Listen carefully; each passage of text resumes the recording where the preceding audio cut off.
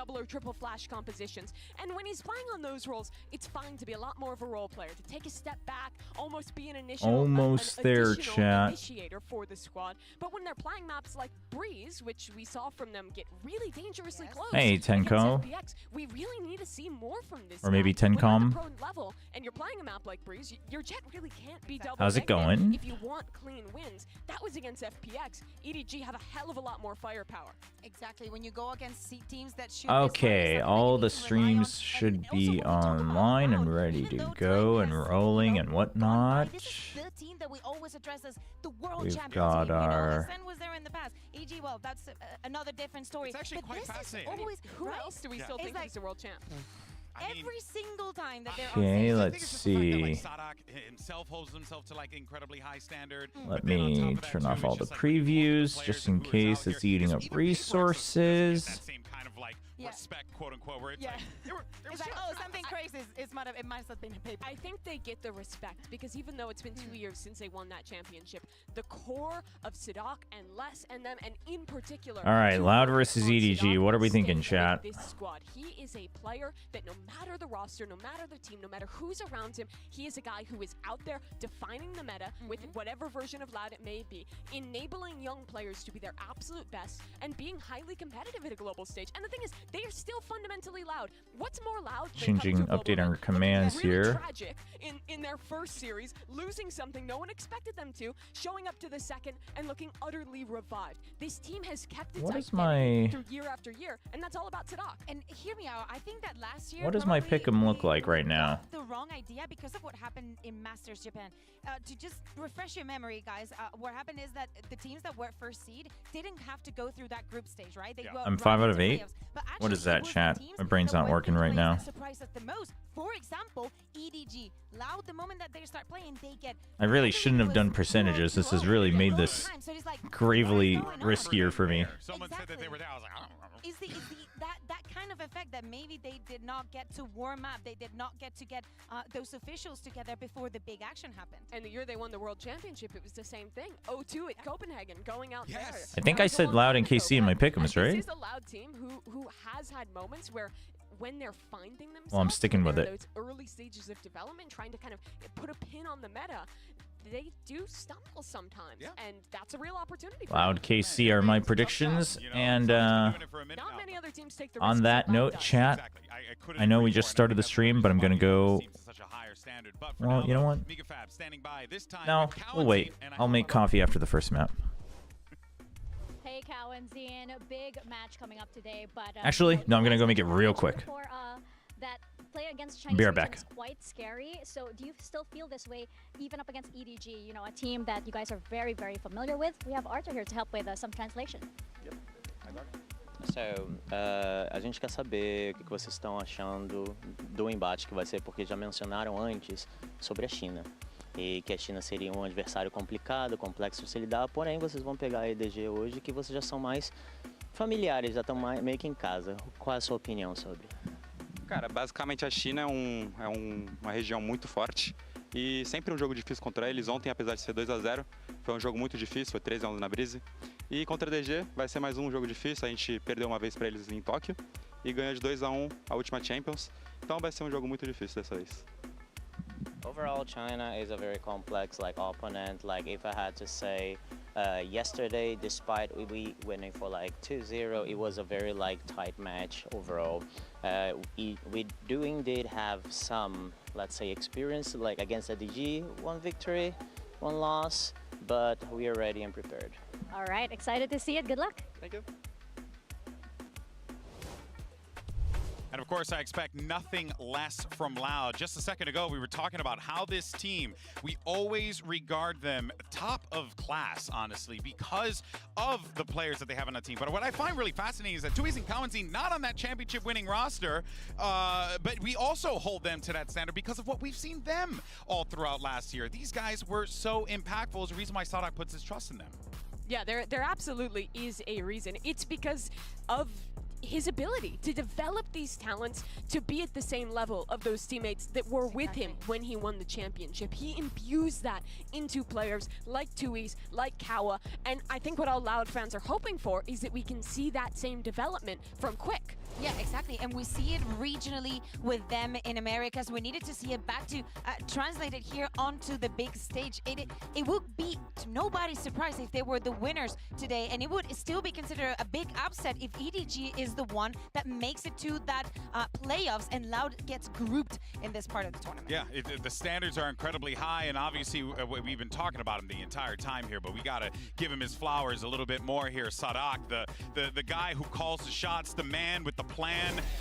You know, and what's even great about him too, he's not just an IGL. This guy could frag with the best of them too. So it does feel like Sadak, he's going to be a big difference maker, as always in this match, Mimi. Yeah, his game yesterday was electric, right? Yep. Occasionally, Sadak will have a game. We talk a lot about this in Americas, where he shows up and he's like, F it, I'm going to win. Yeah, and just the win balls button. out. Yeah, and starts taking some risks, going for some individual plays, but executing on them incredibly well. Yeah, that is what has always been a fun thing to watch with Sadak. And, you know, now I think we're wondering what else do they have up their sleeve here? Because coming into this event, Breeze was the perma. We constantly saw them getting rid of that map. And then out of nowhere, they picked it and everyone's like, what the hell?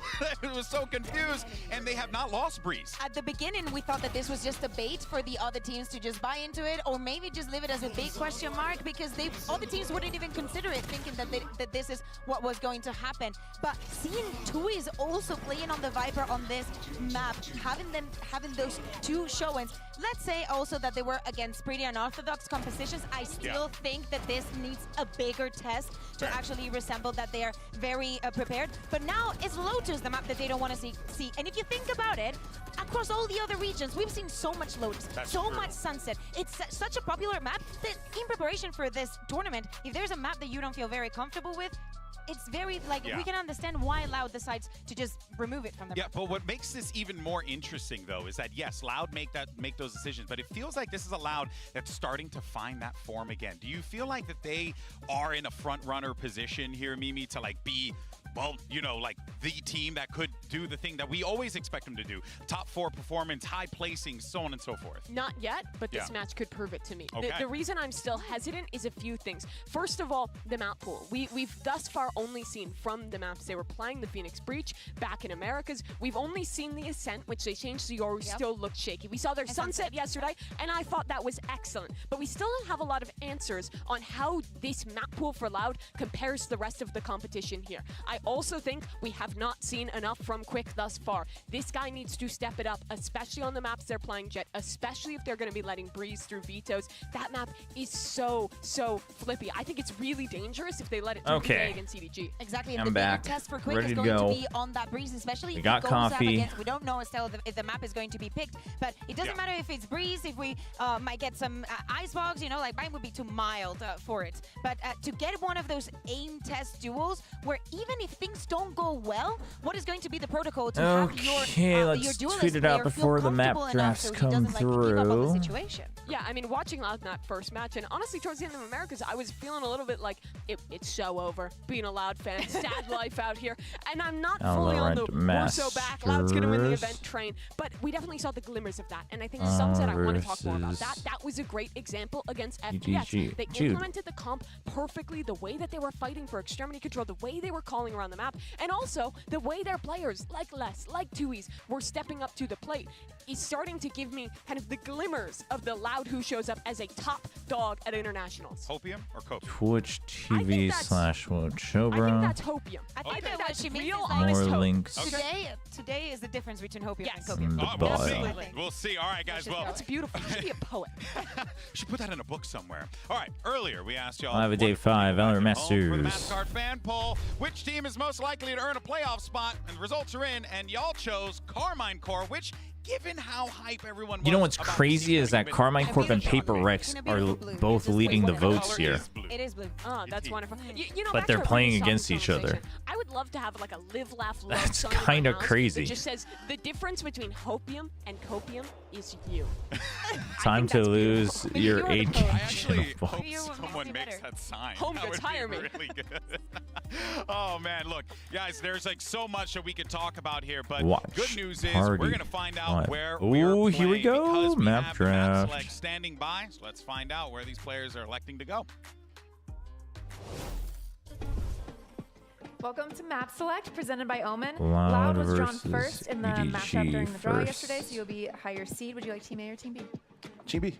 Team B. Yep, Team B So, for EDG, sure. You will be Team A, and we will start with your first ban. Ascent. Ascent. I And then your ban. told you they're banning Ascent. They don't like Ascent. And then map I'm number telling one you. from The Loud split ban Icebox, is kind of side on surprising. Icebox. Attack. Attack. And map number 2. Sunset. Sunset, side on Sunset. Attack. Attack. Next set of bans starting with The Loud EDG, came have mega Bind, prepared for Breeze, this. And Lotus. Ban Lotus. Ban Lotus. Your ban, you have Bind and Breeze. Bind and Breeze. We ban Bind. Bind. Bind. So map number 3 by default is going to be Breeze. EDG Doesn't want side to have on to deal Breeze. with the. Attack. Okay. All right. Good luck to you both. Icebox, Sunset, Breeze. Yeah, I'm telling you, champ. Something People, that really people are just stuck not out to me believing me. there EDG was does not Lotus. like Ascent. Going a little further down the line than I was expecting, Kukuka. Yeah, exactly. EDG has been also banning this map, so I was surprised. It was a little bit of a push and pull of Yeah. who's going to ban it Classic first. game of Are chicken. we both going to be living it open? What is going to be happening here? And we see it is EDG. All right, let me actually update the that commands decides to first, and ban we'll it. put So up the, Loud is very, very convinced they do not the want stuff to face here. EDG on this split. I think this is legitimately a very good map pool for EDG. They're starting on Icebox, where Loud tends to be good on that map with the Harbor Viper, but they play one of those KO Sova Flash comps that can fight Last into those was walls really well. Breeze. If they get a win there, they take Loud to Breeze.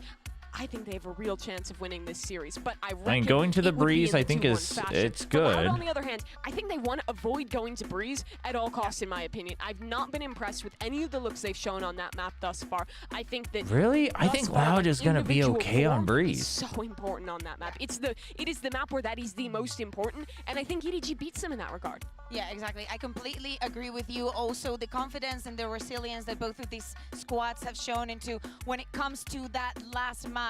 For some of them, better than the other ones. So I'm scared in both regards. The to what Icebox happens when confidence this map pick goes to is distance, interesting. Especially when things are not working. How are the solutions that they're going to find if some individuals cannot really show up? It's definitely going to be interesting to see how all that pans out. But what I'm really excited for is honestly what this would mean for EDG if they could win. They Map get 1, revenge on the Icebox, team that knocked them out of champions, EDG. that stopped their excellent 2023 year. They get revenge on the team who just eliminated FPX, the other Chinese Loud team versus represented EDG. here. And they get to make it into top 4 at a global event. They've been on this long, long climb up mountain after mountain to really be considered a top contender at international events. I think if they win here, if they're one of only 4 teams in the playoffs at Masters Madrid, it's really a chance for no one anymore to deny their form compared to the rest of the global competition. And this is a great opponent for doing so, because if EDG has advanced, has progressed, has developed as a team, all of these individuals should be able to go head on head with But this how do you kind of feel squad. about the structure, though? How do you feel about the fundamentals? Because I feel like Loud just have that That's the so in thing. spades. That's the thing. I mean, this is a great test, and I'm let's say with one of the Loud final here. tests for this squad, because Loud has played I'm against sorry, most of YouTube the chat. teams I don't know out if there. you've been They've chatting around at all, for but so long. They have so much. I don't have you guys experience. synced They up played with against my every single multi-stream. playstyle. They know how to read I onto all of apologize. these different situations and outcomes. So if they are able to even put on a good show, it shows that EDG, even if they're not, top 4, even if they were to lose, we need to see if they're on the right track. Yeah, this is really going to be decided by Icebox in this series for me. For Loud, they play the Harbor Viper. Their fundamentals are so exceptional on this map. Their retake protocols are on point. This is a map where Les absolutely thrives on the Viper. Okay, now we And should for be synced up. EDG, we've seen some Hey, what's up, success. Pings? It's been a mixed bag in the past. They're playing the more default comp that, honestly, this Harbor EDG Viper picked comp Icebox. tends to do pretty well against. I think this is going to be make or break early in this series. Ascent quick, banned, I don't know if you guys Icebox see picked. our But the thing poll is down at the bottom Loud of the seemed screen there, but prepared for when the we started Icebox this pick. poll, it was all out. They fired As you through. guys were talking, selling people on EDG. I was seeing the numbers start to go up a little bit. I don't know. You feel Maybe like we you guys should are sell making some some believers bundles. out there. We should sell some bundles, maybe. I think, yeah. I feel like this is pretty spot on. In my mind, I think this is a 60-40 in favor of Loud. I think Loud are favored because their fundamentals The have thing looked better in is- their last matches. I think they have a stronger read on the meta. Hmm. EDG still playing basic, old stuff from last year for the most part. And I think it's because EDG. Okay, I think EDG feels that they were straight on par with Gen G. And it's just a team that no matter what form they've shown before, And they always step up to their opponent. Yeah, I mean, exactly. it wasn't a close game, but Gen G that we saw in 2023 beat Loud 13-11 in 2024. Yeah, this is going to be right. It's the Harbor. It's the Harbor Viper comp. The top 4. Let's find out. Is it Loud versus EDG? We got Carmine Core versus PRX. Day 5. Meanwhile, you got the Silva KO for EDG.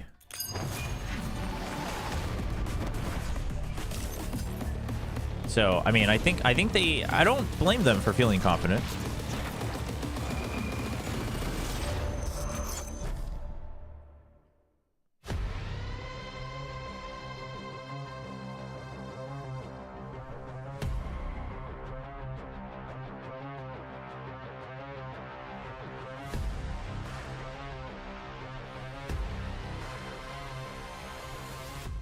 The beginning one, I think they changed it to a Valorant only one this year. They've been using it since kickoff, I think. But it is different than last year's. Was it hard, like losing Jing and having to basically fill that hole? Yeah, of course. I mean, he's been a big part of PRX, and finding someone that as good as him would be very hard. We had a new player. I mean, yeah, he's ready to show what he got, you know, this tournament. So yeah, wait and see. I think it's just myself that not being confident, you know, because all the players in PRX are like top notch in the world. It's normal that was this today's pressure. Quite honestly, I think we absolutely need to see more out of Munyet. When it comes to they're interesting. They usually only talk about the matches coming up today. And helping me a lot going through this. For us, it's just we're all like very inexperienced, so like all this is new to us, and we all just want to like do anything that we can. No, that's because they're the second match. That's why. For the situation. The clips we're talking about yesterday, so I was like, why are we talking about? Their playstyle is the same like us actually. It's gonna be like aggression team against aggression team. I'm really excited for the blood that. KC versus PRX.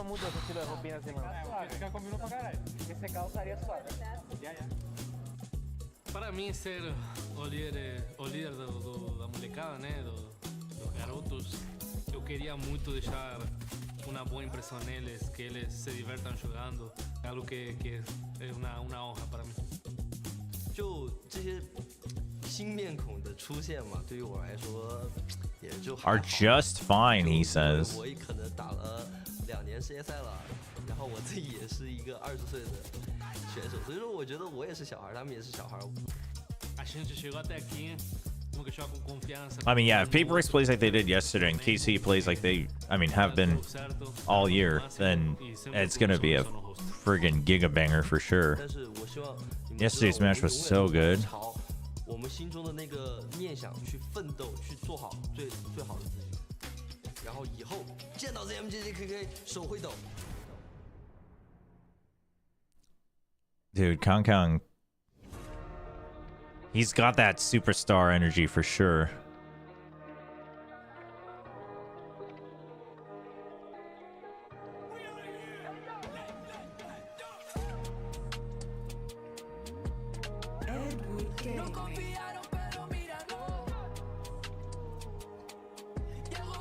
Hey, Lauren, welcome, welcome.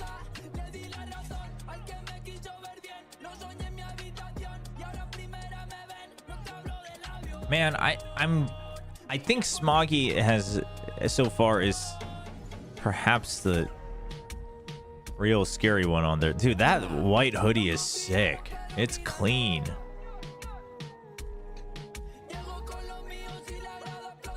I dig it. I mean, it probably gets dirty so quick. It probably gets dirty within an hour after you wear it, but it's sick.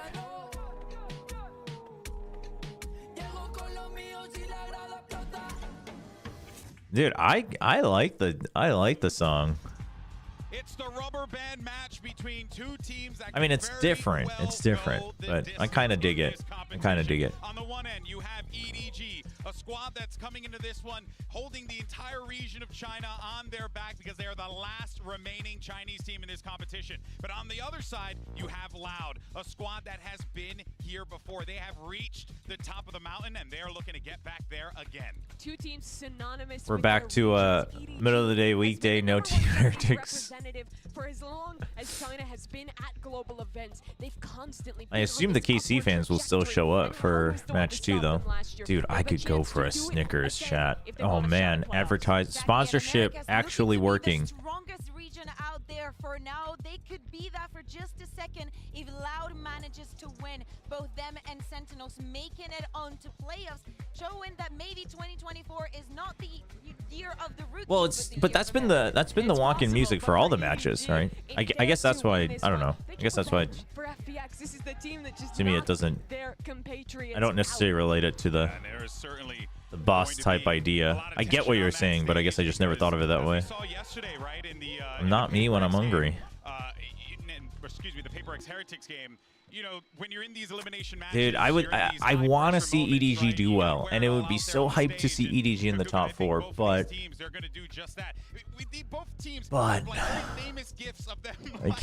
I can't vote against Loud, man. I think it's safe to say that we're gonna get some more moments like that. Hear me out. We all remember Kankan standing up and just showing that operator. And we all remember Sadak just going, "Well, what are you doing?" I don't know. What is that? What is that? Is that a toy? I don't say it's not hurting me. But yeah, definitely, we've seen how the character has also impacted the players from your own team, and I think it's gonna be a long night. I think it's gonna be a banger. I'm a little taken aback by the draft here. Is going to be very important. Sentinels, for example. But the Ascent first man doesn't surprise me. The Icebox pick surprises me a bit. On the earlier rounds. Then on the second time that they played around, they were so comfortable at the beginning of the maps. If Loud can also have that kind of mechanism, they can join their comfort. And when we talk about the history, there's only been one change. That's QCK. On this map, he's playing the Jet, and he's going up against The Harbor Viper versus the Sova KO. Player in the world. It is going to be a trial. Loud is attacking first. They say isn't replacing Ospas, but on some of these maps, he is being So it's gonna be. I mean, not only is EDG gonna want an early op, but yeah, this could be a moment here. I mean, Hao Dong's gonna have to hold so well on B, I think. Of course, for Kong, he could very well shut it all down here. Do you think this is Asia's best chance at a Masters if Loud and KC somehow lose? You think that's likely? My predictions are Loud and KC, just so we're clear. I mean, I don't think it's one-sided. I think it's anybody's game. I think both of these could easily be considered 50-50s. But anyway, only Sentinel will be the non-nation representative. So, I mean, if EDG and PRX both make it in, then, you know, number-wise, yes, it's their best shot. But I think Sentinels so far has affirmed my prediction that they will be the strongest team at this event. So, in that sense, I don't know if I could dare say it's their best shot. You know what I mean? And Loud already making their way up towards Nobody. It looks like there could be a fight on his hands, but Nobody, he spotted them down below. The info's there for EDG, and the opening pick is too. But a trade back as Loud looked to quicken the pace towards this site. Nobody's tucked into the Sadak being down is not the end of the world for Loud. They just keep going. But Smoggy going down and now Kong as well is kind of big. EDG will attempt this retake moments from now when this wall falls or when they step right on through it. This spams the game for now. And Dude, using the cascade so well here from Loud. Got their pistol in the bag.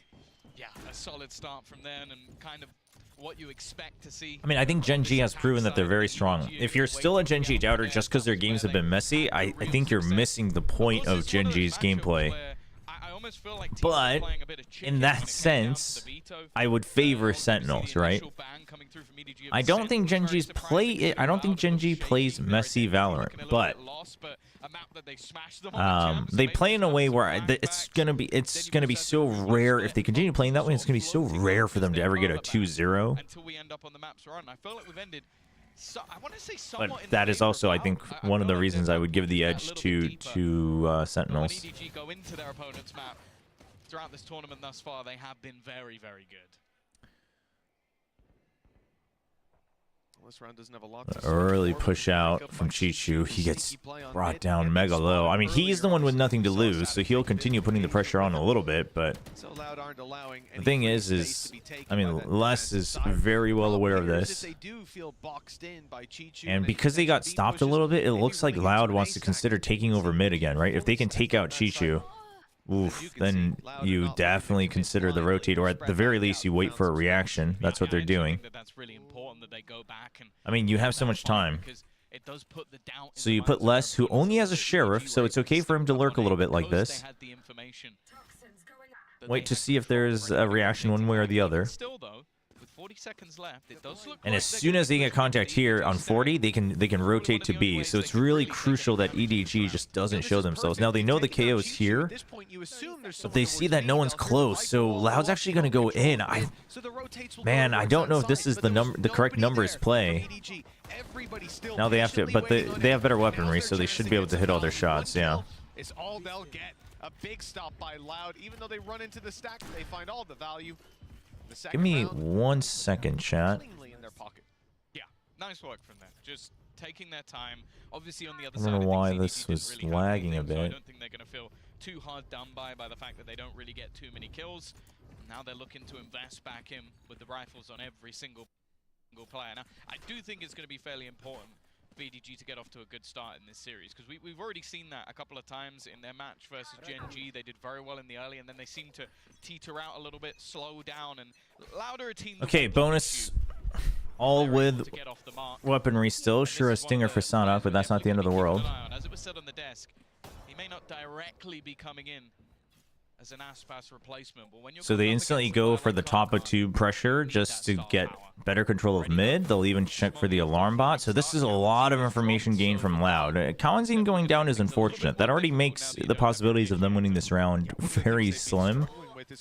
Oof. Didn't expect nobody way up top. It's going to be a bit tougher. Now no flank protection either as Sadek falls. This is how these rounds typically go when you The thing is okay, so what you're seeing now is, I mean, Loud's not watching this, but what we can see is EDG re-clearing mid, right? They know they gave up mid control. They know the alarm bot was taken out. They know that he was top mid, top of tube. So they're re-clearing with 2s and 2s. They had a double here, they had a double here, and you still had B anchor. They're willing to retake onto A. And then now that they've cleared mid, and they haven't seen any rotations, they're ready for the retake. That'll be Con down, making this one at least a little bit more competitive, trying to get a bit more aggressive. No, that's about the only shot that Loud has, is QCK being up here. They have to be ready for this. He's purposely holding an off angle. He will find one. Going to be the one kill. There comes Chichu in from behind, and Les is left to try and clutch this 1 versus 3. There probably isn't anybody else you'd want, but even he can't win out that one. Not the end of the world at all. I mean, they get the 2 kills. It's sort of bare minimum done housekeeping in a round like this. They didn't overinvest. You know, you said there were some rebuys, but again, fairly minimal considering the lack of losses. It's all right for Loud. This is the formality of early Valorant out of the way. It's sort of weird. QCK? No, QCK is a pretty talented player, but he's also fitting in well systemically into Loud. To be fair, we have been doing China versus Pacific in every game so far, so I think it's understandable why some of these games have gone the other way. Even still, though, this is where things get interesting. I would say he's legitimately a pretty high-quality player. I don't blame anyone if he wasn't exactly, like, if you just didn't have big expectations, just because, you know, it's not like he was making it to the international stage often. But he's legitimately a pretty solid, high-quality duelist for sure. Yeah, rightfully so. Bit of map control, pushing the EDG side out of position, grabbing orbs and looking for picks. As you said, QCK's had a good time on the way through, a difference from some of the series we've seen, and now he's got the Blade Storm to try and pick these players off. But after seeing that control, grabbing their orb, and not finding any advantages being given away, they're rotating back. Yeah, I think they had no plan to ever go in this direction. The spike was dropped outside deep on B. Is it just me, or are there frame drops going on right now? And when I say attempted, it has worked wonderfully. There's currently only 1 player left on the site, but EDG have made the realization. Pushing players up mid, got nobody deep in control. They've also got Chichu rotating in, but they are Those about glasses to be are under too some heavy. serious pressure. It's the right Trying to figure out again if it's my browser or if it's just the feed. But the feed has had slight drops every now and then, so not too surprising. Good fragment delay. That allows all of EDG to be prepared for the flood. They don't have any ults. Ideal for the fight back through. The plant seems But to be oh, secure. that's The a code big broken kill. and the snake bite down, but that's not going to deter them. It's actually kind of huge. That's the only utility they had to really go for the retake here, and then the Reckoning comes out as well. EDG, you have to. Well, your creds are okay, so they're gonna try. Chichu comes in, Smoggy goes for the trade. There's still a decent possibility, but they need to win their initial duels. He spotted Les, and he gets him. That's huge. And it's only the 30 HP Tui's left to try and close this round. Gonna hold the half. He's trying to figure out where he's coming from. The gun model. He still actually adjusts his aim in time, but Definitely got a little bit dicey in the end. I think that pre-fire shot from Smoggy basically made it interesting. Because up until that point, I was like, yeah, 3v2 post-plant, you've still got less alive. I'm like, okay, I'm not really too worried for them. And then he hits that shot, and it gets very interesting. The thing is, though, I feel like so far Loud have been fantastic with their orb management. yeah, Smoggy sees him, and he just lines up his crosshair. So good. And then he moves back in the other direction. Does left hand win that? It could. It could. But I mean, I think he was more concerned about the rope. That's what allowed Loud to garner so much space. And okay, it gets a little bit dicey in the end. But the fact I mean, left hand model he probably would have seen instead of just trying to adjust his aim on a timer, but As we said, right off rip, Loud had a game plan, and it didn't look like EDG threw any spanners into the works, try as they might. We saw the re-aggression when Loud had gone up on B of Howdong. He got behind yellow and actually had really good and now that they're weak, Loud's gonna go for a push on to B. This is very good, you know? Howdong hasn't had much to deal with. And then now that he only has a classic, he's got to deal with the entire squad. He'll try, but no, that's enough time. He was trying to go for the snake bite into a kill. Make the player vulnerable and then right-click them as they moved away. I don't mind the idea, ultimately only having a classic, but now it's looking like a formality. Oh, okay. I thought he was going to be a little late to that. Good trade from Smoggy. Still hitting all of his shots. Really, nobody's going to use the Hunter's Fury here? No one's there to capitalize either. Sure, you tag. I guess you get close, but Smoggy had to not die at all. That's a pretty big ult to commit off rip, right? I mean, it's not even like they were already positioned to have a chance. They just went whole hog on it. It was a one-for-one trade and a post-plant. And they had pistols. Oh, the timeout. Oh, chat. In the meantime, 10 minutes ago, we've got the teaser dropped for the next agent. One thing that's drawing my eye, though, is oh my gosh, she's gonna throw fairies around, butterfly fairies around. He? I'm not actually sure. I think the leak said she, but yeah, at least a lot of it's on Insta. Well, at least it's on the Korea Instagram. Reasoning from EDG is make this one a bit more costly, have a chance to win the round, and then we've got one ult online and 3. And the playlist says it could just be an argument about future nostalgia for immortal creatures, immortality. Yeah, definitely an audacious attempt. Again, though, Loud already 4-1 in the league. Do I say binging my food for PRX versus Carmine Court? For sure, for sure. Over on that attacking side, I think that's where we've seen. Oh my gosh, I'm thinking. They were really good on their attack, and it's where ConCom really came alive. That's my major worry, though. Is so far in this tournament. What if the creature like can't die? I don't understand. I'm so curious. Who's gonna cast? YouTube's asking who's gonna cast PRX versus Karma Corp. I couldn't tell you because I'm not on site. But I mean, it's Padpop or Red Show, I guess. Which I'll be honest, I think he will. But if he doesn't, this is going to be a blitz of a game. I mean, we saw a good attack side from EDG. Might be Panpop. This map up against Genji, but we're going to need to see them build those foundations here on the defense. So far, Pretty light Oh, that's true, huh?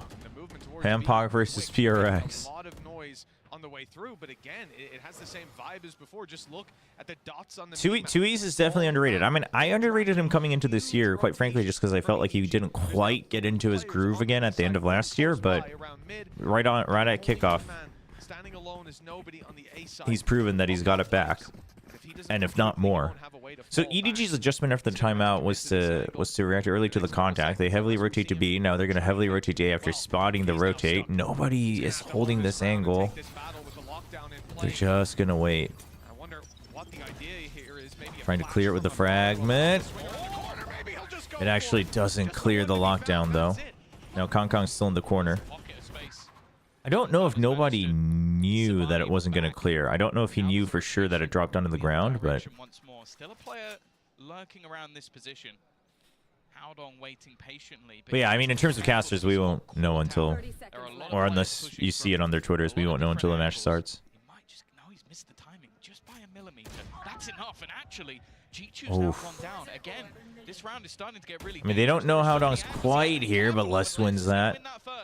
Howdong caught in no man's land. Dude, pressuring contact on B, then pressuring A. Loud takes contact here. Then they pressure this with the lockdown.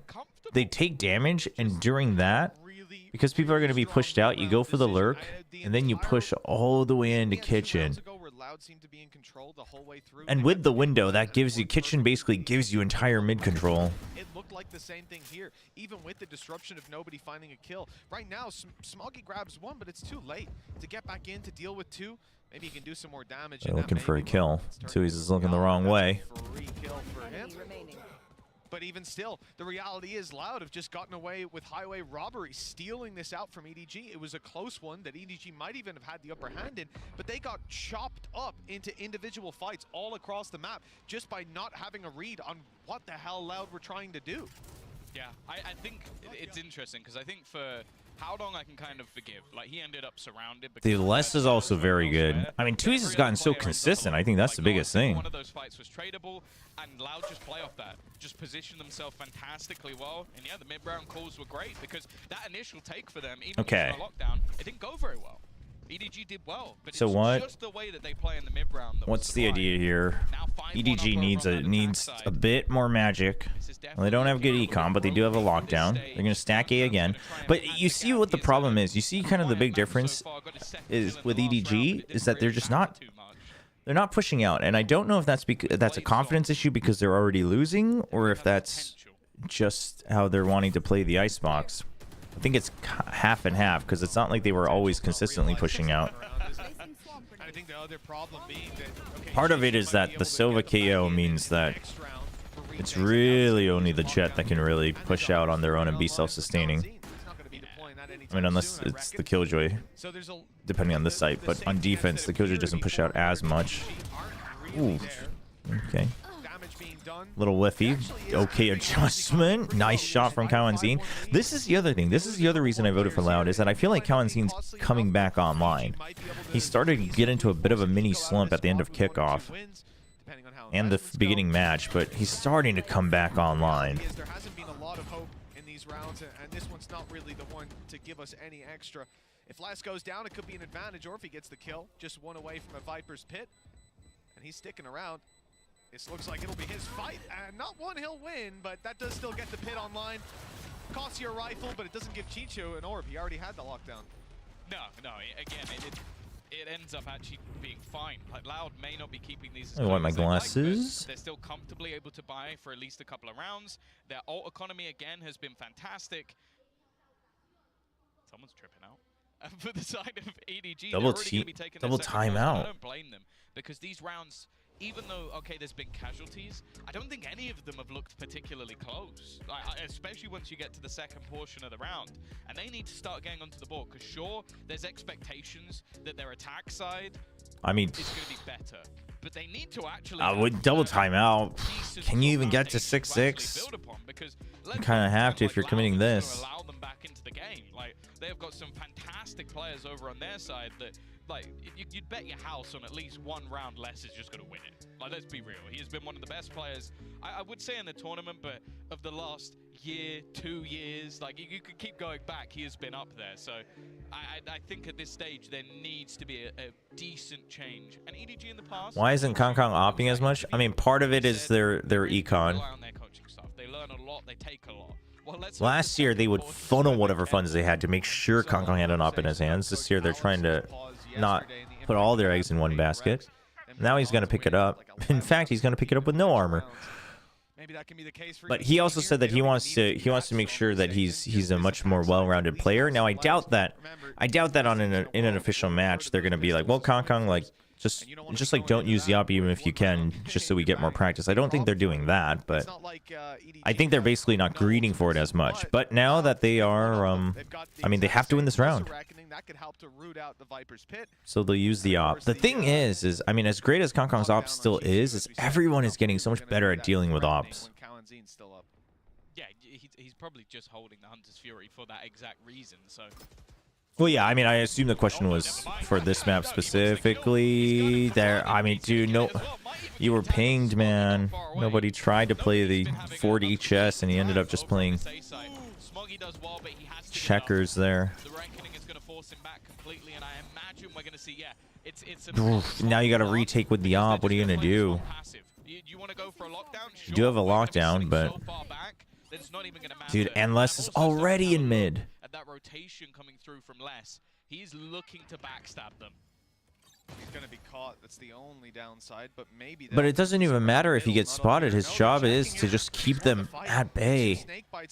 See, the trouble with EDG now is you can't even save, right? So you have to fight through, because if you try to save, Les will just kill you. They have to have a timer. They have to have a timer for Les. Is doing exactly the same. Snakebite up top just to secure no diffuse, but there's no one near the diffuse. No Dude, EDG is out of it, man. Swinging into heavy traffic, and you know it's not nice to have 4 kills in a round and have to go and save, but that's the reality for EDG. 7 now on the board for Loud. Yeah, this one's going to come up as a Red Bull clutch, but there was nothing even particularly clutch about that. That round was over about 20 seconds ago. That's rough. Again, every single round we're witnessing, they have a game plan. They know what their opponents have. Okay, they've got a lockdown. Let's put ourselves in a post plan that doesn't allow that to work. Let's have Les come round on the flank and basically just put this round to bed. And this is the thing, is that Loud has definitely been much more active around mid than the other teams. Not every round, but they experiment with a lot more than some of the other teams that we've seen at Masters. And that's something that I was wondering if EDG's ready to deal with. It's clearly not enough. They'll now put now they put a much safer alarm bot, right? This way you basically, but with this turret, you basically have to watch this, right? I mean, it's one or the other. Either you put the turret here and you have to keep bouncing between screens and boiler, or you put it here and you have to have someone watching kitchen. They haven't left a lurk. I think they're going It could be the Viper's Pit also, you know? There's no one lurking. It's a B take. You actually are spot on with that one. Previously, they've always Dude, and they walk in, man. It's commitment, but EDG are committing. They're trying to see if there's a reaction for a round yellow. He gets spotted, and Howdong just can't hit that shot. That's unfortunate. It's a miracle for Loud. Free as can be. QCK took some damage, and honestly, that's a over. disaster. EDG are going to win the round. Easy peasy. Oh, man, they can't get anything to fall in place for them. Even there, it was a cloudburst that wouldn't fall in the right spot. That's rough. There we go. The 3 players at this stage. It's not looking clean, chat. But again, Loud's post plants have been sublime. It hasn't even been particularly close. That knife was nice. It's basically caught everybody. They know where they are, but there's nothing they can do. And Kawazine. Oh my gosh. Don't tell me he gets this kill. He is still surviving. Timmy the turret trying to help out at least a little bit. Looking to reposition. No! Dude, I'm telling you, Kawazine is coming back online, man. Trying to save. Finally, they'll deal with him. But again, the round is over. It's been over for another 25 seconds. They're just looking to fight to hold their guns. That's the game at the moment for EDG. They are fighting a different battle every single round. Like we saw the previous one, it was on A. I mean, this is EDG's pick, chat. And again, I mean, I'm a little surprised that they picked it, not based on the match, but at all. I'm a little surprised that this was their first pick, but I feel like there, Concon tries to fall back. get pinged by the dart. I don't know if that's intentional, but it seemed like it could have been because he then gives away, okay, maybe there isn't someone else there. I mean, the thing is sure you have tape on Gen G beating Loud, but it wasn't a one-sided game. It just domes both. And QCK has been having a much better performance. Okay, Chichu. So this time he's just gonna fill the gaps with his own body as a drone. Needs to get out. Okay. Actually, the high tide kind of helping them out here. Yeah, this is Loud not quite considering the push out. But here's the thing. Why would Loud not consider that? Because EDG hasn't been doing it. So I don't blame them entirely. It just bites them in the ass. Good position, but Continues to push in. and he's on his way back, so that util is going to be online. Has to be broken. Now they know. Now they're ready for the fight, and a little closer than expected. It's Kawanzine, you have to take this kill. Oh my! Not losing it clean. Shot to the head. Viper's pit. That was so important because if he can't get that, they have to put more resources on the flank. And if they can't defend the pit. Maybe the spams can find value. Kankan's got to wait a moment as nobody steps forward. He's dodging the spam. That's actually crazy that Kawanzine swings and gets that kill. Tom, this is looking like a mismatch on Icebox. EDG's map pick, and they've yet to get off one round. This is a And the thing is the way they're playing the defense, I'm just not sure what they would have had prepared. I mean, forget the fact that Loud is hitting their shots. Again, this started off with a decent individual play coming out. Forget that, but Sadak pops up, they get into the afterplot. it's just like EDG is playing the most passive default you possibly can on Icebox, and you're just not getting anything out of it. We've already seen this happen once when they played Breeze versus Gen G. EDG didn't show up to the party in this. You know what I mean? I mean, Kankan has been diffed. oof, yeah, Kong Kong not hitting that shot hurts too. But the thing is like holding here alone, basically. I mean, sure you're watching for conveyor, but holding pipes alone. Every round, like the rounds that you push out, this is the most EDG has ever pushed out on A. Just so we're clear, okay? They haven't ever taken over conveyor. They've never planted someone here. They never took over nest. Pipes on their side is the most they've ever pushed out. It's not like they're peeking on top of pipes into the turret. It's just on their side of pipes. No. No. Utterly demolish this squad. I mean, he's been doing it so far with his caller. It's so over. He takes it into his own hands, 10-1. Oh my gosh. Yeah, they used the Hunter's Fury there, and they used, actually, to tell a lie, they used the no command and the Hunter's Fury, and they didn't even get a kill in the round. Oh my gosh. Sadak's laughing. He knows, man. He knows he shouldn't get away with that. We've already seen in the past the back and forth between Kankan and Sadak. The sniper and the sniper's mocker. And wow, 2 and 11. You feel like EDG tried to ego challenge Loud on the map. It's not particularly relevant in most games, but yeah, but right, they've like never okay, they finally push out on round 12. And even then, it's just a drone and they're like, "Okay, let's just back out." Mostly cuz they're scared because they haven't been winning their fights, so they want to stack, so they just back out entirely. But the most they've ever pushed on the entire map was here on that round where Chichu gets the kill onto QCK. Right? They've never taken over Garage. They'll never take it. They finally do it on round 12, and it's already too late because your entire team has been taken apart, and Kawanzine's ready for it with the op. It's so over. Can we just call it there and go back to switching sides? I think I might have just got EDG's coach comms there. Was that you or them? I wouldn't blame him. That's a tough one. But you rarely see a master class like this. And you got I mean, Loud played really well. Loud played really well. But the thing is again, it's not even about the aim. Forget the aim diff. EDG just never challenged the setups for Loud. Let's hear a little bit from him. Meu nome é Matias, também conhecido como Sage Hack, e sou o capitão da Loud.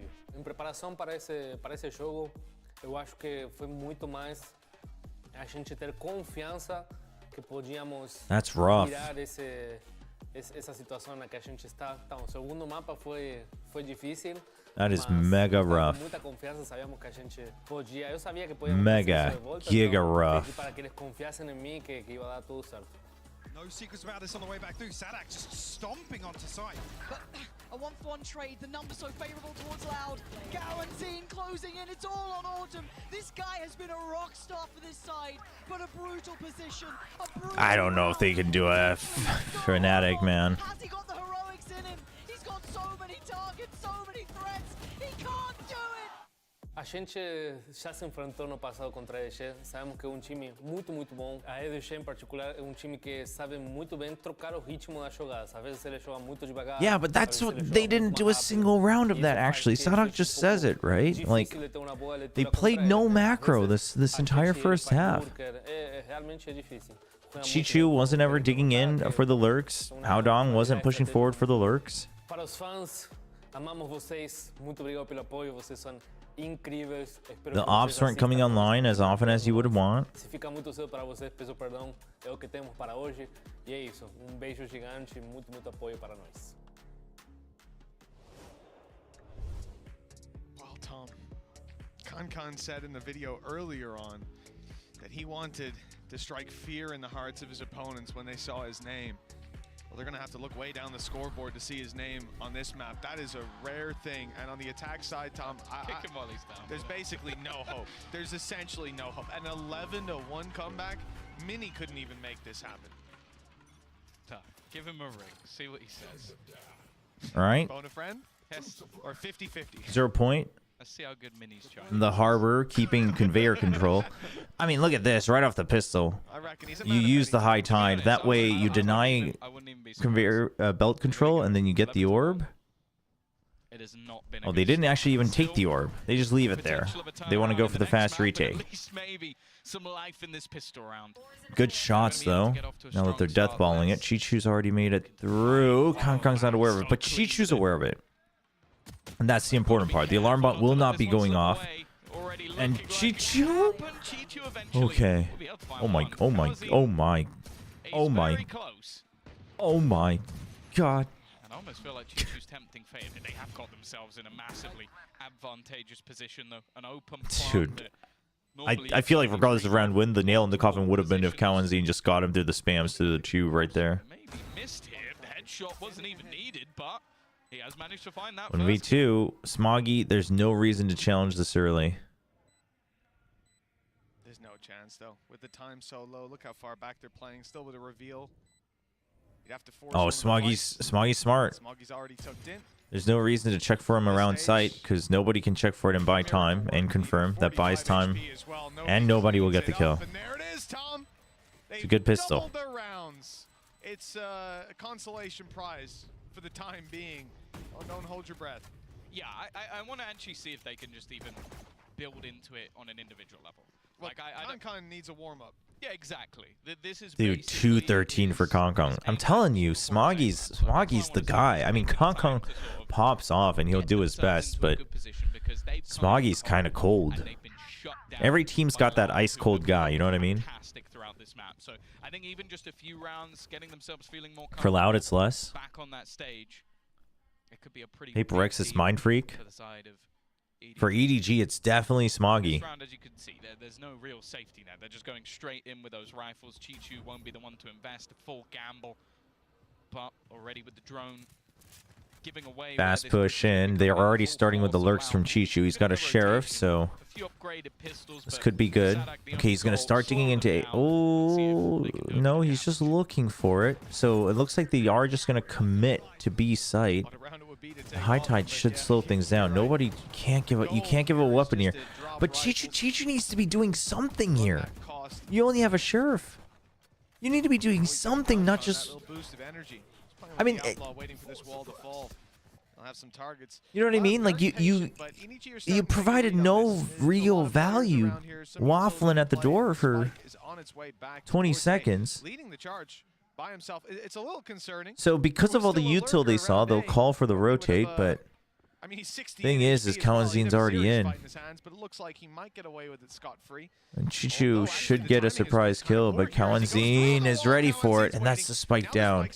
Now Chichu has to pick and choose. Where am I going? Where am I supporting? He still wants to just keep the kills, and then they spot him. And there's players swinging from all directions. Loud all of a sudden are in a 5v3. 12 seconds left as the spike is planted. At least I can't believe this. I mean, you still have a fragment. Still have the Outlaw. Oh, the Cascade is so good against the Outlaw. Don't know how many there are. Oh, I mean, pushing through the... My Tide is a little dicey. Ooh, good shot from Smoggy. It's not looking too scary, although a couple players are low. The time is taking. Oh, no.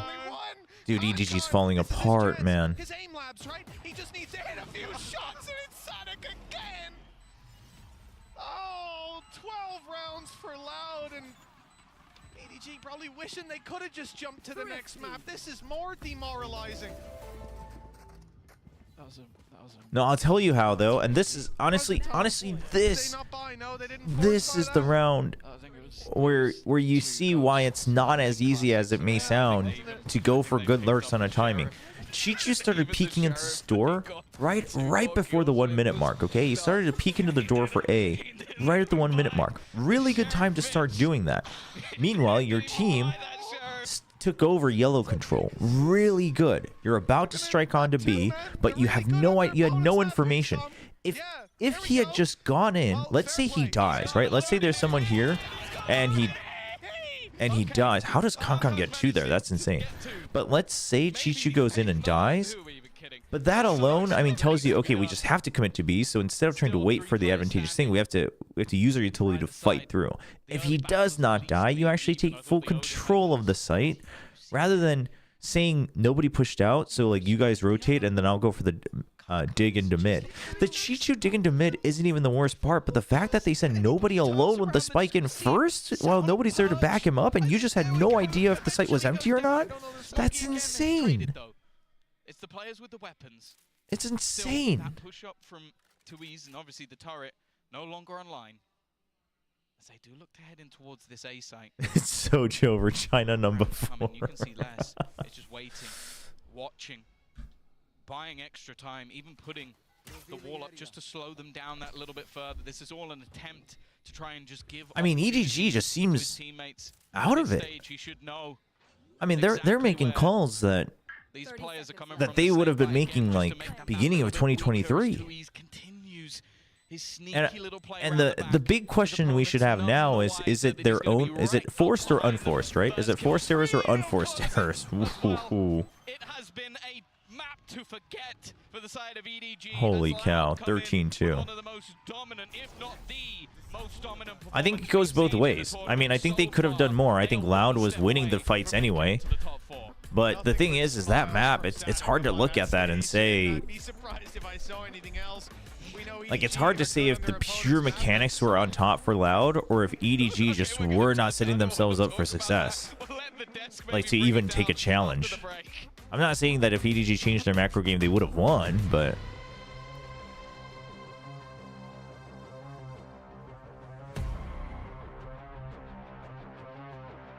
that's crazy. Dude, Loud's done with the doubters, man.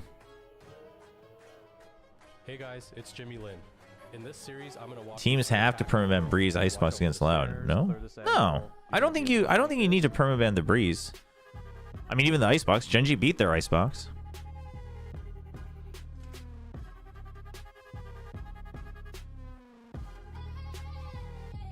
You mean why didn't EDG push out S5 on defense?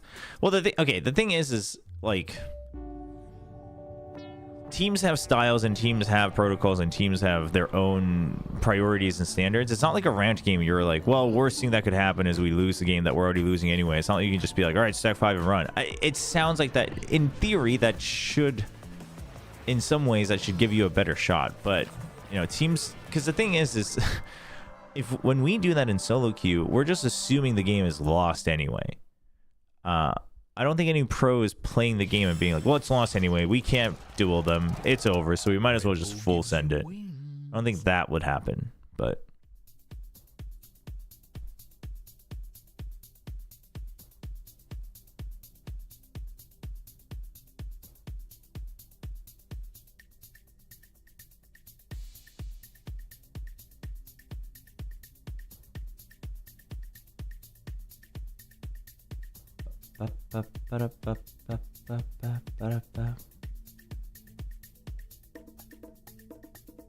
Also, this is for both chats. I will ask, you know, saying things now and then in your own language is, you know, I'm not going to be too strict on it, but do try to prioritize English, just because otherwise I can't guarantee that I'm moderating it well, so then I'll just have to moderate it by timing out anything that's not English, so.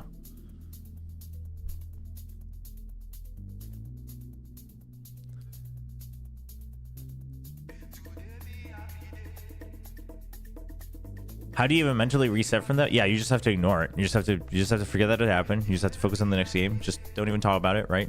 I mean, you know, talk about certain comms and things that aren't working, but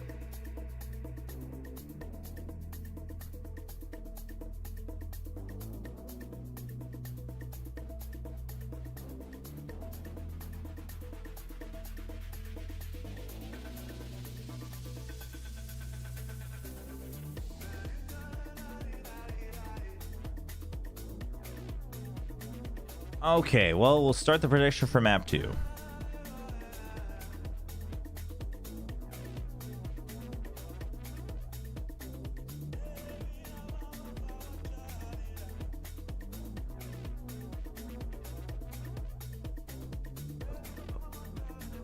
This is Loud's pick on Sunset. 캉캉 선수가 멘탈 나갔다고. 멘탈이 좀 나갔을 수도 근데 있어요. I mean, it could have been a hard hit from the Genji loss as well, but I mean, EDG's been hit hard before, so I doubt it's like a. I doubt it's just the previous loss is what's holding them back.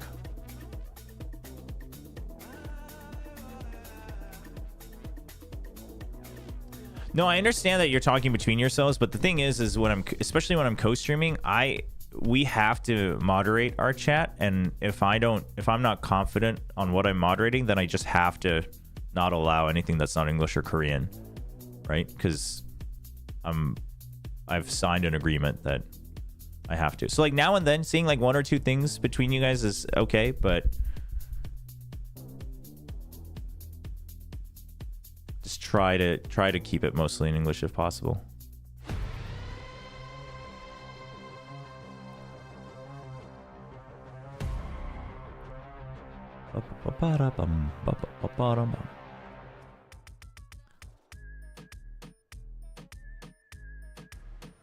Hey guys, I am here with SCK from Loud. Congratulations on that first map. Now the team has shared previously that this tournament is very challenging for them, but despite that, Loud has been very consistent with their energy. Who on the team contributes the most to keeping that energy up, especially for very important matches like this? I think that Sazahak is this guy. He always like have a smile on his face. He always like time to cheer and make it the environment really good. I'm a kind of this guy that always listening music and all of that. So we have a little bit jet lag, but the energy will be growing. A little bit up jet lag because, still. We're happy to be here. What? All right, well it certainly looks like that. It really looks like a Get really out of happy here. guy. So let's see if Loud can close this out. You guys have been going to every international. You still have jet lag after a week? Get out of here. Trouncing over the Chinese #1 seed, Loud show the world that they are very much. Why is Icebox so one-sided? People don't come back? Lock in 2023 says otherwise. Icebox is home to the greatest comeback ever. They start a map with an 11-1 half against them. It's not as often, but Icebox is a hard map to play. It's a hard map to play because most things at a macro level feel bad on night. Like, you know what I mean? Yeah, definitely. It looks like the logic that EDG applied to picking this map. By the way, their pick. Icebox, the defaults are weird. The defaults are you feel like you're at a loss on the defaults on defense, which is why a lot of teams push out. The problem is pushing out. There's a fine line between looking good and looking terrible when you push out, right? Because if you push out and either your aim just isn't there, or you just don't use the utilities to set yourselves up for success. If you push out and you just fold over and die, then now you look like idiots. But to me, it's not about the map pool. I think they could have showed up to any map and looked like that. It is about confidence. This is a team. but Icebox is understanding the defaults of defense. Icebox, I think, is tough. And one way to say it is it's tough. Another way to say it is it's just not great. They're showmen when they're great, and right now they look completely deflated. Now, some of the guys on EDG seem to be just chuckling on their way out from the stage, so hopefully they do have a good mental reset. Was calling an absolutely stunning match. Yeah, exactly. And we picked up a couple of good examples because, Mimi, you're completely right. It's all about that mid-round calling. We know that both of the teams are very, very hard shooters. So it's only on fundamentals and actually the reads on the map that you can win in this matchup. We were seeing that EDG was getting a lot of the kills in some of these rounds, but they are unable to close them up because of the adaptation and the moving around the map that Loud was having round after round. You know, maybe they won 2 rounds, but let's think about the 2 rounds that they won. The third round, right after, you know, Loud is on a bonus, and then Pistol on the second. And also Loud, again, takes a little bit more mid control, a little bit more often than some of the other teams currently on Icebox. So that's another thing they have to consider. So then it's like, well, do we push it to mid? Do we push it to A? For these interesting ideas with the B split, and I think we have seen that historically when they play this harbor composition. They Overall, I mean, unfortunate, because here's the thing is that at a macro, so here's the thing, I would say at a macro level, EDG failed to set themselves up for success, right? They set themselves up for failure. However, EDG is also a team and full of players that even when they are set up for failure, they can mechanically just blast their way out of it, right? You know, something that so I would never see as I'm looking through the stats, you know, because obviously we're looking at Chichu here, but Kong 4 frags total. So there's a couple things there, right? Macro-wise, they didn't play that well, but there have been plenty of games where the macro wasn't great and EDG still just is able to barrel through their opponents. It wasn't like, oh, you know, it was like big battles. No, it honestly just felt like he was just getting diffed. Yeah, exactly. Not many things were working on the side of EDG. No, this includes when Genji was still garbage at Breeze. Now we should be moving on. I guess it's not new anymore. It's just the latest video. More comfortable in. Yeah, and honestly, the wildest thing to me about that match, besides the crumble as a whole, was that QCK was diffing Kong. He's the guy we were saying needed to step up, needed to be great on the jet. We hadn't seen him at his Trying to decide, I want to do a video before the playoffs happen. In the opening kills, but you're right, Bea. We've hit a If PRX wins today, we'll probably look at PRX. Man, am I worried about EDG? It's so hard to reset. Not just, you know, sometimes you lose a match, you can wipe it away. Teasers. Spoiler alert. It's been the same Agents have already been selected. Yeah, probably they ran out of fuel maybe too soon in the tournament. We were talking about is Loud. Okay, meanwhile, what we can talk about, chat, really up there to be is that teaser that dropped for the new agent. Right now is not looking like a fair opponent to them because Loud Where did it go? Yesterday on Sunset, how good they were feeling, how everything was falling onto place. A 13-5 against Valorant KR. Crazy rounds. I think that Live and Ultim were final. Actually, is it on the main Valorant channel? Things are getting even harder for EDG. Yeah, it is. Out of hand here. Here comes the agent Let's select. make some mischief. And, you know, Mischief. Right here for some sunset. You're going to see QCK. He's going to be rocking that Phoenix. He's going to get right in the face of his opponents as much as he can. Yeah, I mean, Butterflies is a strong theme. Extremity control with that breach, with their multitude of Can flashes, PRX win today? I mean, they can, but I favor Carmine Corp. In fighting forward against EDG. They don't have that same initiator power to fight back in. So for EDG, I think Dude, a top 4 without any EMEA. fading out util, going for these late round hits. EMEA in shambles.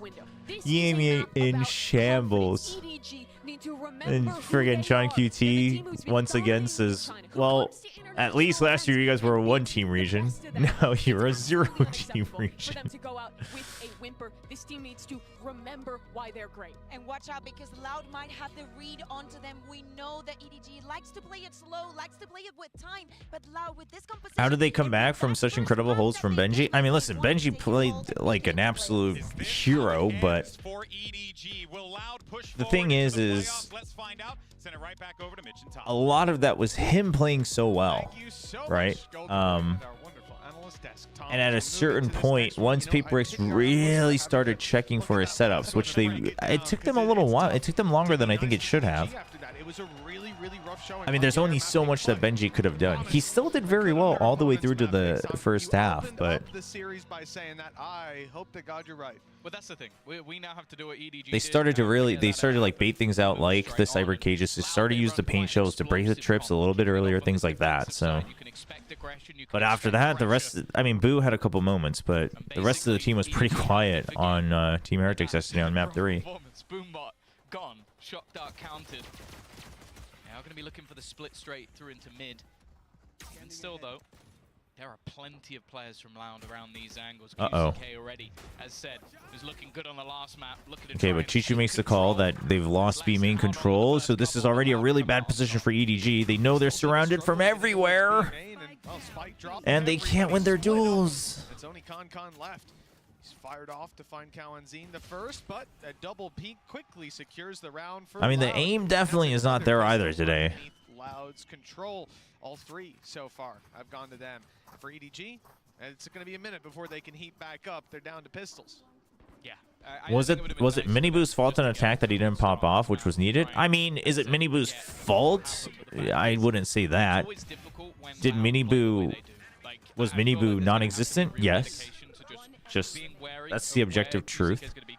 But I also don't think the thing is once they got into the second half, you could tell PRX had a read on Team Heretics. They had a read on Team Heretics. So Team Heretics, whatever they were doing, just wasn't working anymore because they couldn't set up Miniboo for success. And it's kind of like this game, right? It's like, okay, well, Miniboo's still a great enough player that in other games, even when he's not set up for success, he has the mechanics to try to get out of it. But on Split, that wasn't it. But does that mean it's his fault? I wouldn't say so. For the defensive side, they've lost full mid control. So it's time to go walkabouts. A site is under threat from behind, so they're going to secure the front. QCK's already made it past, but the timing is key, and he's picked his angle. Picked the right angle indeed. Oh, that's good from Haodong. That's rough. I think Haodong wasn't quite sure if he wanted to commit to it or not, but choosing to push after the curveball comes in is hard. To try and stick around versus the pistols. The thing is, though, the B site is under the control of their opponents.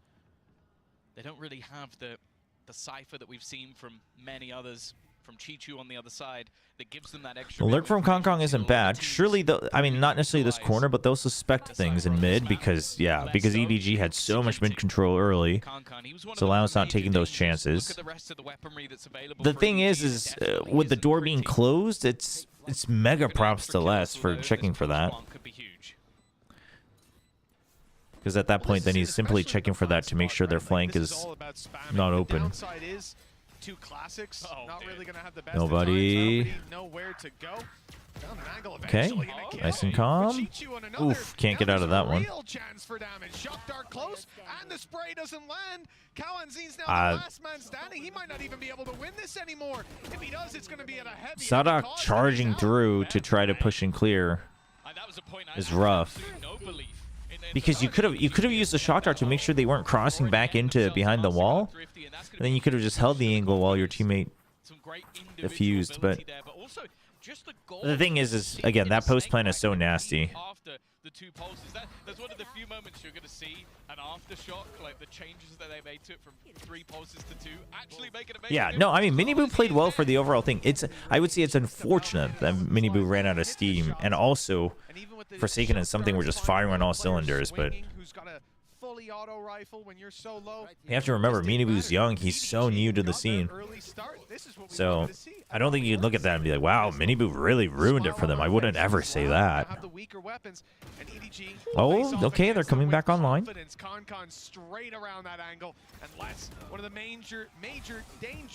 drone, but here's the thing, Lau's ready to fight for backside, and they've cleared it. Good. He's got a showstopper. Dangerously missing in the last map, and he did have a rough performance the last time they played Sunset as well versus PRX, so I was a little bit worried, but the fact is this round decimating less. 2Es now. Chad, I had a business dinner, or not business dinner, but a dinner meeting today. I was like yawning so much by the end of that too. I don't know, hopefully this coffee kicks in soon, because Kong didn't need that kill though. Should have had someone else. Should have had Smoggy peeking that first, I think. first round, that's about as good of an economy boost as you're ever going to get. Well, they lost So, I mean, it's the small things. It's the small things. Just saying. Was, as you said, just completely missing on the previous map. A player that is really the reason that people are believing in this squad being able to pull it across the line, because he's been so strong this VCT sleep party. terrified. If he didn't show up here, the game was already over. But I mean, Neon on Split used to be a thing. Remember when Victor was playing Neon on Split? It was good. He didn't clear that right corner, by the way, but thankfully no one was there. For Loud, where they just give up the site, almost played straight into the retake. He's garnered quite a bit of space, but because he's gone the direction of Elbow, they actually haven't. Okay, but they send it and they don't have any more control over it. They want to see if, because the showstopper already went off, they're wondering if Loud's going to fill the site. And they're just not going to. They're going to say, we're just going to play retake. I mean, listen, it's not like you guys have a stage like PRX. We can retake this. Absolutely nothing on A after your opponent bursts a showstopper into the elbow. EDG's starting to play with assumptions, man. What happened? Right? They're just assuming that it would have called... I mean, yeah, they reset to a bit of a spread and a default, but the thing is your spikes is still far away that they can still regroup enough. And then, in fact, they get your lurker, so it's even worse to some extent. This is where I expect to run it back, and indeed, it's already popped. He's on his way. I mean, Kong Kong is trying to make something happen here. Gets dropped eventually, but he's back in the fight now. Alongside And now the opponents have a lurk. Less coming around. You're all on one side. You kind of have to push out. Nobody will hold on for as long as possible. They don't know about Les coming in, but time is on their side. He has a good internal timer. Nobody has to hold strong with him down. Nope. The round is already done. Okay. Come on, there we go. Yeah, I saw Sadak on 1 HP, and there was a moment that maybe there was some belief, but yeah, a very odd round. Like, I don't mind the ideas from EDG. That is rough. The start, if that was the game plan, because they take so much control with the showstopper. Okay, that's fine. Then they pause, which I definitely think puts some doubt in the minds of their opponents. But then they don't really take that space, and they take so long to get into an afterplant position and lose the battles in mid. That was one of the... Why does Quick play Phoenix so much? Because Phoenix has flashes and Raze doesn't. Sadok's on a mission to put in as many flashes as possible into all of his team comps. But I think the idea is if they're going solo duelist and you have other flashes, they want to the ult and then the power of the curveball being a mega fast pop flash, and then you still have another wall as well, so with the blaze. So I think it's things like that where they favor that instead of, for instance, the Yoru, which is another duelist you could use for flashes. Although quite frankly, Yoru Breach has some sick combinations as well. So I mean, they changed their ascent comp to Yoru, so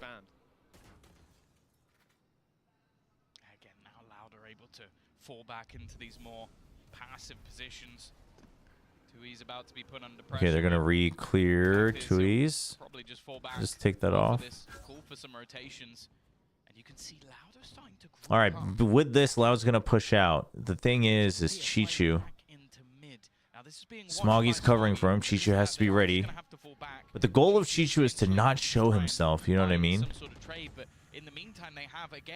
The thing is Loud's kind of wary. Loud's kind of wary of this because of the way that Smoggy was holding that angle. Sadok's not, though. They're wary of mid, but not this corner. An angle that was checked before many times by Loud on the way back through, but they decided So now Chichu's job is to literally stay alive. The rest of the team has to be able to do a bit more, and he's not going to know this. Be there to help them out. I don't think he's expecting QCK to be quite that close. We'll take him out of the I mean, in a 4v4, you definitely... I don't blame Chichu there. In a 4v4, you don't expect him to be waiting there. They don't know where these players from the side of Loud are. I mean, again, QCK is on the other side of the universe. The paranoia could be perfect. They've gambled it the right way, but there's no one to follow up on it. There's no one there. QCK is caught. Okay, Howdong's in a good position, only the one to be found. They know where Smoggy is, so they're holding the angle. Clean as can be. Nobody, though, still holding strong. He sees oh, the no! But he can't get the arrow off. Or the bullets either. Couldn't decide. 3 rounds for Loud. Yeah. Oh, no. Good in these retakes. I thought for a moment that paranoia looked like. Why do they take the whole clock just to plant when they know they have the site? The thing is they don't know if they have the site. They don't actually ever clear the site, if you haven't noticed. They just send a bunch of util and they wait for the flood. But I don't know. EDG, the thing is EDG's played a lot of Sunset, and surely they've watched a lot of Sunset. They should know that flooding the A site is not the MO. It's a quick retake that's the MO.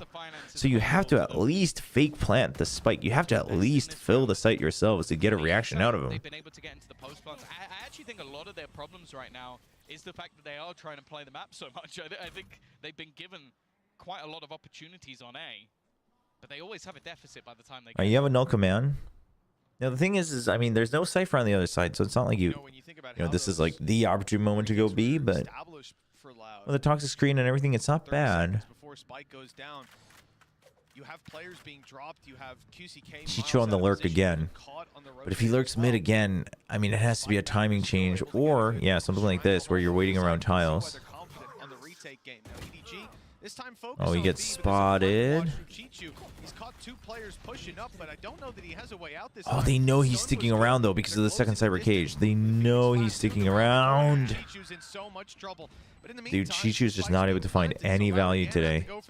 It's a bit deep, but it still is right up against that wall on the stairs. So the plant isn't bad. Just to make something else happen, nobody's trying to go for the flank. He needs to get here before Kong. He gets one. But again, it comes down to one. Nobody already spawning the first.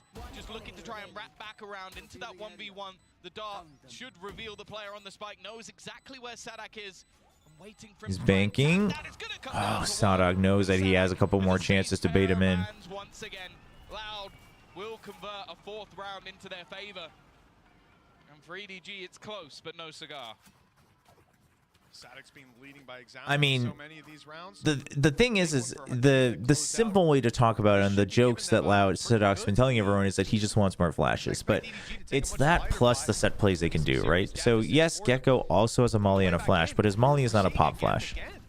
Also, the ult doesn't come around as often, and Phoenix's ult lets you entry, right? It lets you hard entry. So it's things like that.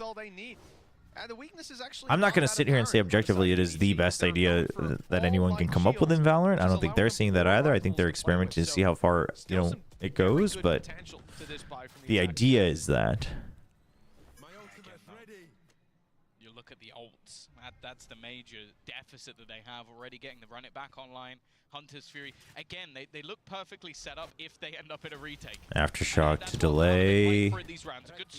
It's a good swing around it. It's good. Kong, EDG not respecting that Aftershock is good. EDG's playing so passive today.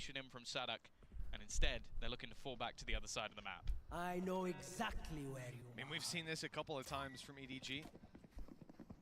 Now with a little bit more information to play with. What do you mean you can't have QCK get ult every round? He just has to ace every round and pick up an ult orb, and then he'll have ult every round. Easy peasy. And it's red on the other side. Chichu sees that. He wants to take the space for himself. A very late flank. 35 seconds left on the clock while he's creeping up elbow. We see the B site under. They're gonna have to plant safe. Throws out the Hunter's Fury. Then the paranoia to draw time. Nobody. Oh. But he has the spike in his hands. Oh, Haodong. Oh my gosh. The cover from Tui's is so good on the reload. Tui's, man. And it looks like it's all sealed. QCK even popped the ulti as well. He's running it back and taking down Smoggy. Little showmanship for 5-2. Yeah, they look like they're right back in the driver's seat. I mean, I don't know why EDG is playing so passive all of a sudden. I wonder if they felt that they overheated against Gen G, or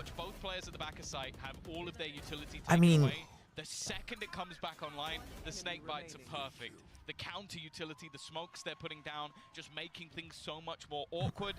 And then also you just have Tui's just there's a part of me that wonders if EDG, basically the thing with Loud and these comps is that you're gonna play for retakes and site executes, right? It's not flood. It's not just trades. It's about executes. shut down to this round. And because of that, if EDG is afraid of using util early, which I think is fair, You know, 4-player mid push with a Phoenix leading charge. It's not easy to deal with that. I think EDG is like, we don't really know how to deal with this, because if we just rush in, they're still gonna just barrel through with utility on the retake. So they want to try to play it slow to draw out utility. The thing is I don't think EDG understands how to draw out utility passively. Nice shots from Chichu. They need a whole lot more, but somehow Sadak, even when he doesn't have his gun in hand, still manages to just dodge the bullets. 6-2. It's a little bit more costly than maybe it should have been, but I don't think. Right, I it feels like EDG just isn't quite certain of how to draw out the utility early so that they have an easier time on their own execute and the post plant. And so they're just trying to, like, they basically poke a little bit and then they say, all right, cut noise, like, let's see what they do. And I was just like, well, we're gonna see what you do. And then EDG's like, oh, well, we're out of time, so then we're just gonna rush in. Read like a book. This time around, EDG can't afford to have that happen again, but there's a major difference, which is that Concon is online. I think now they've sharpened their weapon from the last map. They just need to find the crack in that armor to take these players down. There's not Gecko, Fade, Cypher, Omen, and ISO on Sunset. 4 rounds so far. Yeah, their retakes on the A I actually kind of dig it. I actually kind of dig it. And then their hold on the B side with less at the back That's of it. somebody's friend's premier team comp. It's just the counter utility that comes out, 2Es, the support that's there. Dude, is no one gonna use ISO this event? Just taking that aggressive push, and as we've said throughout this tournament, he has been one of those players that's under the microscope. He's replacing big shoes, whether. I mean, calling against Sadak is no easy feat. It's a talking point, and in the last 2 maps, honestly, he's been sublime. He has been a nuisance for EDG to deal with. Top of the board right now. Here we go. Okay, are we going to pick up the pace? It looks like they want to pick up the pace. As said, A site has been a good place for them Nope. to get in.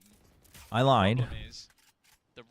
They're so scared of every corner, which is fine. I mean, you should play careful, but like, here's the thing: is that you have to keep taking space. Yes, you can't just stop here and be like, right, let's wait for 20 seconds to see what the response is. Right away, the timing is found, the space is taken, and 2Es is right back out of there. He just leaves. He's set up again for another angle with the op. It's going to be smoked off, but my goodness.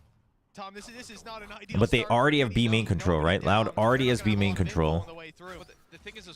So they can just wait. They can just wait for a potential mid lurk over here, and then they can wait for the retake here. They're able to claim so much space. Chichu's on the lurk again, and because he's basically been on the lurk in mid, I mean, I would say 90% of the time. If he's ready for it, he's going to leave because they now have less coming mid, right? So the lurk is pretty much covered, and then the flashes come in. And then the blaze to heal. Les is here. He sees the barrel. I mean, at least it's planted. The paranoia hits him. That's rough. Oh, and the aftershock. I mean, where do you...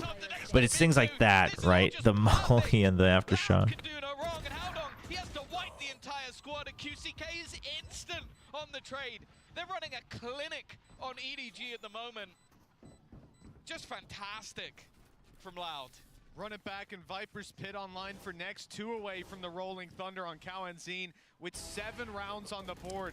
I mean, near no promise for the side of EDG to get back into this. I think Loud's in EDG's head without meaning to even do so. You know what I mean? It almost feels like EDG's like, oh, we gotta respect Loud, and they're like over respecting them and their compositions to the point where EDG is just not playing comfortably.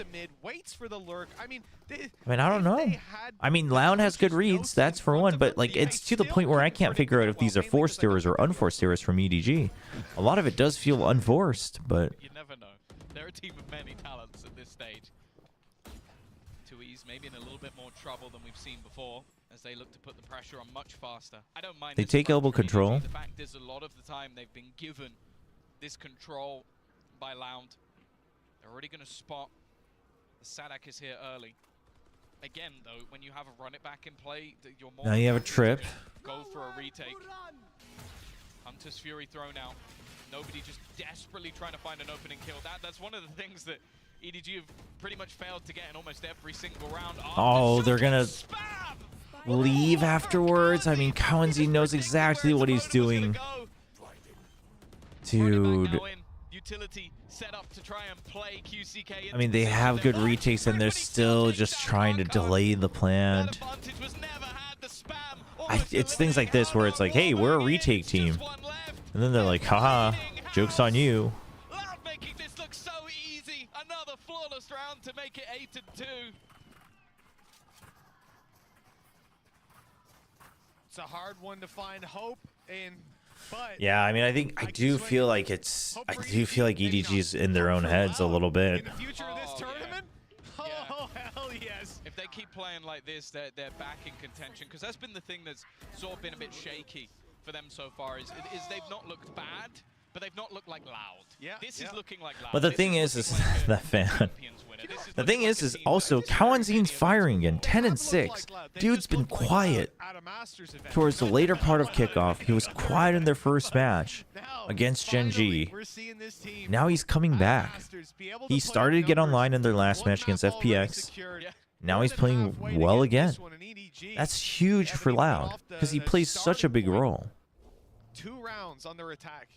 One player already lost to start this, and it's Chichu. This is why you're going to see those breaks pumped way down. They have to watch B. They have to watch A pushes.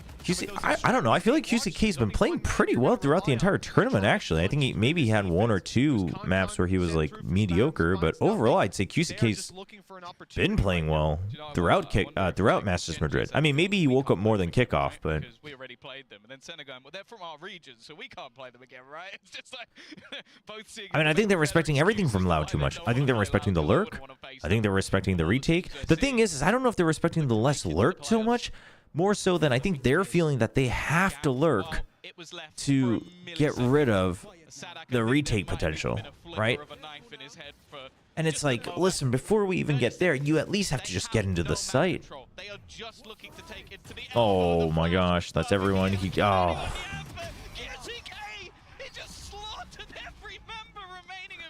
The fact that he saw 3, so he's just ready for the pre-fires. Gone 18-5. He's had a field day on the defensive side. Phoenix. Yeah, we've talked a little bit about him struggling to break through to sites at the entry role, but I'm not even sure what role I'd call this. He's just shooting people. He's playing attack on defense. 18-5, 9-2. EDG, one last chance to put a round on the board here. Dude, 9-2 already. Make it 9-3 at the half.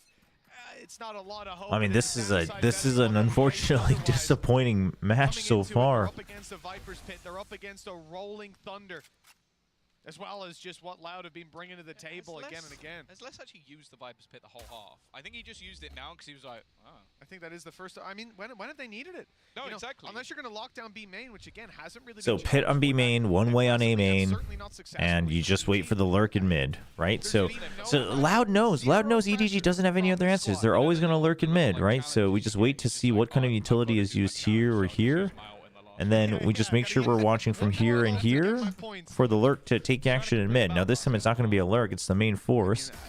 But they're going to get spotted. Oh, and the Rolling Thunder just to push them out. Oh no, and the Phoenix is here. Okay, he gets taken out, but that's a lot of time. And do they risk rezzing him? Oh no, he sees him. Oh no. Okay. That's what EDG wanted. The man advantage sits in their favor as they move towards B. Okay, they can finally get around the pit. This Viper's Pit entirely. Sadek needs to be careful here. He's playing a risky game up against Con. The flank is But that means they can't get their post plan in B main unless they clear this pit. So they better pick and choose carefully here. They don't have much time. I think the steps will be heard, so he should be able to catch Tui's this time. Sadek can stop it. He's been expected. And even still, it's looking like they might finally get another round. Not quite anything for Sadek. And now it's to Les. Finally, after a long hiatus from the board, we do see another round, the last round of the half, go the way of EDG. But let's be real, Mitch, this has not been a pleasant outing for them. No, it absolutely hasn't. EDG Breach has got some good lineups on here. The other thing is again, the way they use this comp a lot is basically you have these flashes and you have the like you have the initial to like the fault lines that are on a cooldown where you can get initial info, and then you've got an endless amount of flashes, so you can use flashes to re-clear areas, but after that you save your key things for the actual retake and or the execute. So then it's the aftershock plays a big role as well, right? So I mean, sure, you have the fragment, but I think it makes it a little bit easier to like fault line one side, aftershock it, and then use the other combos elsewhere. 应对的方式很简单，首先我觉得失利首先是从游戏内容吧，先从游戏内容里面抓问题，然后再从游戏外面再抓心态上面的问题。我们队伍其实大家都会互相承担一些问题吧，然后我觉得我们队伍不会出现那种一场失败就把整个人击垮的。 I mean, listen, Loud's a scary team. Like I don't blame EDG. It's just that they haven't been playing with fear until now. So why start now? Storm in the back pocket, and he's making his way forward. He's making noise while the rest of his team come in to fill the gaps. 每次打世界赛吧，大家本身抱有的心态就是，这其实是最后一次世界赛，大家每次都是带着这种心态来的。包括下一场比赛，还有包括昨天对阵 PRX 的比赛，其实都是一个最后一次世界赛的心态去面对的。我想说就是，可能在职业选手这整个职业生涯里面，可能会打很多次世界赛吧，然后包括我们其实每次都会觉得这一次世界赛有可能是我们5个人的最后一次世界赛。我想着就肯定 No raise to combo fault lines. Again, you can't look at team comps in just like mini scenarios, right? I mean, that's one of the things you should consider is that if there are skill chains and utility chains and tactics that you can use, but you have to look at the grand scheme of things. Like when one of them is over, when one of them is dead, what value does the agent still bring? It's the timings around the map and the distance. How does it help you position? How is it against one site versus the other? Things like that. Especially because he's got quick one in his name as well. Would it be a quick one? That would have been good as well. Did he say that? I actually missed the later part of that interview. I was like not paying attention to it. Is QCK. He has been fantastic in this matchup so far. 18 and 6. A side going to be completely under their control. Now the same idea is in This is crazy. If EDG knows to play for retake and they didn't, I mean, it's a thing of the past. Extra flash for Smoggy. They have the utility to do it. The question is, did Loud even let them get that far? Well, there's certainly been a lot of promise on the Loud retakes, like you said. EDG looked to capture some of that magic. Smokes are down. The retake's underway. Flanks spotted as well. Loud have a good idea of exactly what EDG are trying to do. Yeah, but the flank's fast, but no one's there. Okay, there we go. How dong? At least one trade. Ooh. Dude, QCK, man, doesn't leave anything to chance. He's looking like a different beast today, but genuinely, this QCK is someone that was clearly seen by. That's the thing. At this point, I think that you could give Sadak anybody. Hold on, I'm gonna rewind and watch the interview. That's crazy that he said that. I think he could bring back some like 40-year-old FPS player. Bring back Lothar? No, sorry. FPS player. I don't know about that. If it was, he plays Valorant. It was a card game version, sure. Wow, toxic. I believe in you, Lothar. Here we go. 10-3. No, he said every time we actually feel like this could be the last one for all 5 of us. I think he says that's just the mentality they go into every match. I mean, I don't know, maybe it's foreshadowing, but I think he intended it in a way of like, you never know what's going to happen, so we always try to make sure like this is the one that matters, this is the one that matters. I think he's just trying to explain that that's the mentality they have. I didn't expect to see a Spectre light shields, but I guess just the scenario is so bleak, he was hoping that maybe he could bridge the gap with some... But Howdong also looks like he has a severe cold, so I don't know. I mean, maybe that, I'm not saying that's an excuse for them, but... Sadak had friends waiting by. Yeah, I mean, I think it's probably a translation thing where I think he intended it as like a that's our mentality going into every match. But because of the way translations work, especially for closed captions, it's kind of like a because it gets broken up into segments. Remember, Tom, I said, now we've got a game on our hands, didn't I? I had to say that. Here we are. And for EDG, you know, there's a lot to talk about. Okay. In this one, though, 5 EDG, this is their last shot. Loud have just had complete control. Early pressure on to B main, but you have to win the fight if you want to keep it. And a little bit closer, but again, the man winning those open. They're ready for it too. I mean, Kong gets one. Finally dropped. Kankan's made it out a lot. Dude, Kawanzi. Smoggy's taken down less. Okay. Well, it started out poorly, but it's been recovered. It was starting to be recovered nicely by the side of EDG. Not again. Not in rounds like this. Chichu. No. Smoke against him, and he wins it. Come on. Loud just can't lose. No, not a third time. Not a third time. And it's not for EDG. Got 3 kills pushing through smokes. 12-3. It's so over. Every one of those kills and say EDG were unlucky in every single one. They should have won that round. I can't believe the 2Es has just got away with that. That's absurd. Like every single one of these is him just peeking into an angle, puts a smoke down, runs out the smoke, kills a guy, goes back into the smoke, runs back out the smoke again, and kills another guy. And it just. Sadak's like, what? Who are you? Oh, I feel a little bit ill. 12-3. How do you think EDG feel on that stage? Oh, we've casted fast best of 3. Yeah, this is rough. Had our fair share. Yeah. The thing is I mean, I think EDG. The thing is actually.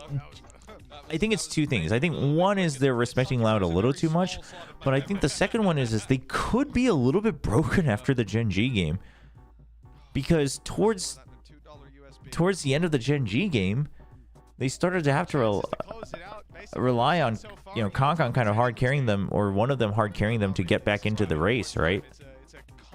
So it could be a combination of both.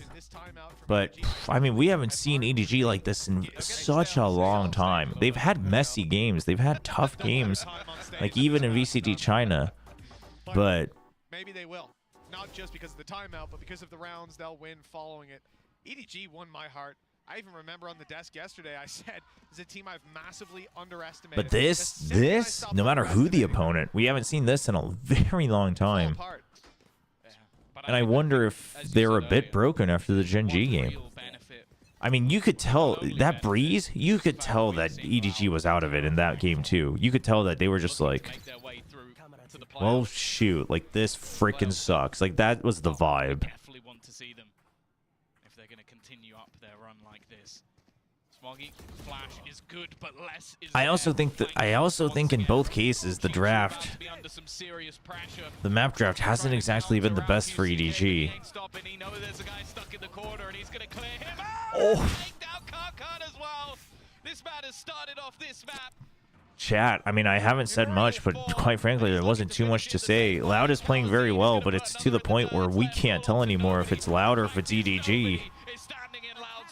Closing out this series, a obliteration of EDG as Loud make their way to the playoffs easily.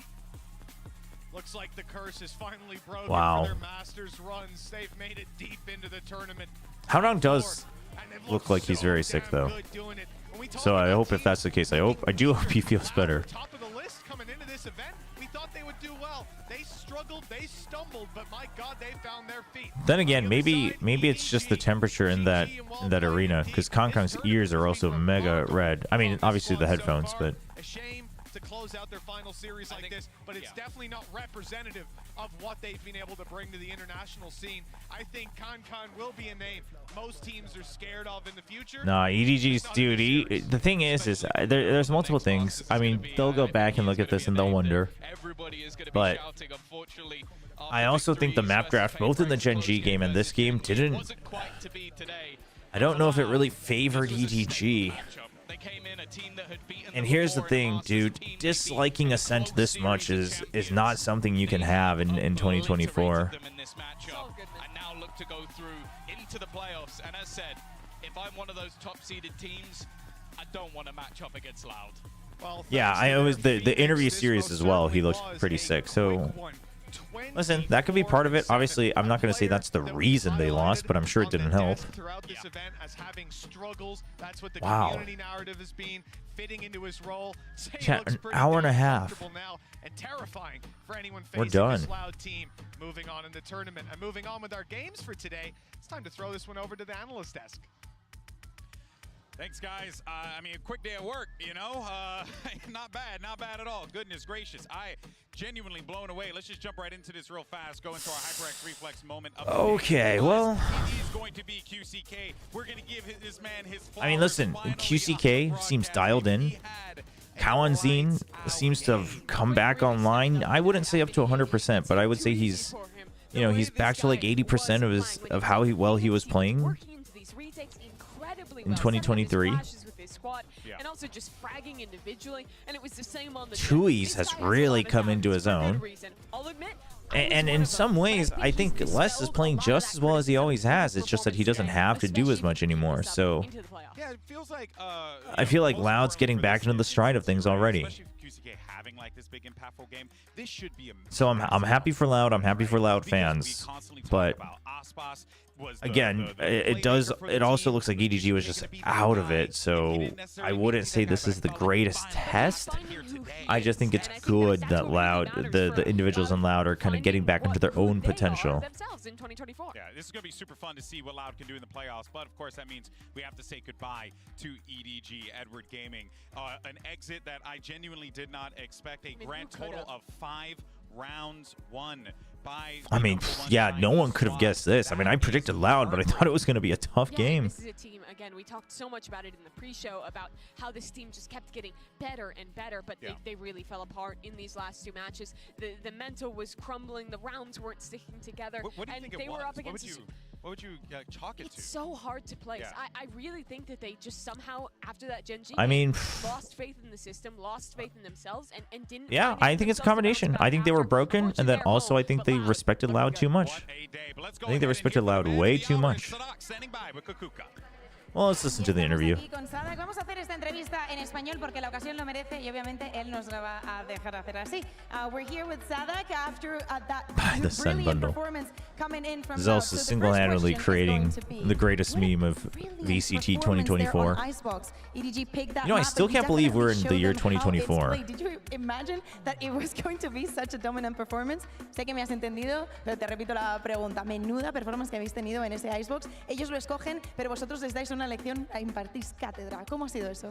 Y la verdad cuando vimos que ellos escogieron Icebox dijimos, buenísimo, o sea, es nuestro mapa, nos sentimos muy cómodos, así que entramos con mucha confianza. I hope he just said we didn't think they would pick Icebox. Basically, when we saw that they picked that map, we were like, that's so good. We feel super comfortable in this See? map, so everything is going to go I don't our know way, why they and it picked the definitely Icebox. did. Next question is going to be about QCK, about Quick. Many people have had questions about, you know, who he's replacing and yada yada. I know that he has not had an easy day, and I want you to tell us how he's feeling and how do you see his performance on the big stage. Ya sabemos que no ha tenido un día facilito. Quiero que me digas tú como su I mean, I assume it's because they're doing this in the arena in Spain. That's why he's doing Spanish. I don't know. Has he always done that? I wouldn't know, but... no sabe, él durmió solamente 2 horas. Esta noche se la pasó vomitando. Tuvo que ir al hospital. La pasó muy mal y le dijimos, quédate tranquilo. I am not knowledgeable enough to always be able to distinguish the Portuguese from the Spanish every time. Así que estoy muy orgulloso. Es un guerrero. La verdad que muy orgulloso. Okay, so basically for those of you who didn't know, QCK was sick. He only slept for 2 hours. They were telling him, hear me out, just do as good as you can. Nobody. How Dong's sick excuses out the window now. That thing is that the worst of this player is actually pretty damn good. Well, with this, thank you very much. We will see you in playoffs. QCK was sick? I mean, that makes sense why he was wearing the hoodie. Realmente no quería enfrentar al otro equipo de Américas, a Sentinels. Después el resto, buenísimo. Así nos vemos en la final, quién sabe.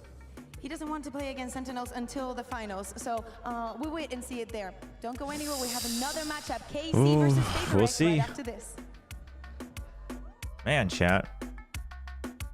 I mean, listen, EDG. I mean, hopefully they can bounce back, because it'd be a darn shame for this team to fizzle out like this. I don't think they will. I don't think they will, and I think they will still be one of the strongest teams in China. But the thing is I don't think they're as dominant in China anymore either. You know, I think FPX will continue to shoot back.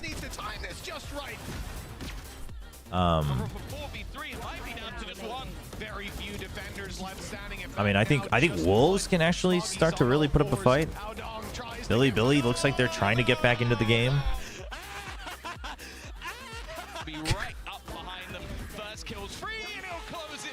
There's some good contenders in China coming up, so EDG is gonna need to take the rest for sure. They're gonna need it. Dude, that's a disappointing game, honestly. I mean, I predicted Loud, but all right, chat. Well, let's update our prediction, the point predictions. A quick double for him, a triple in fact. The spam almost eliminating Haodong. Wallbang in, it's just one left. They're cleaning house. It's left all onto nobody, and the fact is nobody is standing in Loud's way, closing out this series. A obliteration of Waiting for map draft. make their way to the playoffs. And then, what are we doing here? Title. Change our titles.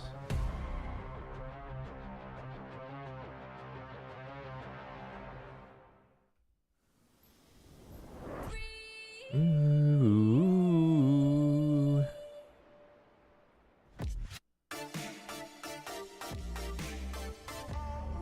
KC versus PRX. Okay, hopefully this still remains a banger, right, chat?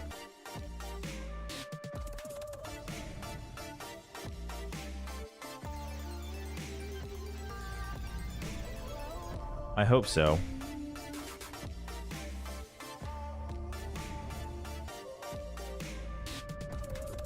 Update all of our titles. Good. Okay. I would have just picked Killjoy Astra Comp and would have gathered orbs by dying just from If Riot draws Loud versus Sen in the first round, they're never beating the scripted allegations. That's the biggest question now is how are they going to change the live draw to make it more convincing today?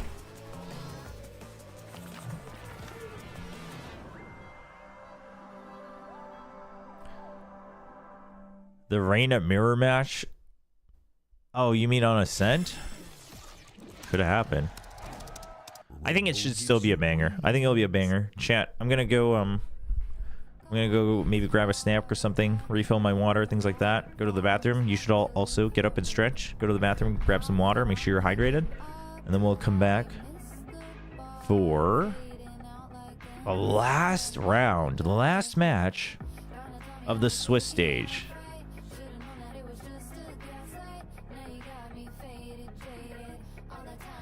All right. Get excited. We'll be right back.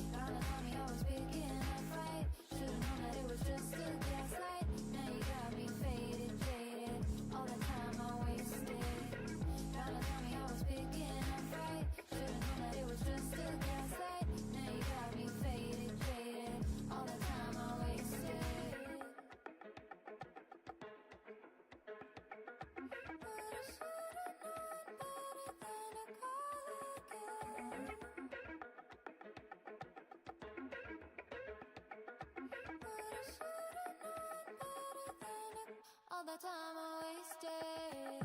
Got so comfortable here, I couldn't give it up. Getting high off of the mess that you would not throw out. Done with getting a fix and giving all my love just to watch it get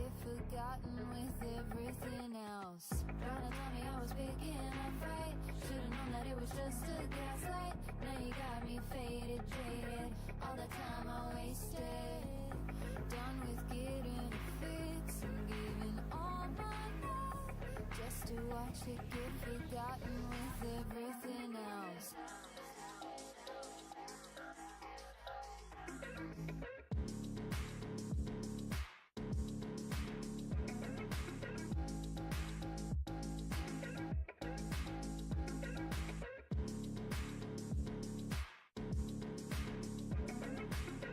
Trying to tell me I was picking a fight. Should've known that it was just a gaslight. Now you got me faded, jaded. All the time I wasted. Trying to tell me I was picking a fight. Should've known that it was just a gaslight. Now you got me faded, jaded. All the time I wasted.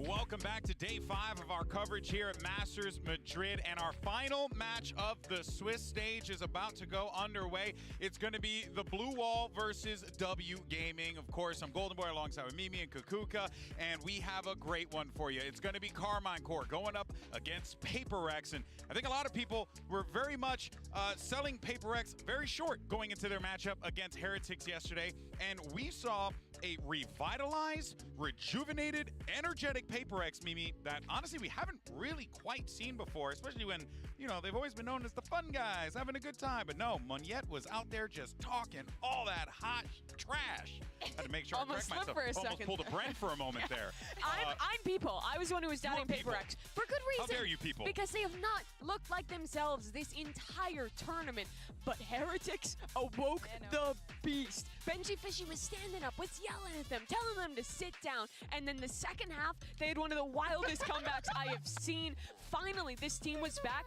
PRXing, right? All the individuals were popping up. They were flooding back into sight. They were making magic happen.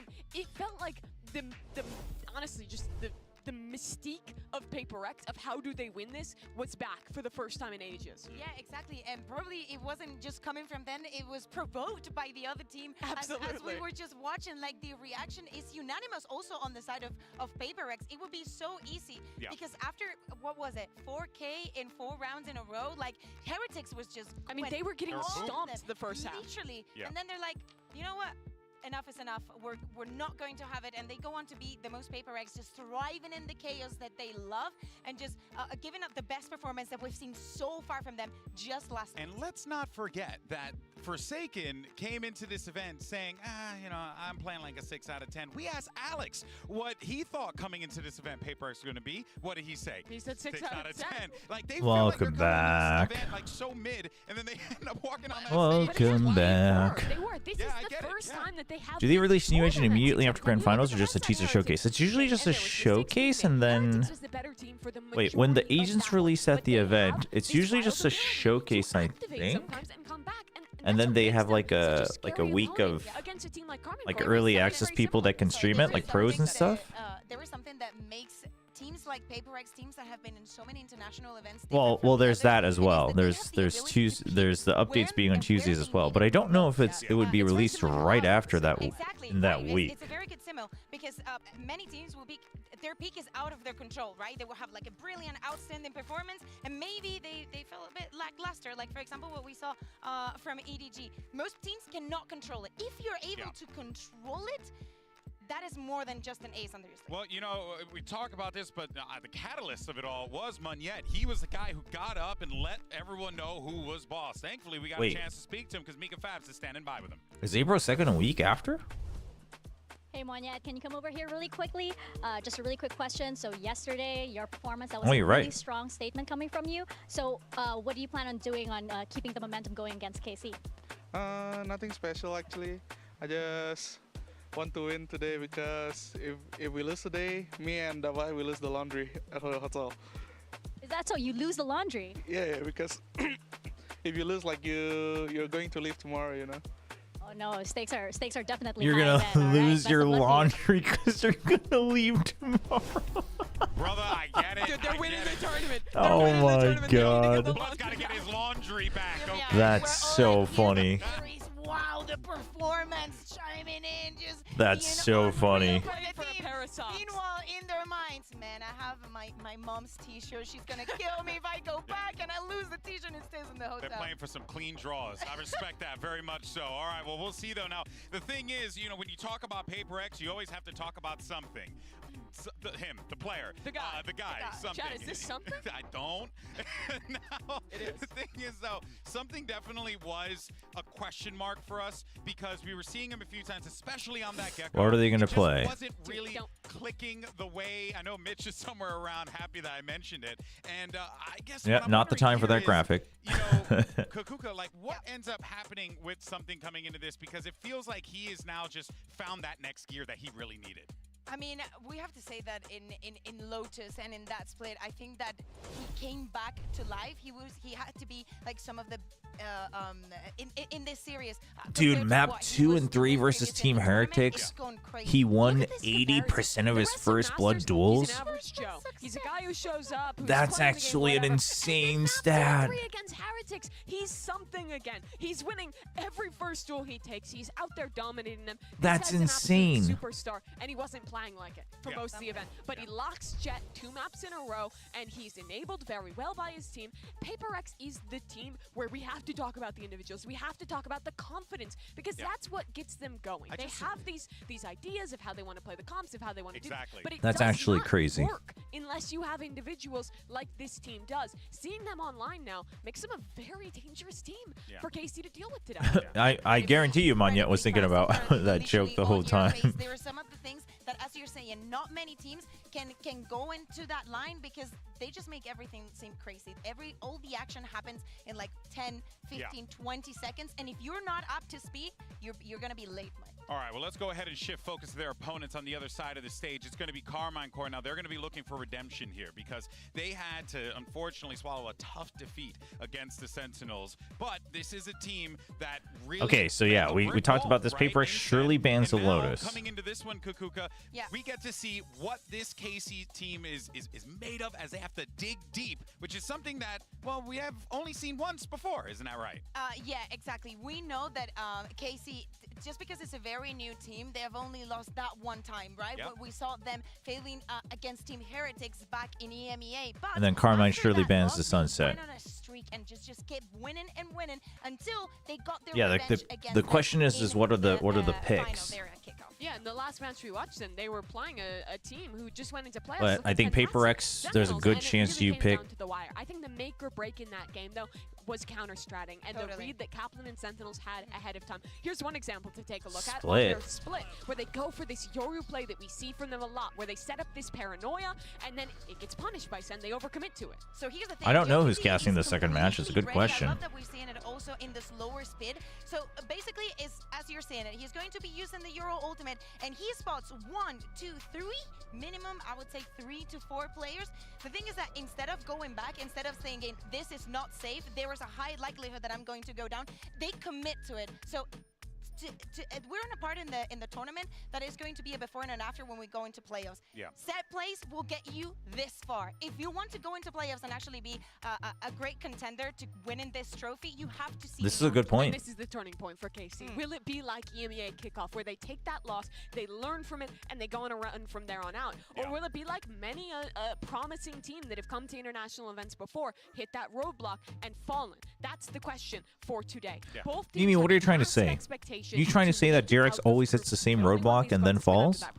Is that what you're trying to say? Because I think you're entirely correct. She's going to get some words with Martine. Let's see what's going on there. Hey Magnum, can we pull you aside for a really quick question? So a lot of IGLs, a lot of coaches say that PRX is a tough team to play against, especially for the first time. So how did you prep for this match? So hello. Yeah, I agree. I think their playstyle is quite annoying. But I don't think it's the playstyle. I think it's their individual performance. I think they're quite insane. But like we prepare like for all of the other teams, and I think we are ready. All right. Good luck to the team. All right, well, this is going to be a tall task here. With Oh yeah, they did say that she was interviewing Martine, huh? And I mean, that is really the question. question today, he can give an answer, but it only comes down to showing in the server. PRX is the hardest team for new IGLs to play against because they play like no one else. You can prepare for how their util combos work, for the plays the players make, but they will take risks that no one else will. And today isn't going to be about the prep, going to be about what fantastic counter. Send KC rematch in the finals. This has to be about Magnum, about this team, and how one of the youngest rosters we have here can adapt to the most chaotic team, the hardest team to play for the first time in VCT. Yeah, exactly. And Man, there's many answers that Send you can KC give finals. Are we going to give them the space? Are we going to fight them? Are we going to give that? It would be good. It would be good, but man, now that Genji's already in the playoffs, I'm like, oh, I kind of really want Genji in the finals. Sure, for when you see Genji Sentinels finals would be so sick. You see that they interpret the utility in a different way for them to have different outcomes. So I'm really looking forward to see what Magnum is able to do today. All right, well, we got a few more seconds. No, I wouldn't put them as favorites to get into the finals, but it would be so hype. We haven't really done this in a while, so how you guys feeling? You PRX, KC, Mimi? I mean, I think KC will win this match, but I think it has to come down to the adaptation. I think that their map pool is stronger. They tend to have better reads. PRX is still playing a lot of comps that are kind of weird, off-kilter. They're still figuring themselves out, but there's a real chance PRX win. However, the necessity is 4 players have to pop off every match for Genji to win. If they can continue that energy, No, that's what they want you to think. Hear me out. We're in Madrid. I cannot see That's the joke. The joke is they actually just need one guy to pop off for them to win. If Lakia pops off, then they win. It would be a heartbreaker as well to not have, any You got it all wrong. That's what they want you to think. They want you to think that all 4 of the rest of them have to hard carry the game. But the real secret weapon is Lakia popping off. Hey, what's up, dude? Let's see all right. where we're headed for this epic confrontation. Map draft, here we go.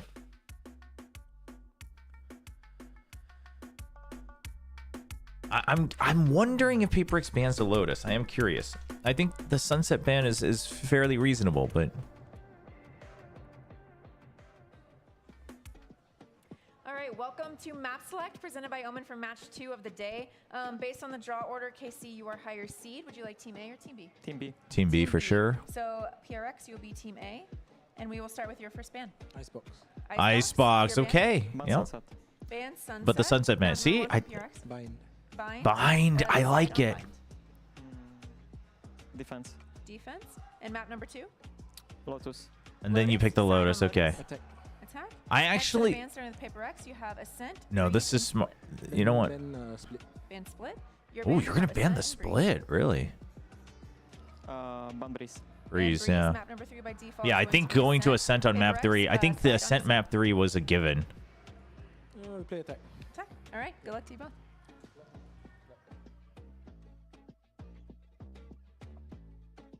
No, I actually think this is. I think this was a smart draft.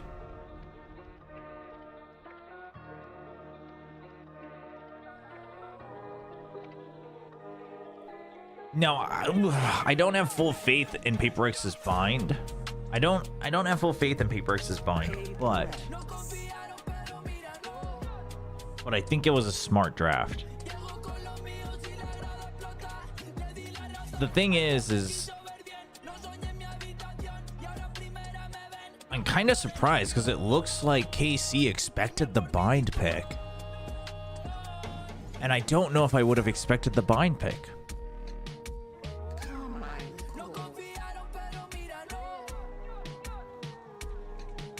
Have PRX played Ascent at Madrid? No, I don't think so. But they played it against Genji.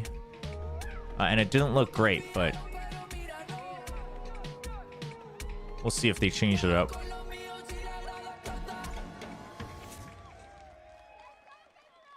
Yeah, no, I think both of them seem pretty happy with it. The thing is I think it was always gonna be much tougher for Carmine Corp to have a bad draft. I think Carmine Corp was gonna be fairly okay with any draft that they got. I think the question was for PRX, do they get a draft that they want or not? The thing is we all talked about banning the Lotus, but going into the known value is probably going to help them. And then also, now that they're back to the Jet Rays, but this is I don't think it's a bad idea. very different, something they've never experienced in EMEA. This is the day where if they I know their bind wasn't that good last time, but like PRX. We were thinking and saying but the enemy plays Raise Yoru, and you know how to play against that. They also don't play Sentinel, right? But we have known them for a very, very long time. People are also saying, Yeah, they also play double controller, but with an Omen. without all of those heavy hitters, especially PRX. Yes, exactly. When is going to be PRX's moment to lift the trophy? It's Great question, because it's been some time. it is interesting that the Breeze wasn't picked, but I think so it goes to show that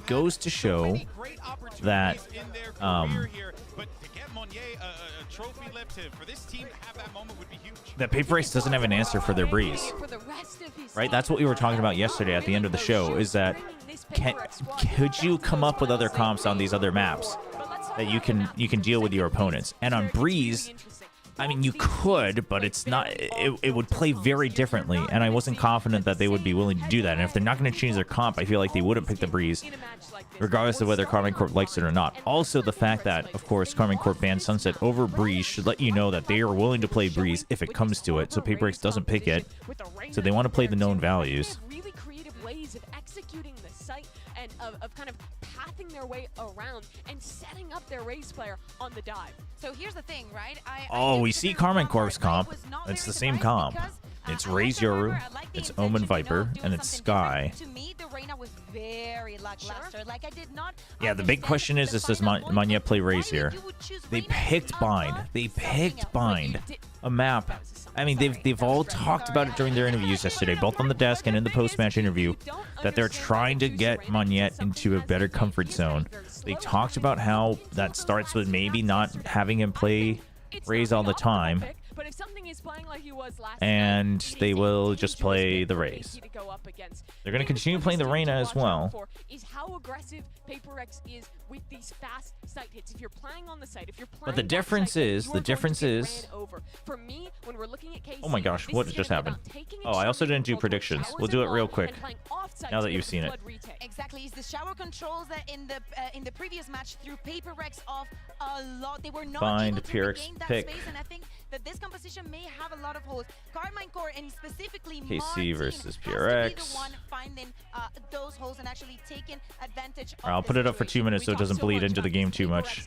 You got 2 minutes, go. Two youngsters, Narrate and Martin, have been electric in Madrid thus far. If they can keep that up, if they can compete with PRX, there's no doubt that KC. But here's the thing, I like this change to Sky. This change to Sky is good from PRX. It's the Zoo comp. They can actually chain into the Leer now. When they played it at Masters, when they brought the Reyna back, and when they played it against EDG, they were playing the Fade, and the Reyna was just floating around on its own. It wasn't getting anything done. But now, Where do you stand on this matter? I mean, it's the Raze Sky Reyna combo is back. Without a Fnatic of old, without an EG of last year, this is the Chaos meets structure, really the best. We're probably gonna get it at this event. We get straight into the pistol round here. Martin, typical position here, gonna take a deep peek on the shore. Something a Mind Freak here, seemingly aware of the possibility. And looks like Martin not afraid to particularly show presence. As for the Harbor, it's because PRX is just going to say, we don't give a damn, we're going to go into the site we want to go into. They don't want to set up the toxic screen and have to give show them where they're going earlier. But they like going in with the Cove, and then they can set it up however they want. They still have good post plant with the Brim. Now, I would argue maybe Viper Harbor could give a little bit better value as well, but I think they're looking at the way that they can use the timings as well, and also considering the opponents don't have Sentinels. Monyet, good entry in the pistol round, that's good for him. Is somewhat under PRX's hands. Can they confirm? Mind Freak. Can they get that plant down with any threat? Yeah, I mean, you're just much more flexible with the Brim Harbor, so I actually don't mind it at all. I mean, we'll see. There may be rounds where we start to really miss the Viper, because the Viper is just so good here, but Mind Freak got a little curious. Now the rest of PRX, they're in a bit of a bind, And Tomasi's being mega. Okay, good kill. Monyet? is firing off today. That's what you want to be seeing as well. Magnum, the last one alive, trying to play it Oh, they're starting to say Monyet. It's not that. Half on the fuse earlier. A tap on the spike will confirm he's no longer on it. Something with that Good double swing. swing around. PRX. Oh, wrong obscene. Thank you. Comfortable here. Really, with this flank coming through the TP, I think maybe Carmine are thinking there's potentially three bodies.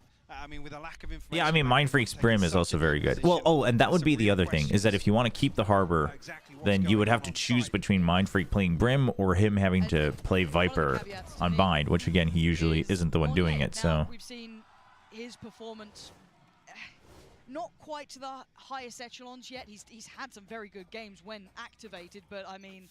We all noted Benji Fishy calling him out. Don't need to spam. Don't need to spam. Chill out. To a very strong start. And Mind Freak, yeah, farming. Read it well. Dealing with Magnum. Getting a couple more for the orbital strike. That's not bad. Just going to be going through the motions.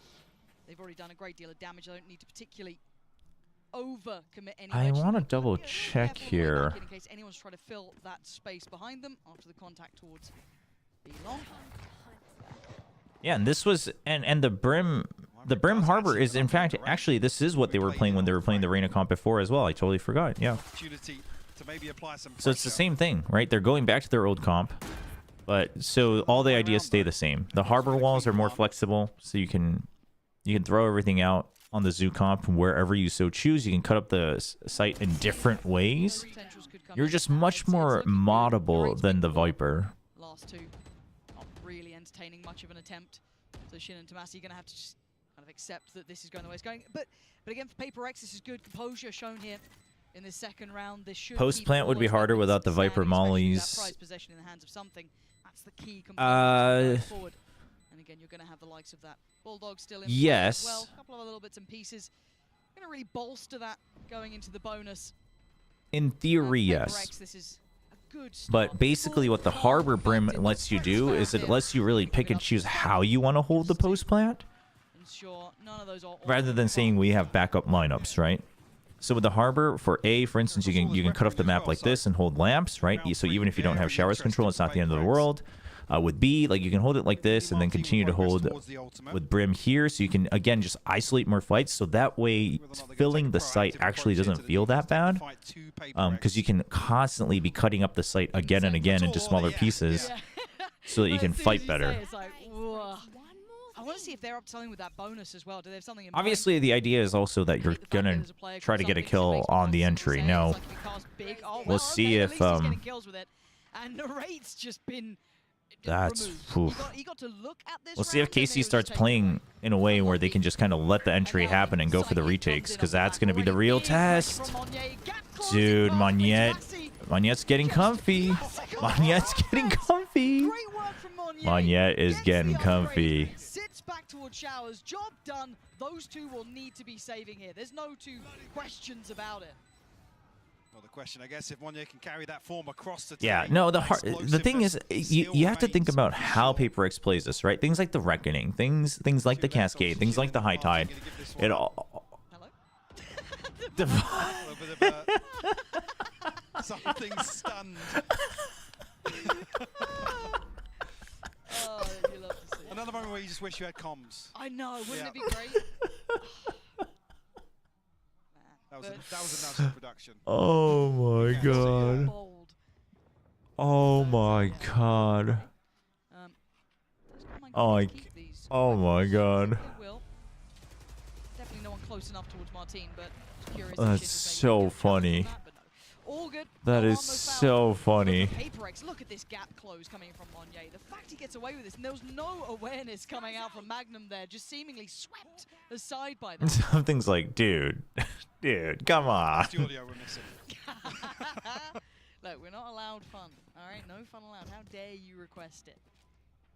Oh, it's broken the back of Carmine Core. And if you're the Carmine Core fans out there, right, you're kind of hoping that they came out with a strong start. Maybe correct a little bit. Marshall, double rifles for Carmine Core. But yeah, you think about how PRX plays. Again, the whole thing about this comp is we don't care if you're set up. We'll draw out a little bit of utility, but we'll just keep going. Right, they're going to go again onto A. A's been working well. Let's just keep going. Right? It doesn't matter if they have shorter weapons. We're still going to push lamps with the guiding light. They set up Monette now. He's cleared it entirely. Now you've cleared up backside. You also have outside of shower control. Sheriff in hand here. Paint shower, yeah. Okay, he'll get out of that. The paint shells were pretty good. Monette gonna be put to test, put to task. Oh, that's rough. Oh my gosh, Monette is feeling comfy, dude. Even spotting the right there. Oh my gosh. He's absolutely on the money today. Dude, Monette is talk yo trash, man. Any questions you had, Lauren? Hey, the opening 5 rounds here. Definitely a statement being sent. Carmine Court would argue the MEA counterpart setting them up for failure. Dude, chat. Stoking the fire of PRX. Oh my god. Proud to be a Pacific caster, am I right? They just play it down a little bit, yeah. Just relax, be humble, be like the fans on Twitter. Be, you know, how dare you give it, you know? Neilzinho hate club has just grown exponentially. Poor old Neilzinho, man. Oh, God bless him. Well, let's see. Does I think it's Martin there on the other side? Yep. Lovely early. Hold on, I just saw something on Twitter. Kind of compliment Carmine Core and other teams with that, you know, the protocol list, and oh, you've got Eng in there, you know, you've really got, you know, those glimmers of Gambit, all of that. I lost it. You've got to give credit where it's due as well. PRX, yeah, they're a little bit more simplistic at times in the way they approach the game. Obviously, mechanically is their high point, but they're still very diligent about any of these clears, always very heads up in their work. That's the definition of thriving in the chaos. They're able to create it and benefit from it.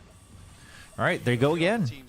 I'm telling you, dude. And this is what's annoying, right? Because KC's like, all right, well, like, let's play default. And PRX is like, that's a funny thing to do because we're just going to go A side. But they have slight variations, right? Last time they took full lamps control. This time they take showers control early. So then they're going to plant for showers. I mean, it's just these small differences. And then now you're saying, okay, we're going to retake that. We're going to actually push you out with Reckoning. So now the retake is absolutely broken. And let me tell you, this is a classic map of Carmine Court just not knowing how to keep up with this pace. If Martin clutches it, that'll give them a little bit of breathing room to try to just figure out what's going on. But PRX in full form here, Mike, and Carmine Court don't have an answer. No, expecting a timeout pretty soon. Yeah, Carmine Court to take. Has to be. Maybe. There it is. Come up with a way to really try and control the early round here, because PRX, one of the worst things you can do is give them freedom, give them space to, you know, do what Monette's doing here, take really aggro. And you know, part of the reason this works well as well, and you got to imagine that PRX knows this because they are one of the earliest teams that played Euro Unbind, alongside Tens, I guess. Versus a team like PRX. It's that if you just go fast, without giving too much of a hint of where you're going, that Yoru suddenly loses a lot of value, right? The Yoru is meant to really distract you. The Yoru is really good against teams that play default, right? The Yoru is really good against teams that play default on attack. So if you just hit hard and fast, it's like, well, the Yoru gate crash, I mean, sure, you can try to come back, but the rest of the team won't be able to catch up. It's not like you're going to be able to set up your pop flashes. You can't set up your other utility. It ruins the whole mobility of the Yoru. And then by that point, you take over a lot more space. Like someone said in chat as well, all those smokes are really good against the pop flashes. Potential, and it scares me because round by round and kill by kill, I feel like we're getting closer to what makes them almost untouchable. Carmine Core's certainly not touching it right now. Yeah. And they say, okay, timeout? Time to switch it up. We've gone to A enough times. We went to A 4 times in a row. It's time for B. The stack comes out from KC, and PRX says, okay, off the timeout, surely the thing that they talked about is stack one side, retake the other. Now, the difference is that they're going to set up for the TP play, right? They're going to set that up with the guiding light. They don't see anything, but they hear all the movement on B. And the cascade ends right as you go into the site. Then you throw the Leer, the paint shells. This is the Zoo Comp, the Cove to make sure you don't get spammed. Another Leer on top of that off of the Paranoia. Then there's the Boom Bot and the Trailblazer. You don't know where to shoot. The Trailblazer will pick up the kill. I mean, Shin with a nice shot onto Forsaken, so that's kind of big. Down to 4 apiece. A little bit of a pause here. I mean, they know that they don't have hookah control. So for once, PRX is going to slow things down, right? Especially without the Harbor. You don't want to take the risks. You want to get healed up. And then they leave Mind Freak on. They leave him on the lurk. They want to see if they'll go pick up guns. Police these weapons. I mean, it's an operator, so you know KC are going to want it. Narrate the first. It's so smart. Oh, he sees them running away. They're running. They're just thinking better of it. I mean, the guy's the Iceman. You know what I mean? You don't mess. And he doesn't have Molly. Wild. But at this point, you're looking for. Okay, 1 in heaven confirmed. 2 in the corner confirmed. Actually going for the Seekers too. They're really committing on this one. Oh, nice anti. Oh, good kill onto Mind Freak. That's actually kind of huge. Still in the case, still in the mix. What? They didn't hear exactly where it came from. Oh my gosh. Magnum finds him and they seemed so confused. KC were looking towards showers. They had no idea. The Phantom really threw him off. Daylight robbery on that one. Well, even at that moment, you're questioning the investment of the Seekers from Magnum, but KC explode back into this retake. Hey, they needed that, Mike.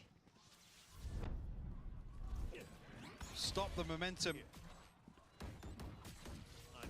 Potentially, I mean, Martin full commits. Trying. Coming out, yeah, Tomazzi, I don't know.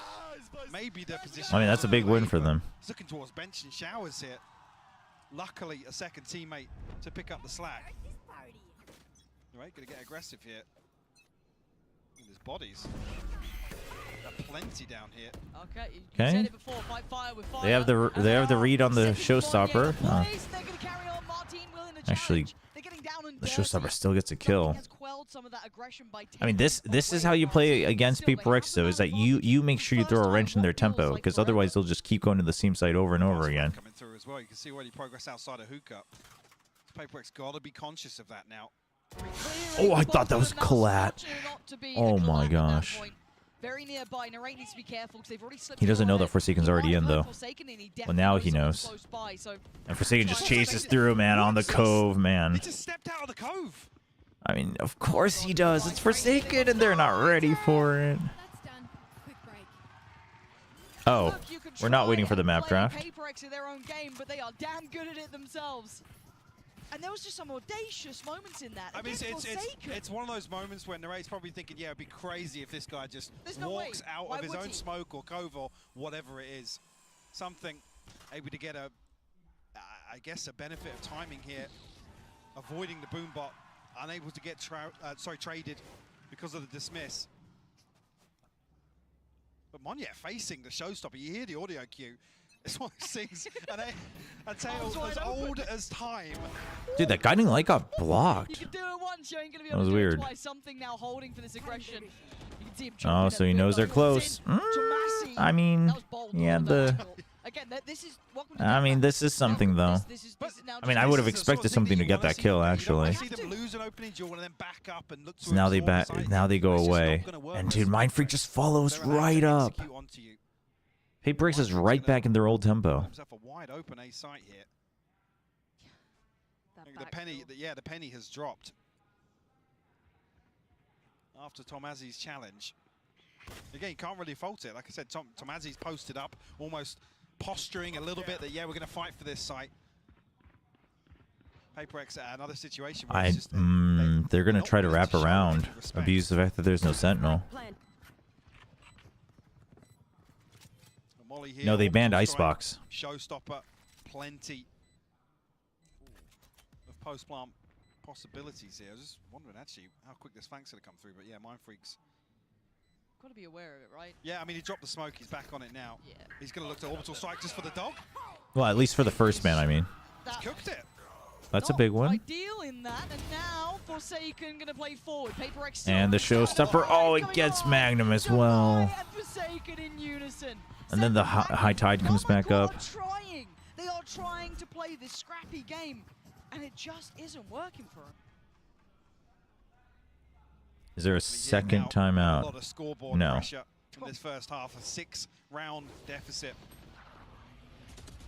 Yeah, so PRX had banned Icebox and then split, actually, which was kind of the surprising part for the second ban. Decent read on the early round. Able to punish this aggression down A short time and time again. They've got to change this scoreline somehow. Otherwise, Carmine Core, their backs will be breaking from the heavy heart just looking at that scoreboard. It's brutal to play against mentally, because you're trying to pick All yourself up right, to be confident. now PRX changes it up a little bit again. All right, this is the route we haven't really pushed too much. There's that cove, a little bit off, but okay, you hear the Omen TP, but it might have been a cancel, right? So PRX isn't going to overreact to this. Creating all this pressure, dumping all this util, but all it is a switch up towards the Dude, they still hear the Trailblazer. That was good information there in the Seekers, but they are going to go on this. I'm waiting to see Monnier dive in here. They've got to know that Tomasi is still around as well. The TP from behind. Mindfreak does die, so they gotta figure this out. But Empress is online. That's kind of huge. Look for the flanks, look for the KC needs to get hookah control like pronto. For at least a little bit of safety for PRX, which they got right about now. 4v5, it gets dicey. Forsaken. Oh, huge high tide. Utility to try and keep them Magnum's trying to throw a curveball. Device position. That could be huge. He's got to get there quick though. I mean, something's gonna fill the smoke. That's all he needs, a couple of seconds. Oh, he thought he could get the double, but Devi's there as well. And Magnet's still alive. Look at the HP. The walk-in wounded lifted towards the site. It's just Oh no, Magnet. No, not like. Oh, okay. Oh my gosh, I thought it was the shorty. Just outstanding right now. This is them in final full form in my mind. EDG played really scared today. EDG played, people are asking on YouTube, EDG played very scared. They were like overly respecting Loud. They were playing so passive. And then they started to, because of that, they started to play with assumptions and not actually taking control of the map. And then on top of that, Loud was winning most of the aim duels, so. I mean, Magnet had an ace already this game, so. I think he's a little bit more forgiven for any shenanigans today. It's the pressure now. KC is so desperate to get a round win up. They want to be so active around the map that they create these holes themselves. This is that experience in play. Again, you know, we can give Eng all the credit in the world. PRX have done this to countless teams. I mean, dude, jumping into the thing is right, we need to see the Euros evolve. Just jumping in to make noise and then TPing out, that's No, this is a historic team who's been able to do this. because that doesn't really get you any information. You're just trying to tell them to come back to A. Look at it now. Shin's smoked Look down at long. it. Look what they've done to him. No, dude, KC's just, they're just bouncing back and forth. They have no information. Oh, it's actually going to work, though. Because PRX is going to overcook it. But they've got to make it work with very little. Martin's got to be good for it. Oh, no. Oh, no. Nobody's checked this.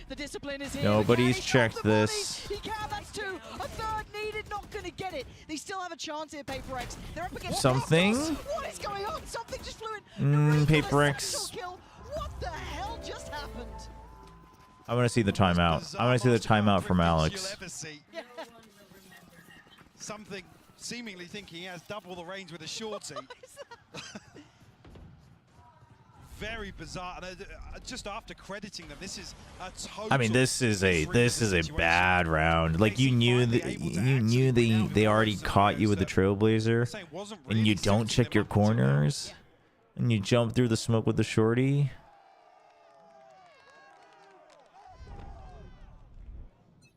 Okay, Alex excuses them once. Got his something.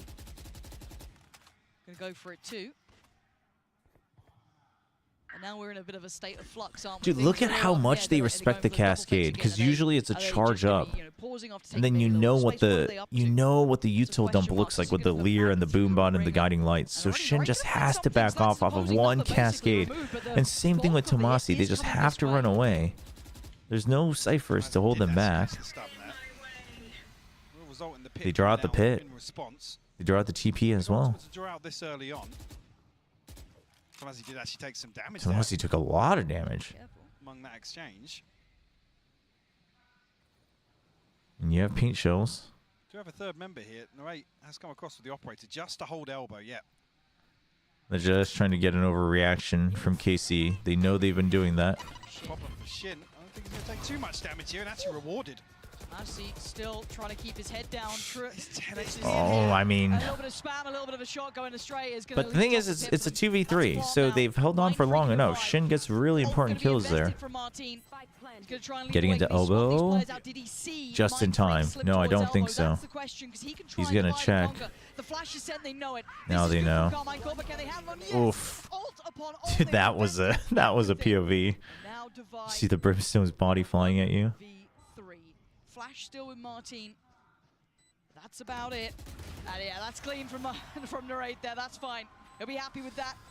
And they give themselves a window to work with Mike. It's not much, but it's there.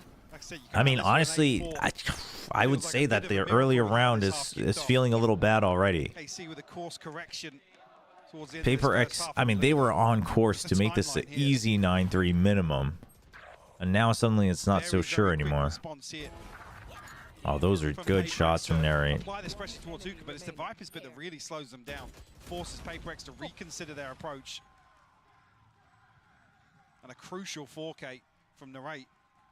Really the superstar, I guess, overall so far here in Madrid. 4K. So KC slowly figured it out, right? Doubling up the smokes. And then just holding B. And then just check for info on showers. They're actually even going to go for it with the operator. It's not bad. Maybe waiting for that burst here. Yep, there it is. Something they depended on before. Thing is if Mind Freak can get any ult points, and they know that on A that they want to take back site. It's a good adjustment from KC overall. He does good work. Boombot to follow, but there is a squad of 3 staring him down. The Cove is keeping them safe. Another satchel, another denial. Lots of delay. This is great. Narrate has done so much, so now you rotate. I mean, you don't have info, but you absolutely rotate because of how long they've delayed it. Yeah, something's looking for the And then they're... Dude, if something can get a kill and get back into it, he only has a Spectre, though. Narrate's checking. He's wary of the fact that this is a possibility. We've seen this. He's so conscious of taking that TP. KC did use a timeout early on. That's Divide, man. Something. Ooh, the recording's still going on. Something only has a Spectre, so this is on Divide to figure out. Oh, they see him. Over towards Long. Spots Divide. They've seen both of the players. You know where they are. Can they close down on them though? They're not. Oh, they do swing ahead. I mean, it's Paper X, and apparently what a shot! See it just fine. Carmine Core just about back in this, Mike. Something unfortunately locked out of the site here with an SMG. No real possibility for him to get much done, but a beautiful recovery. You hate to say that at an 8-4 scoreline, but a recovery nonetheless for Carmine Core. See if the approach continues here for Paper X in the second half. Apply that same sort of aggression once again, Lauren. Can they keep it up? Can they keep that tempo up? Carmine Core scraping together those 4 critical rounds. Is it gonna be I would not say Paper X is that comfy. That is the question that is on our minds because it started off quite nicely for Paper X as they were able to put a sizable amount of rounds together. Yeah, I mean, if they hadn't been both spotted, I think there's a good chance they win that for sure. Because then you just wait until the defuse sound and then you double peek. Really picking up where he left off yesterday. Gecko's very popular. These 2 rounds were about KC figuring out how these site hits work, with this harbor wall pathing one way, and Manette having a lot of different variants on how he paths into this site. But you have to think about just like the other value that it brings, right? For instance, like actual drones like Trailblazers and Owl Drone give you actual sight, right? You know who it is. You can tell how many it is. You can even get them before you actually technically tag them, things like that. Then you have the ultimates. Then you have Guiding Light, for instance. So Gecko's very good on the Zoo comp, and T1's old version uses Gecko on top of the sky. But the thing is if you're just going to have one initiator, you already have the Reyna Lear that makes you turn away or shoot it. So then sending a Guiding Light that can't be shot could have some value. The other thing is while you do have to jump peek a little bit now with the changes to Sky, Sky at the end of the day is still easier to check B long than Gecko I'm still looking at him for this defense side because of on a timer. The reason why you would play Reina is to deny those traits potentially when So you have the yeah, operator. and then I Yeah, would the say same it's effect that he like had as another match in is a some very ways big it's more threat. guaranteed delay even on defense, right? Because the flash is like it's going to hit one way or another. Strong. Their comp is really good at fighting for totally extremities and having really fast rotations with the Yoru. They're comfortable here. They have their confidence now. This should be a much closer half. Yeah, I see a KC that has woken up a little bit. I'm sure these fans are definitely adding to that momentum, but let's see if PRX quells the fire. We're going to send it back over to Pansy and Hypoc. 8-4. PRX did kick this off with a belting start. No two ways to put it, but Carmine Core have clawed their way back. They found a rhythm, they found a solution, and it got them 4 rounds in pocket. But Mike, do you reckon they can hold on to this? High Tide harbors solo hold. I mean, but PRX is abusing the fact that the KC doesn't have Sentinels either. And he's still staying alive. He just has to hold. He just has to hold this. He just has to hold the connector to spawn. Now Tomasi knows, but the timer, the Lear. Now he's been spotted, and they just pinch him. Oh my gosh! I mean, Devi was waiting for it anyway, but oh dear, absolutely shut down on this pistol round. I mean, the Cove is really good. And PRX, Forsaken uses the Cove so well and in so many different ways. But stays alive long enough where this 4-man flank, I mean, isn't really necessary. It's OTT, if anything. Yeah. I was the Lear coming in, and it just screwed him over, didn't it? One enemy remaining. Just peeks out. Devi's still back here because he's dogged through. The Trailblazer comes through, opens up the first 3 players of PRX to come in. Tomasi just peeks Okay, out now for that you have the 1 second. longer range, you're going to set up for the Outlaw on Showers. Coming through something. Oh, the judge. Devastating. I know there's going to be more pressure, but he's down low, so he's got to be a little bit careful on the HP. Martin is already back by sight, but something still doing Something's damage. literally just okay. Okay. Just about staying alive in this. PRX has to stop PRXing all over the place. That was that last push to the smoke. Awareness is here from KC, really flanking it. Yeah, he doesn't catch them though, ahead of the smoke falling. This timing could be awful. Yeah, that's Monye dead. There's nothing he could have done. Mind Freak now. Sitting pretty. What can you do against 3? 2 towards Lamps. There's too many bodies there. Carmine Core. There we go. Finding a little bit of an answer there for themselves, but I was a bit worried that, honestly, something's judge was going to be enough. Yeah, I mean, it's scrappy as anything to kick this off. Something, again, I don't know what range he thinks he has with shotguns. He's jumping out here trying to find another kill. A round 2 flip here for KC. Nice. Let's go, boys. Insane comeback starts now, yeah? Well, Oh, insane comeback. Okay. God, why would you say that? That's literally how you just get swept. So, we've had so many caught in 4K moments at this event. Oh dear. Oh. Something got that kill. Oh no. I mean, Monyet didn't get the orb because he was scared, but something got that kill. It's fine. They've got 2 Vandals. So yeah, massive equipment advantage here. Yep. Monyet and Forsaken understand the Right, and then you're holding Hookah with a Bucky. I don't know if they quite saw the weapon that Monyet had. You can't fault ambition. No. Oh, there you go. Now there's the pause because you can see that KC kind of stunned here, yeah. But PRX is just saying, okay, we've like pushed them away. They're gonna have to use a lot of utils to get into B now because they're not quite sure of the situation in Garden, which is true. Then you just stack the other side. The sort of compositions that this sort of playstyle from PRX does run rampant. With no Sentinel, there's so many question marks. The Bucky. How does one feel about the Bucky? I mean, if they're playing in long, they know to try and avoid the Monyet, does he have a timing? chance to make something happen. He's waiting in the smoke. Potentially here. I mean, he's keeping an angle open. Can deny the plant at least. Oh. I just feel like something's going to go wrong. Oh, it goes into the tube. Okay, Tomasi eats that. Center of tube. Yeah, Tomasi actually gets hit a lot. But they have every angle now. Dude. The peek out as the jump goes through. Oh my gosh. What's going on? Monnier isn't going to get away with this. Nah, not Oh gonna do my it. Magnum gosh. there grips hold of the round. Thank God the right click of the Bucky is useless now because Shin's down at 8 HP. Oh, I got scared. Jeez. There's a timeline where those right clicks are one-shotting Magnum. Beaming him. We're good, this is fine. Something is such a nuisance as well. You can see him just playing out perfect. The timing of this first kill as well. Nice from Magnum. Oh, done to him. After almost being cursed. In the but we do see the buy coming out now. This could be huge. Seeker's available here. For Empress online, but Seekers is bigger. The one-way denies that orb as well, so Forsaken can't get closer to his reckoning.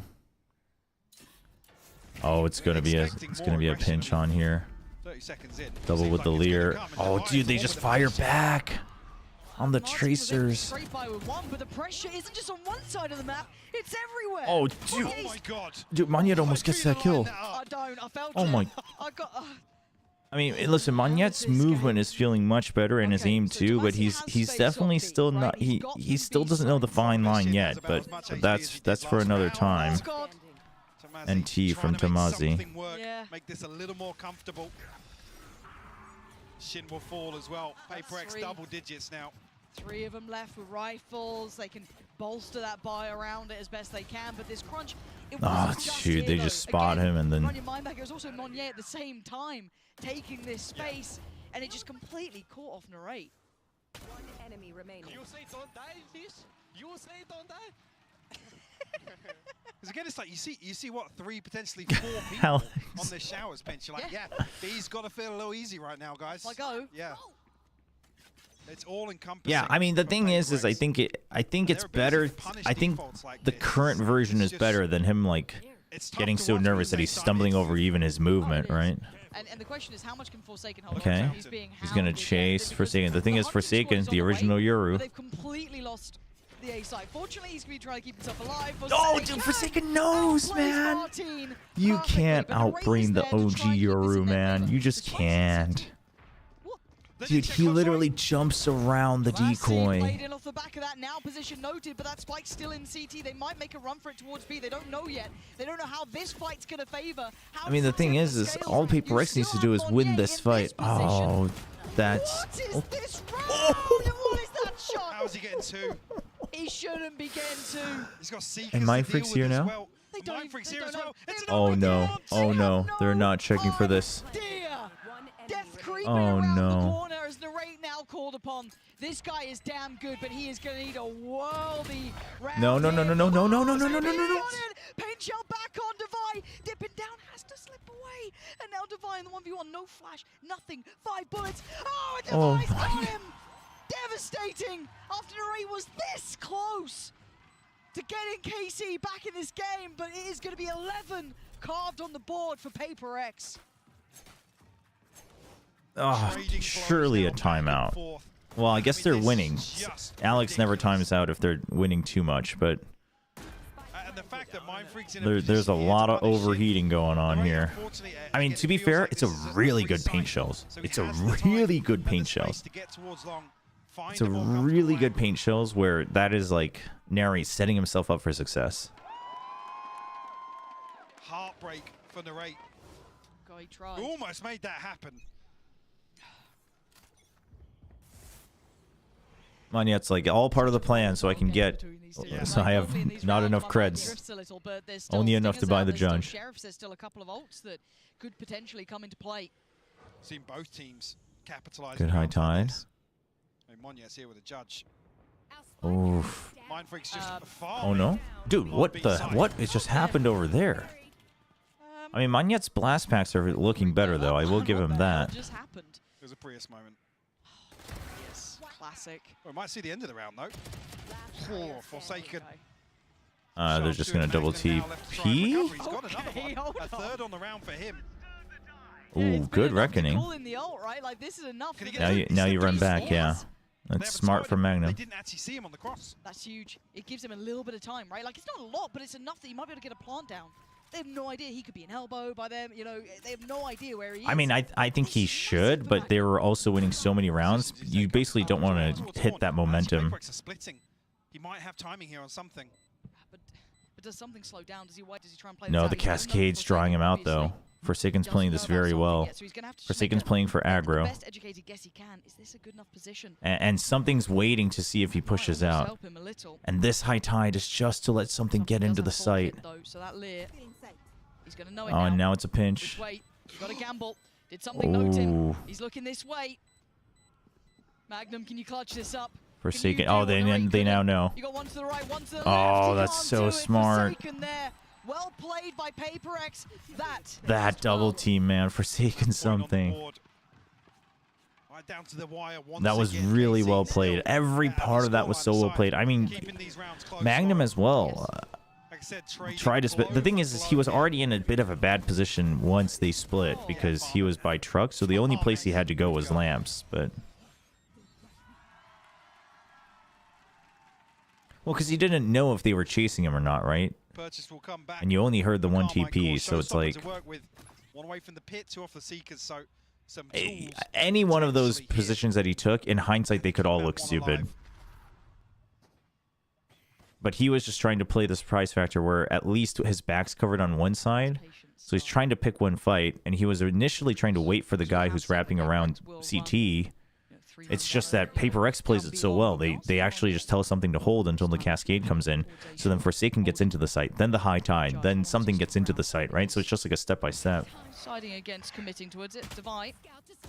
Not actually relinquishing the angle. Stuck around on that, deciding not to fall Ooh, back. that's There a big are two loss. players No behind him. no Forsaken flashes, being no one, info. and Mind Freak the other. Okay. Cove. Yeah, everything dumped from the harbor early on. to bait out a rotation, much the same. Did you have Orbital Strike? The reaggressive from Hookah could be rewarded. They might even have. Oh, the timing on this is very good. And what is going on? Thank you very much. Narrate. Oh, dude, Mind Freak is cold. Something out of that. Two big kills found, but they have a The split again. I don't like it this time, but at least Monet's going to be able to pick up a different gun. Threw away his judge a little too early, I think, but He's in. yeah, they're not aware.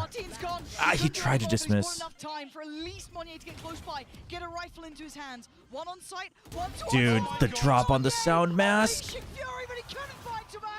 He's still rushing a bit. Barely alive, but they do it. Still rushing a bit. He was just a bit too far ahead of his boombot that the boombot wouldn't have spotted in tube The approach from both something and Monye. before he gets up on top. But Punished here. KC will find their 7th. I mean, obviously, we also see the entire thing. So, I mean, how many moments does Forsaken have where it feels like he's rushing too much? Reminds me of Mini. Joe, I miss Mini. Yeah, it's a very fine line. It's a very fine line. But you got to be honest. How many times do you watch Forsaken and you're like, this dude's going too quick? And then he just, like, gets 3, right? So, Watch party, but still, he's not figured that one out yet. Which yeah, I mean, I think he needs...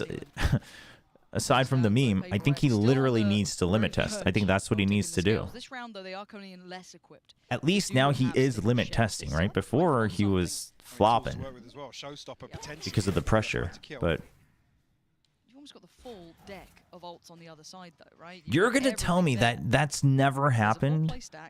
But literally... Now, traditionally, we've seen a couple I of think it's the first. I think it's the buy round or something against DRX last year when they play this comp. Forsaken literally just goes in and just like is like swinging 180 all around his own cascade and just like picks off every member of DRX. Not sure how many it would have spotted there. Seekers in response here from Magnum. Everybody huddled towards his position. Smoke's about to drop here. Monye caught in the open. Has Forsaken as well. All right, goes for the martyrdom play there. They hear the TP. That's a good rotate from KC. They're stacking up their ults too. They're stacking up their ults. They're trying to make a run for this. Still, they're going to get the plant. I don't think anyone's close enough to stop that now, so that's going to go down. But the back line, But this location from something. This is huge. Divide goes down. Mindfreak did get the trade, but look at this. Something now That's getting closer huge. down to 2 on either side. Mindfreak still only with that Sheriff, but it might be enough. He's not going to check showers, I don't think. Nope. He's going to take down Mindfreak. It's all on one. Something. And he makes something out of this. An incredibly hard round to try and break back into. Okay, so you know there's one in showers. Turn back into the flash. Had to give away his position. Not sure where the other is. Yep, that's a good double swing. Work there in the post plant from Carmine Core. They're keeping this game close, Mike. I'm not saying that Forsaken plays dumb, but I'm saying that for those people who have never, if you haven't watched enough of Forsaken, those moments that are smart from him look like he's overheating, right? It's a very fine line, and sometimes he does overheat still. It's just that he has more successes than overheats. Alex, not so much. Penn took a beating. Yeah. But Ultimate's still available. The hand gestures, that's funny, yeah, Alex. And the showstopper being the headliners. I mean, they're on map point, so Alex doesn't want to give a chance for KC to be able to get an extra timeout. So I don't mind it. He's blocking him. Okay. Just spotted him out there. Just traps them in a little bit. CT, but all eyes on him, but it's Narrate from up above. They had an idea, but Narrate with good support through the blast packs. And they're getting quite paranoid of the flank. They're going to pop the ult as well on top of it. Viper's Pit to try and secure this. Monnier Oh, you're not checking. Well, okay, doesn't need to. This might be enough. A showstopper gone. PaperX's opportunities now dwindling. Yeah, finally, you go for a save. I think now we see a timeout. Consider the save here. I think now we see a timeout. So well coordinated. The value amongst these two. Narrate. Oh, no, absolutely. He rages that much because he knows they're not hearing it, right? Yoru execute that PaperX famed this sort of composition for. A taste of their own medicine here. Won't be able to string together much of a purchase after this. But 2 rifles nonetheless. Uh-oh. What is this?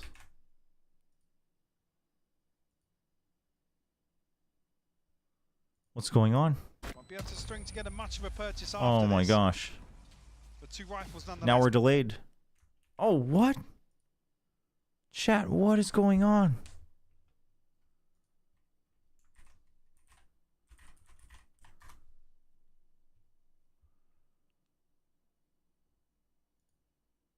To get them to these 9 rounds after what was. Okay, let's watch on 720p for now. The YouTube stream is dead to me. What happened yesterday? How quickly things turned around after calling a timeout. True. Carmine Core have built their way back Stop into the this count. There's that timeout though. Another buy round and a chance to tie things up. Force the Yeah, I think it's just my YouTube. But sorry for the bad quality because I live in Korea and I can't get more than 720p. Disposal now. They're previously pretty frugal in terms of the investment, but saving grace. Right? Oh, it's just the YouTube stream went down? Okay. Well, that makes me feel better. A showstopper. Definitely a concern. Maybe we should just watch the 1080 Korean cast on Africa TV. Looking to see if they're up to anything, if we're seeing that stack anywhere. I mean, I wouldn't be surprised if something goes walkabouts. Him joining them over towards B might be somewhat indicative of it. 어느 정도 책상들이 망가진 거는 몇 번 있지 않을까요? Scraping together a buy to try and even out the economy a little bit, getting what they can. Dude, 720p looks so bad. What? No, there's no way. He's going to get himself the orb there. Oof. Patient beginnings. It's almost like it's purposely blurrier. On the other side as well. Looks like it might be if they do spot a player, but as it stands, it's only Martin considered. Hold on, we'll switch after the round. I was faking a little bit here, but that should be very indicative of what's going on. KC can read that correctly. Dude, I can't look at this minimap. Like, who's this guy? Still happy to let the clock tick away. So they might pivot back towards an A site hit here. Dude, 720 doesn't usually look this bad. There's no way. From Mindfreak, potentially slowing things down. Nothing going to be found off the showstopper. Okay. Except for I mean, this is some good information, but... Yeah, They got to get moving. They got to clear. Done by Narrate. That's Good tick in the double box. Now, swing can they into take one side? Lamps. Mindfreak is waiting. Quick little heal. Going to get them Takes top away down that here. risk. Flank is on the way, but that's going to be watched. Shin's watching for it. Yeah. Mindfreak is holding the side. KC's getting really good about covering for each other. Shoulder to shoulder. Oh, Monyet's just gonna go through. Oh, he wants to pick up this kill, but he just gets spotted. Okay, so still, that's Oh. should be dead here yet. 3-man squad waiting for him. Done. Quick turn of attention because look who's on the side. Device now here. Tomasi handles it well. Something can do nothing about this. Oof. Too many bodies, too little time. Carmine Core. They're back in the game. Double digits made. Maybe OT is now on the horizon. Being invested. We're back. We are so back. 1440p, give it to me. Yeah, it'll be tough behind this. That could give KC access to overtime. Let's go, boys. Let's go. Forsaken, one of his They're starting to take duels one by one. Okay, so PRX is... How do we not take duels one by one? We stick together as a death ball. Well, the TP from Shin's going to get right behind this. He's committed to it. Oh, Forsaken, though. Oh, no. That's kind of huge. And now they know the Omen ult backed out. That calls everyone away from Forsaken as well. Oh, that's a little too deep. But Monyet's way ahead. This is massive. When in doubt, push out. Round 23, by the way. That's just when in doubt, ridiculous. Push out. You let your foot off the gas for a minute. A second. You thought maybe, we could just cross up towards Hookah. Nope. No. And now they play default. PRX, look at you. The end of this map. That spike being lost there. Because they can go back to their default. I love the Mindfreak has to back out, though. There's no way he fights for this. Have so many question marks You back out. Around the entirety of the map. And then you call for backup. You still hold this, right? Because you have the dismiss. Oh, KC's going for the Hail Mary. They're going for the Hail Mary. They're going for the rotate, but they're not ready for this. He's never left the site. He never left the site. And now they hear the TP, and so he knows it's over. The reckoning. Monyet's watching from above. He wanted a flashy highlight. He's not going to get it.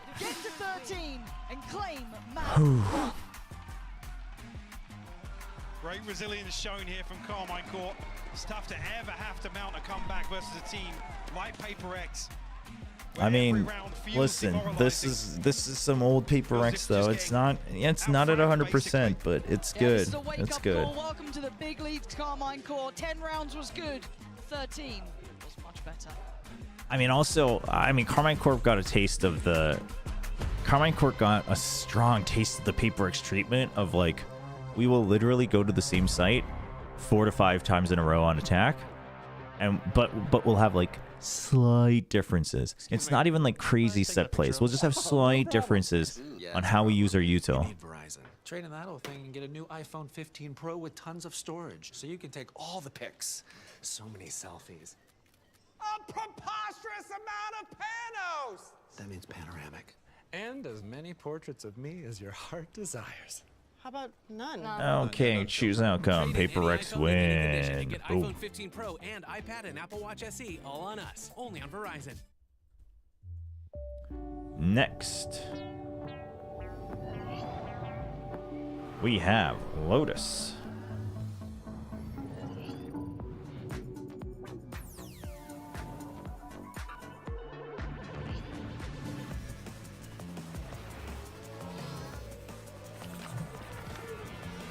Get your predictions in, chat.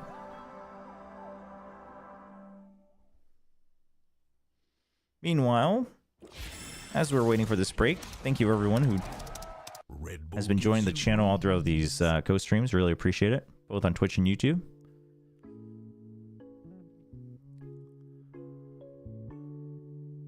Not banning Lotus, we were talking about this yesterday, right?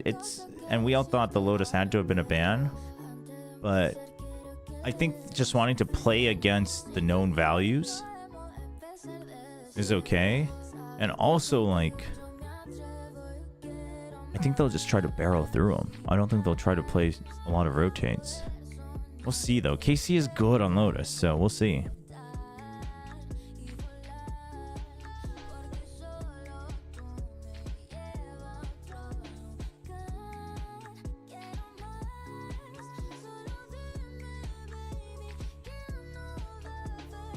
Do you run the chamber? That would be something, man.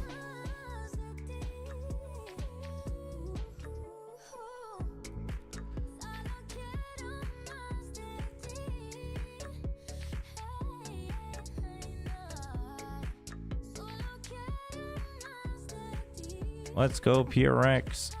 Let's go VCT Pacific.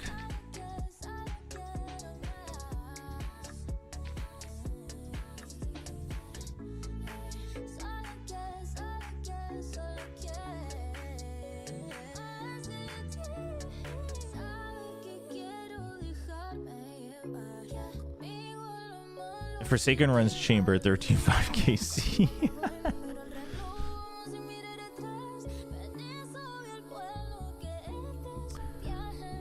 No, I'm glad you like it.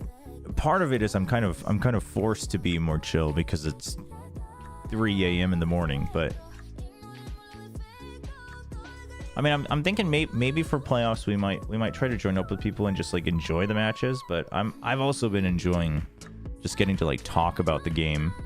You don't get to do that a lot if you watch party with like a group. Like it can be more fun, but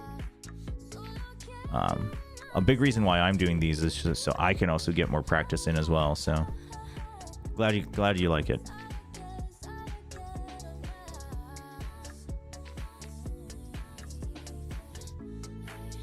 Oh no, I haven't actually tuned into the LCK delayed broadcast. That's so funny. Yeah, if PRX gets through, I really do hope it's regional matchups. Or cross-regional, I mean.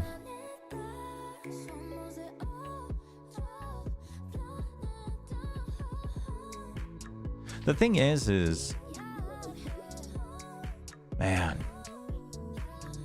Dude, I want the top 3 to be Sentinels, PRX, and Gen G. I just want it to be a rerun of AVL, and then Sentinels wins again. The storyline is, it's just Pacific can't beat Sentinels. Ever. Do you still watch League esports? Oh wait, hold on. I want to listen to this. Now that map was quite close. It's interesting because PRX Alex does not look that relaxed or happy. 5 IGLs. So how do you as a coach manage to wrangle all that? I mean, a lot of it has to do with the way we practice. I think the most important thing is trust. Like, we trust each other a lot, and anyone can take over anytime they want. And we also do a lot of work trying to align, you know. That's pretty much it. All right, well, so far so good on this strategy, so let's see if PRX can close out this one. It definitely does come through with this team. We've always talked about it with PRX. Drinking stream? No drinking stream. Always just kind of like rise of momentum. They communicate with one another. Their comms oftentimes don't even lean on just one. Here's a little secret. I actually did have a drink before getting on the stream today, but yeah, it is wild. The first half of this game to me was quintessential PRX. They were out there PRXing all over them, dragging KC down into the chaos, and that's what I was worried about. Because I had a dinner meeting, so a squad like this for the first time, them dragging you into that chaos, your comms getting muddled, you experiencing something you haven't really played against before. yeah, AVL forced everyone to learn how to use a Freaka TV. But I think we really saw a step up from both these teams to be forced to play a lot more strategically and actually No. I don't actually like drink actively. I'm not like. Yeah, I don't know. It's just like whatever. I mean, when I was younger, I did have my phase as well, but. Yeah, it was absolute chaos, but I think you're absolutely right that that's kind of what's defined PRX for so long, but it's also true of what Carmen Core was doing. I think a lot of the good in this map was when they were showing us these Yori Walt combos. They were setting themselves up after that. They definitely learned more how to play against PRX. It's just that this squad built themselves such a huge buffer on that attacking side, and they're always gonna steal at least 1 or 2 rounds and a half. It's really hard to come back from a deficit against this squad. And not only that, we saw Casey actually get Okay, Lotus. I don't think we're gonna see comp changes. the Yoru, even the Showstopper, everything being I used. think it's gonna be the at Jet wrong time, and Rays. we see also Magnum struggling a little bit with his own ultimate on how. I don't like it, but I think it's. I think that's what it's going to be. And that's exactly that. They're the team who's going to rip any hole you have in your communication, any hole you have in your practice. The question is I don't know. Are they still gonna play the Cypher really? Like Forsaken Cypher used to be so godlike on Lotus, and then going into the rest of the series for me is whether this once a couple teams started to figure out how to play against it, and also especially after the map changes, it's just not as ridiculous, right? I mean, teams are getting much better at breaking Cypher traps with the paint shells. I do want to know what the coach of Carmine Core has to say. We have Eng standing by with Mika. Hey guys, Mika here, and now I'm with Coach Eng of KC. Now, Eng, Magna mentioned earlier that PRX can be a team that is pretty annoying to deal with. So I want to know what they were doing exactly that was so difficult to deal with, and how you guys were able to mitigate that as the side switch. First of all, they're amazing team, really, with amazing playstyle, with very unique. Dude, I love Eng, man. I don't know what to say, to be honest, because of to be honest, it's pleasure to play against them. Really, really, we're learning a lot from this game. So yeah, I don't know, like, but what can I say? It's hard to read them because of this like unique style, yeah. And I don't know what to say, to be honest, but we will try our best on the second map. So yeah. That was such a wholesome answer. So Forsaken Chamber. Almost felt like Coach Eng Kakuka was a little Forsaken Chamber speechless there as well, because I mean, he has expressed praise for a lot I of don't players think it's gonna happen. But there is something unique and special about this PRX team. Yeah, exactly. Eng But can be as wholesome as he wants, I but don't he's going know to be what much more if he PRX wants is to gonna face play up, in Ascent. Are they still gonna PRX play the now in Viper? Lotus. This is the map chosen by KC, and maybe one of the reasons is what happened yesterday when PRX lost this map. But again, I think it's going to be a lot of what happened on that bind just replicated, and a lot of what happened against Heretics happening again on this Lotus. A Mind Freak that doesn't respect any timings, any position, that's just going to push through, and a lot of crazy and set plays. I hope they don't. I hope they don't play the Viper. A map where PRX does that same style. But for Carmine Core, we have to talk about the history of them on this map. They've been playing the Fnatic comp. They beat Fnatic on this map. They have beat pretty much every top Did I put up team predictions? I they've gone did, up right? against on Lotus. 이번 세트 This 져요. is where Magnum tends to put on a masterclass. Their attack side, 근데 decision 이번 making, the way that they call is always 이번 세트는 그래도 저는 카민코프가 유리하다고 봅니다. I mean, I still favor KC on this map. Same kind of util setups. It's crazy that I'm talking about Reyna as like the big util agent, but they don't have those. Maybe those Excure possesses him. same tools to set up these combos like they do on Hey, some of Mr. these other Joker. maps. So Thank I you. think this will It's a be a throwback. bit of an easier time Appreciate for KC it. to punish when they're playing their attack. So you mentioned the Lotus situation and them being so good at this map, but I also have to say in the back of my mind that if PRX comes out just like they did on Bind with a big lead, and then you're like, oh my God, we were supposed to be good here. I get a little worried about the young team on that stage in that situation. And not only that, All good, man. You watch what you enjoy. Great in this tournament. How today specifically? No problem. They do change it, and it is Forsaken Rays. And he's going to be leading that. And they're playing Astra Omen. I mean, we saw Forsaken's debut on Rays last night. Loved it. I mean, well, debut. Yeah, exactly. Yeah. And this is a crazy switch to make, but it's PRX. Rules don't matter. Agents aren't real. I was gonna say it's PRX. This is it for Carmine. Astra Omen. In EMEA. From Melons to Madrid, they have Astra Omen? Astra? And now on Lotus without supposedly too many scrims? Going home empty-handed. These are all young I mean, for all of them, this is the I mean, match. the single initiator no sentinel is like, and they need to come back here. And for PRX, you know, if there was a Viper, sure you kind of see it, but very good fashion if they want to be contenders for those playoffs. Genji's already waiting on the other side. It could be a great year. The thing is no, I could. Well, it's now time to see what this Carmine Core They're starting on attack though. I think they could do this actually. Send it back over to Pansy and Hypok. Thank you so much. I think they can. I think they can do this. Us, right? Because that composition coming out from PRX has surprised you and me. Yeah, not so much the swap, but it's the fact we have the Astra in here. I mean, we're still running with this guy on PaperX. Again, there's some dedication towards keeping that here. Yep. But it's the Astra. They actually did play. They played the exact same comp a couple times. They pulled out after not being happy with the Lotus here in Madrid. Yeah. In fact, it was at Champs. That's what they were playing at Champs. So they're going back to their Champs comps.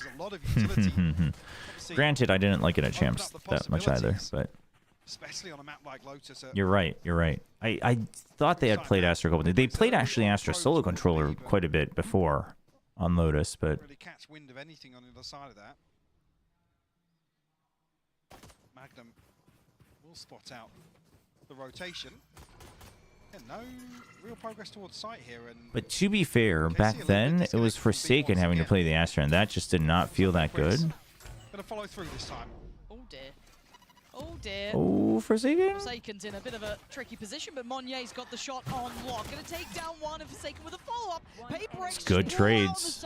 I mean, they somehow just dodge all the util, man. That set up the nanoswarms and the paint shells that was supposed to get him dead, like right away. And a beautiful setup here. The paint shell posted in between the two mollies. Well, the Omen is good. The Omen is goated on Lotus. It's the Astra. Call it inside. Like saying, really, what do you do?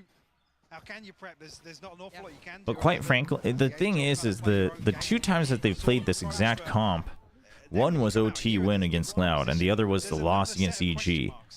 And the problem is both of those times it wasn't necessarily the Astra that was the problem. Granted,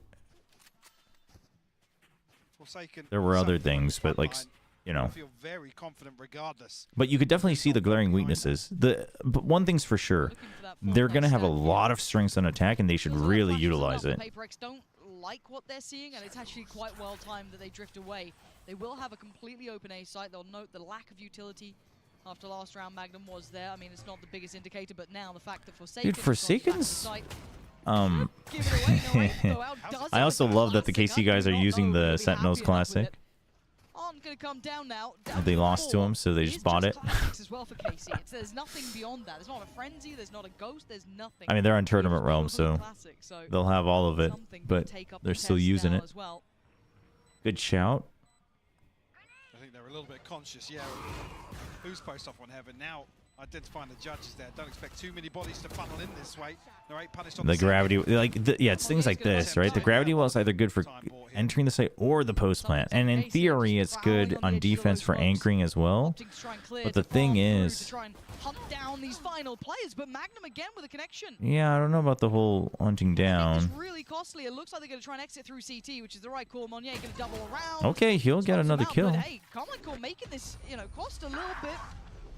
Mind Freak and Divide do manage to escape. Well, KC made that bet, right? And the Sentinel's official account said no, but maybe Zosis bought into it. I don't know. I mean, either way, they're respecting their own bet. I like it. But regardless, something straight onto the operator. Another question mark in The round 3 operator. I mean, it's because it's double duelist, the benefit of having the Blade Storm kind of on the brink. and you have the Dissipate Has to make this right work. over by Rebel, so that's the setup here. Oh, well, Sheriff now.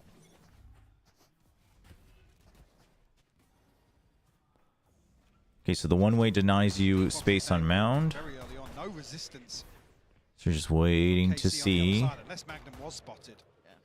He was jump spotting that corner. No, because of the okay. So Casey has a good read, right? Not only have they cleared mound, but they know that PaperX's tendencies are going to be to go into a certain area and continue to repeat it. They know it's the bonus, so they're really wary of tree. The thing is they don't want to fight close quarters, so they have the nano swarms that actually stops the advance because Forsaken doesn't actually make it into the site. Probably best that he doesn't. They'll take out the turret. They know he's close. The alarm bot as well. I mean, it's a nice try from Mind Freak, trying to keep them at bay, trying to get information as they bait them into B. He was trying to listen for any rotates here, but the alarm bot gets him right before stairs. So now PaperX just has to kind of cut noise, right? They don't really have any other way. They're trying to set up the operator. Still not noting this operator. And he's just going to keep creeping in. For a pick, but look how deep Carmine Core are sitting. They're not playing PaperX's game. Device still out.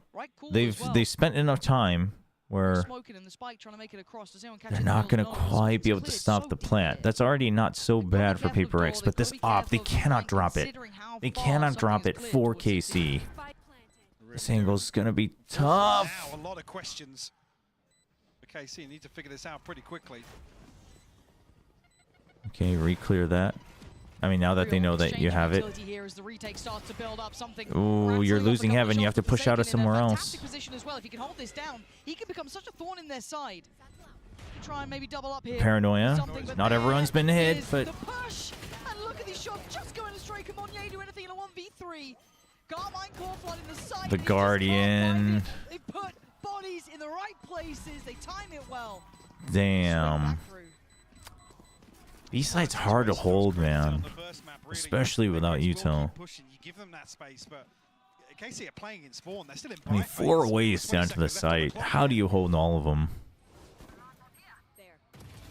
Well, a really, really well-coordinated retake. This is after there's a gravity well to slow things down just inside Link. They'll leave it hanging. No. Narrate. Another 4K moment. It's a vibe killer. So Martine's got Vibes down. Game's the lost. up. This wraps. Let's go, Mike. Pace change, looking like. PRX does have one more shot. They got double judge and the showstopper. And yeah, look at this. Very pacey. Gonna get the first real glimpse of this C site. Hadn't tested too much. They haven't cleared everything just yet. You want to shoot this through waterfall? They've heard enough of this. Don't need any more of it. That's gonna be a plant. But now you're holding close with the judge, so that's not so bad. And then you've got Mind Freak, or Monette. Look at this lurk. All the way through A. He was on A and he chases them all the way through. If something can get one kill. Oh man, if something turns to make sure he supports him, that's huge.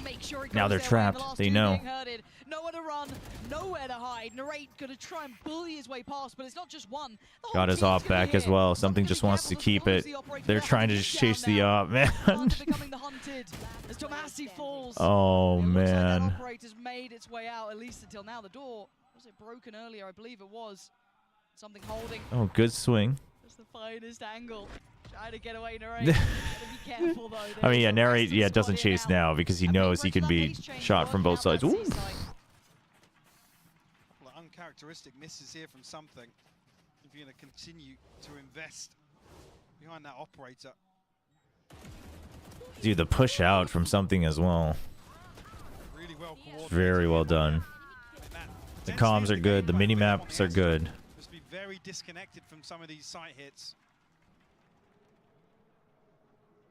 Again, that's the real benefit. If you can create this space and KC are happy to concede it. You have something like Monnier getting behind a lot of these plays. Oh, no one way from KC? KC looking to get the hell out of dodge. You just can't aim duel against these guys. I mean, that seems a little questionable, but and in the meantime, not only I guess they wanted to pick fights rather than. I think they want to just fight them on C, but they lost. Much better off in the weaponry and going to be rewarded. Monnier. Good chase. Monnier will die, but that could be a weapon potentially recovered. Pansy seeing Monnier is really throwing me off. Case to keep control of it, and that's going to allow time for the plant to come in. I mean, he started as soon as they got into the site. He heard them rotating, so he just chased them from rubble all the way through. Oh, that's rough. Not what he wanted there. Not what they wanted at all. I mean, the thing is like, listen, if you don't know that the name actually has a meaning, then with a stinger. Those misses starting to make a bit of a problem. Forsaken gonna find one but falls. Narrate holding Oh this my down, gosh. but can he do this? Can he really pop off here? 3 would be exceptional. He gets it to halfway. Oh, but Defy just Oh. He's got him. This time he gets his 3. Dude, Narrate just does not back down. That's a huge clutch. That's a massive clutch. But the thing is like, if you don't know that the word actually, like that it's an actual word, it's very easy to mistake it for Magnier. A lot of the Pacific guys were doing it last year. I don't know if I had done it. I don't think I had casted him until we had all got confirmation that it was Magnier, but Probably not too happy about some of the overcommitment. but also like at internationals, they should be getting all the recorded names. Run the clock down, force another 2 or 3 seconds. 네레이트는 정말 꾸준한 것 같아요. 정말. Narrate though, flipping it on its head. 신도 원래는 꾸준했는데 오늘은 좀 조용하네요.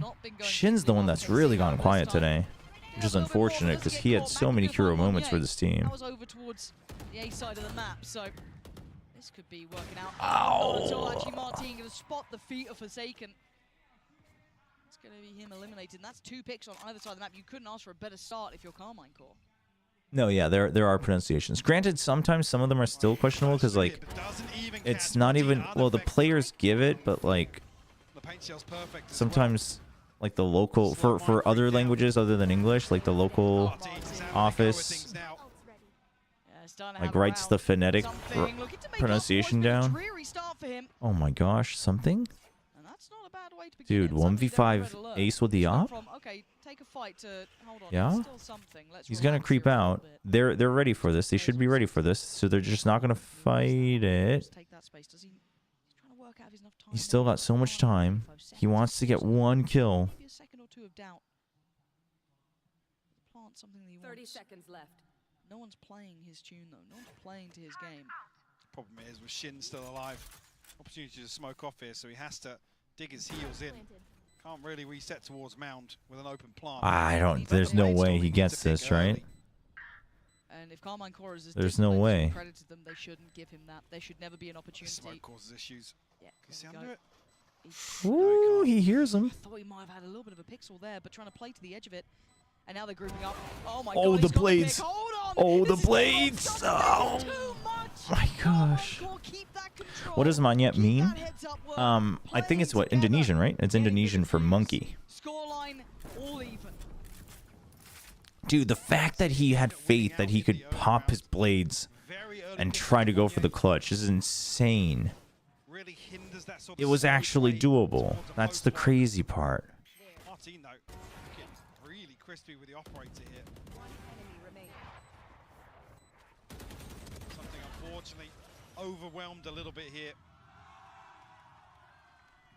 After finally managing to get the plant down, we'll see an early timeout from PRX. See, Alex wasn't too happy in one of the post plants. That loss over on I mean, side of the they should not be giving away some of these rounds. And they should be trying to end this minimum 8-4.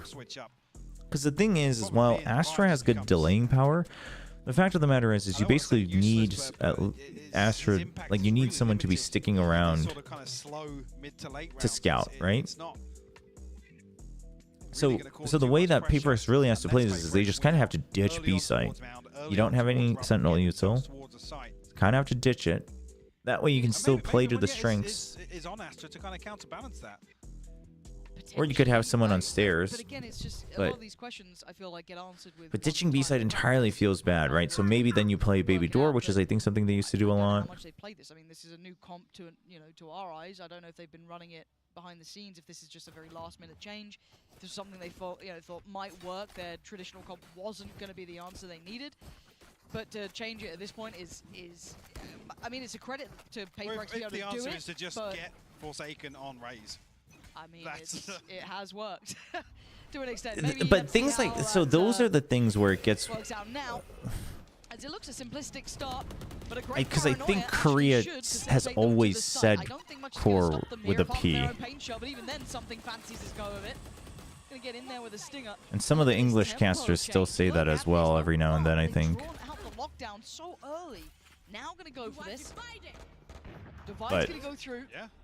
And Martin's the one to find Monye. But I'm not quite sure. And they're gonna dive on in. Okay, everyone's in main, which sucks. That's huge. That's 2. 3 in the round. 2 off the rocket, and now Martin, can he do any more? He's feeling it. He wants more. He's chomping at the bit. He wants some dead. Magnum gonna take down Forsaken, but one more. Can one man do something? Has to The watch. PRX Classic, The defuse oof, comes in. shut down. Carmine Core all too prepared for this. What a round for Martin again. The finest of margins get past that Trailblazer. I'm not even sure. Did he pick up an empty stinger at the end there? The way it looked like there's a little bit of a delay, but again, KC figuring out exactly what PaperX want to do with Monyet on the Astra.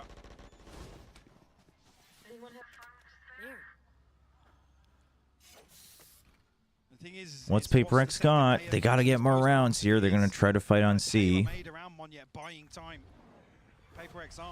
You hear the shadow step. They're trying to make them more concerned about the one way and the trap play. Martin and Shin, and good to see Martin finding a Martin's bit of comfort. kind of worried about the door. He's going to open it for his Not quite to team. the extent of what we saw online, or at least I say online, in the kickoff tournament. It was very much not, I wouldn't say headline. You'd say you'd give that to Narrate, but he was right underneath him, very close by. Good rotate from See a little bit of PaperX. that form starting to Heavy really presence kick in on here for C. him. And a quick adjustment Then you rotate for over. PaperX, eyeing up that A site after an early test. And they're going to go found. fast. I mean, this is something that they've been having to do. They just never had much space, so the push into stairs always felt bad. They're also quite well prepared for this Nightfall. Forsaken's gonna get away from it.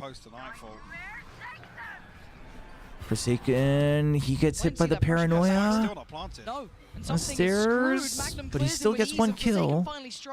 They still have 40 seconds. They can try to run away.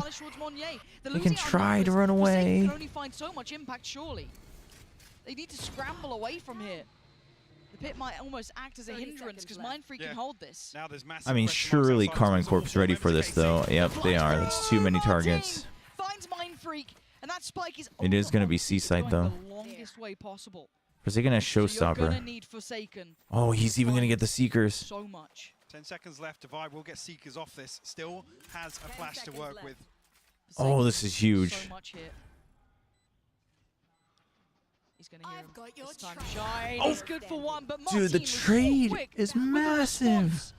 Well, now you know. next. Now you know he's going to be here. He's not going to be Line here. waterfall. Jump on the first to draw the fire. Hot flash. Falls back, flash, buys a second. They've still got to clear him. They know he's on drop. Yes, he does. Yep. Oh, he's dead to rights. The one single bullet. Carmine Corp showing diligence now, starting to really get a grip on PaperX. This is rough. Timing a little off. I only had one earphone in, so I'm not sure. Divine Forsaken here. Might have been. I think there's something wrong with the mics and the audio mixing at the venue. This choke point here. Out towards KC's spawn. I mean, this is the thing is PaperX kind of knew this. They knew that this retake was coming. Forsaken was the insurance plan, but he only had a judge.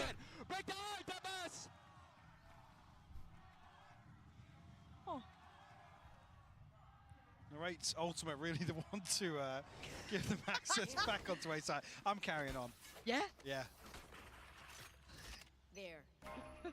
You? There's some temptation, but no, you're right, because look at this start. Okay, Astra, you told to push them in. Trying to get the... Oh! Shut Forsaken the hell up. To be fair, that's a classic, not as used to the Raze moment. Ulting right out in the open before you know exactly how you want to move in is... Oh, that's when you know that it's been a little while and he hasn't played it internationally. It doesn't. KC definitely in control here at the tempo. This first half.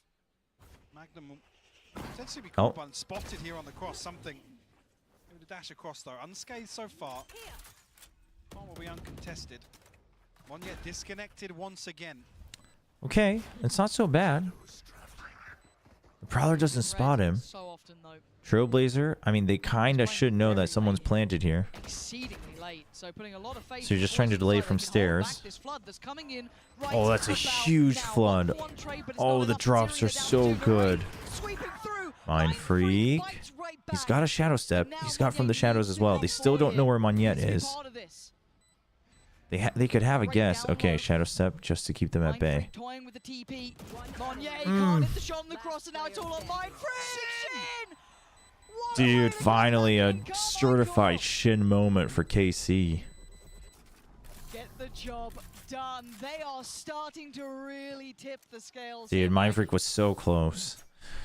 Hey Rhodes, do you think the lack of experience for Carmine Core at that level is the main problem for them? I don't know if I'm clear. I mean, I think it holds them back a little bit. I think it makes the games a little tougher for them, but I don't think so.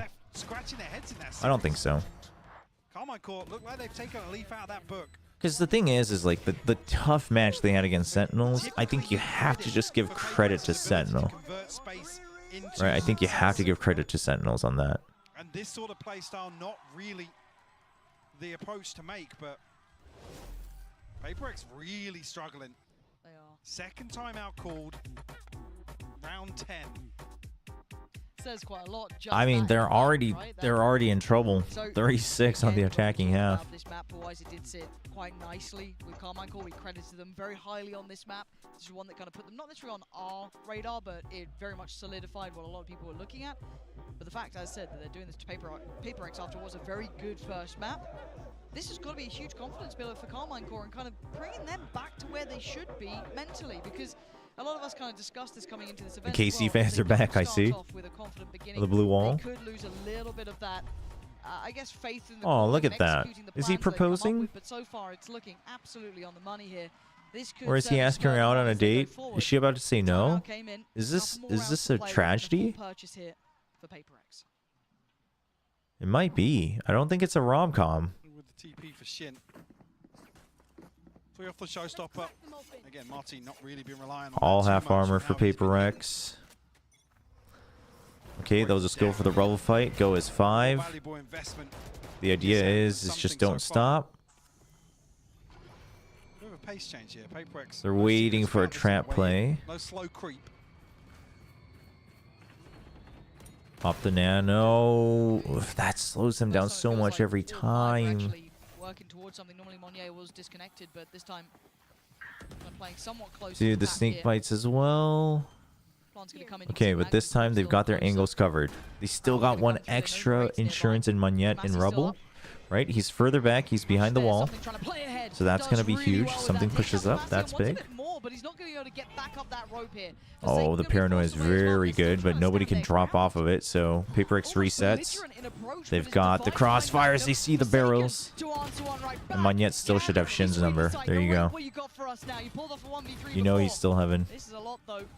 And he ain't got much time with this one. I mean, surely you take away some of the weapons if you're narrate. PRX think he's Yep. saving. Oh, I mean, there's a star down, regardless on the spike. Looking to do some further damage. Yeah, that's what he was looking for. Running the risk, he should be safe to get out here. Any lighthearted rom-com recommendations? I actually haven't seen any good lighthearted rom-coms recently. PRX, a slight adjustment in pace. Going out of the timeout. Get themselves a round win. Yeah, we haven't seen this sort of play coming out so far. I think the real thing to notice is PRX have forced back in their shells a little bit. Which is strange. Yeah, again, you can read this pretty well. It's like, yeah, as 5. Okay. Dude, what is that spray? They're getting What? ready to retake. Usually PRX will be like, cool, let's So Casey's finally going to just fight Rubble head on, right? I think they're reading that PRX is going to do this again and again, because that's what they do. It's good. What? You are lucky to be alive, Forsaken. That looked like it was about to be wraps and Martin. What? Come on. Dude, what a nasty shot from Martine. They're standing here and fighting. I've got your trail. You know what's the craziest thing is that Casey had the right read, but PRX literally thrives off of fights like this, man. 9 HP. And he was the last line of defense on this A site. A quick TP, but look who's reading it. Magnum. Great. Oh read my here. God. No idea. Oh. Magnum just reads him like a book. That's a big read. I mean, there's almost an eternity that passes after these Seekers identify where Magnum is.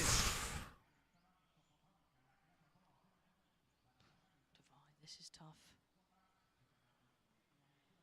Shin's vulnerable, but now you've got Magnum with his entirety of his setup here. Spike, his position. Divine can't And the cross turret as well. spots him first. 56 HP as well. There it is. Paranoia getting prepped.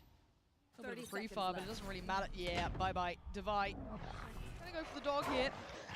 Just trying to keep him pushed out, but they're already checking. Yeah, you might as well save. I think he knows this one. Yeah, just going to slip through the fingertips here. Your teammates don't have money. If I missaw that, but I thought the Seeker went to the left. It's invested from rubble. Obviously, Shin took a ton of damage inside tree, but I'm not sure if we're going to get a chance to see that on the replay. But oh man, way off here. I believe if the door's broken, yeah, Magnum's broken the door. So I don't know if that information's just lost in the exchange or what. But a real gamble to take this TP all the way towards C site. That was a crazy TP to take, honestly. Any replay of that, it may not be the case. Showstopper and Nightfall. Dude, this fight, man. Yeah, I can't remember exactly what happens here because I was focused on it. Well, I've missed it there. Yeah. I know Shin took a ton of damage inside tree. Maybe they're thinking, yeah, we've tagged up the A site player, so surely Magnum's going to commit towards helping his teammate. Right, yeah. The critical issue there. Well, it's another 5-man stack, and KC has a read on it. They're just taking mad challenges. And this is exactly what happened with this composition and this team against EG on Lotus, right? They start to run out of ideas, and they just start 5-stacking and saying, we're going to fight. And all the enemy has to do is fight back on an off timing.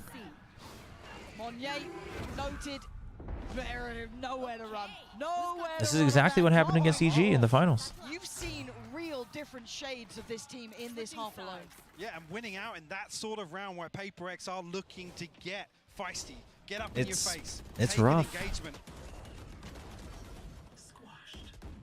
KC happy to throw bodies on the line. Let's go!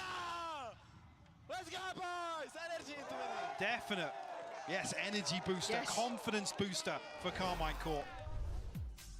Yeah, chat. Listen to one of the players who's That really last round makes me just want to sit on my couch and play some Honkai Star Rail, man. Hello, I'm Martin, and I play for Carmine Corp. Even though we know we can win against anyone when our form is good, it's just not there at the moment, and I think the whole team is not feeling the well. We are not playing at the same level as we did in kickoff. Whoa, whoa, whoa, whoa, whoa! Not hashtag ad. Whoa, whoa, whoa, whoa, whoa! Let's calm down. We just choked.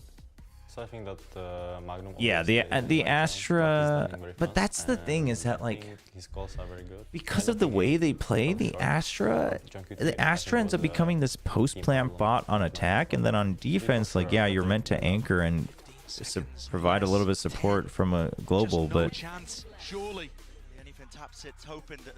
I don't like how much of it is a proficiency issue and how much of it is they aren't really playing for the Astra to find success, right? For me, as duelist, I just need to not do stupid stuff, even though I'm having a bad game. I still need to make plays. That would be, dude, honk guy. Someone should make that game, honk guy Star Rail. Me being calm because it's just another match. People shouldn't think that it's death or do match because it just adds on the pressure. It's just about us not having the greatest team play right now, and we're trying to work on it.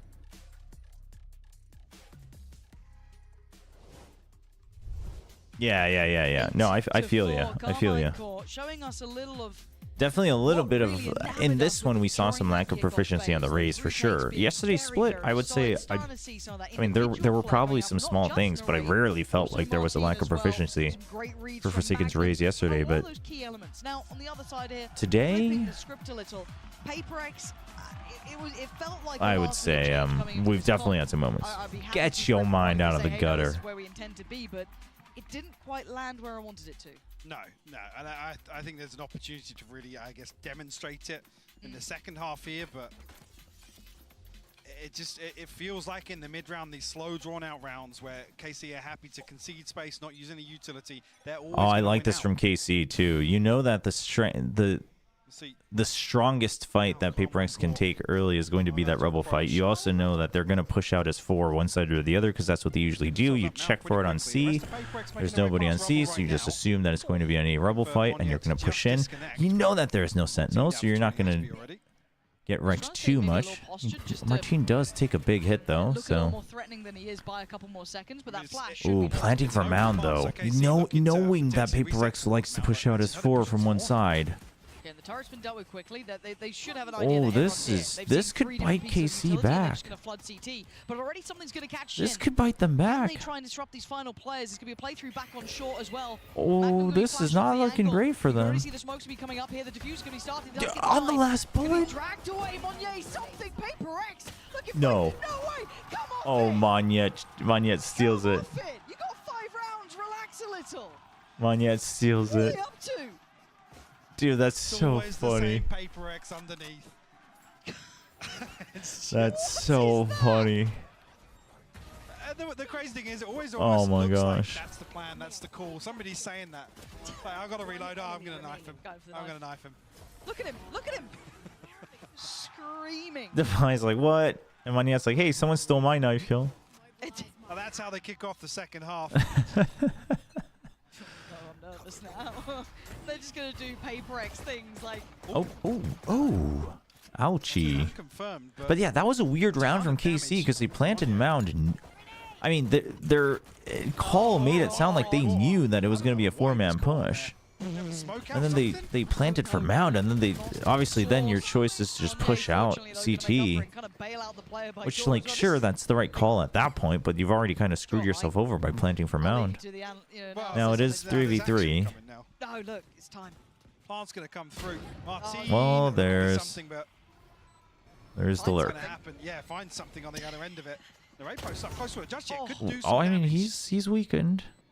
Oh my god. And again, good damage. Oh dear. Falls to divide. These rounds are getting weird. Shin Yeah, you don't really have anywhere to go. Can he make something out of it? He might just be able They're also weak. Something with a judge and Shin with a dream. He knows it. He knows he's close by. It's a What judge, the hell though. can Shin do? Oh my gosh. Nice try. Something. Making sure he's dead, by the way. It just cleared about 8 different angles in half a second here. It's such an awkward spot here underneath C-site. What is timeout in Korean? Well, they literally just write it phonetically and it says timeout. Nowhere on Yeah, the just side. drifting. Must be just come out of sending a smoke somewhere. So it looked like he was reloading. But that was him just Though running tech back out. pause literally translates to technical temporary stop What happened? That, on the LEDs and stuff. you know, all out there. 8-6. Carmichael looking to continue pressuring towards. But there's a lot of words that Now Koreans it's just a use the switch English up, word, something on the like other ice side of cream this. Well, I don't feel like and someone's bus. going to do some nasty work here. He's hanging around. Yeah, okay, just. Oh my. Yeah, Okay, well that's a cloudburst used. Is he caught? Main, but they might just disrespect No, it. They know they he's still alive, but he's Something very down on the weak. low, but he's still trying to be ferocious about this. Shin trying to play ahead of it, but it's Magnum to find him. Oof. Oh, Monye with a Good mountain shot. on Martin. Still going to find value even just with that Sheriff. Where the hell's the rest of the squad, though? For a crunch back through the door here, potentially. KC in the danger zone. As soon as this opens up, though. Dude, Paper X, they can't treat this as a bonus. They bought up into it. Get played in on this. It's Shin with the spam. They're playing it like a to catch him. bonus. And now the odds are looking less and less likely for Paper I mean, X you're to just close trying to that draw gap. We aggro until never write these Monyet guys gets out. in. Shin just controlling on the site, though, really keeping a firm grip. Magnum denies the door. And the options for Mind Freak have pretty much dissipated. Mind Freak, my boy. 6-10-5. That's too quiet for the Iceman, man. The real Iceman, the Pacific Iceman. KC's round win here almost gives them a huge opportunity to double down on this. Knocking on the door of double digits as well. First ult cycle just about coming on for a few members of Carmine. So yeah, Narrate 2 away, Shin 1 off the TP. Magnum and Martin about halfway. I mean, Mind Freak's pretty ice cold. Marv was pretty ice cold. Mind Freak's definitely more ice cold, though. It's Forsakenness to concern that far away from the showstopper as well. He's only got a Sheriff. Switch up here from KC, though. Good luck, Divine.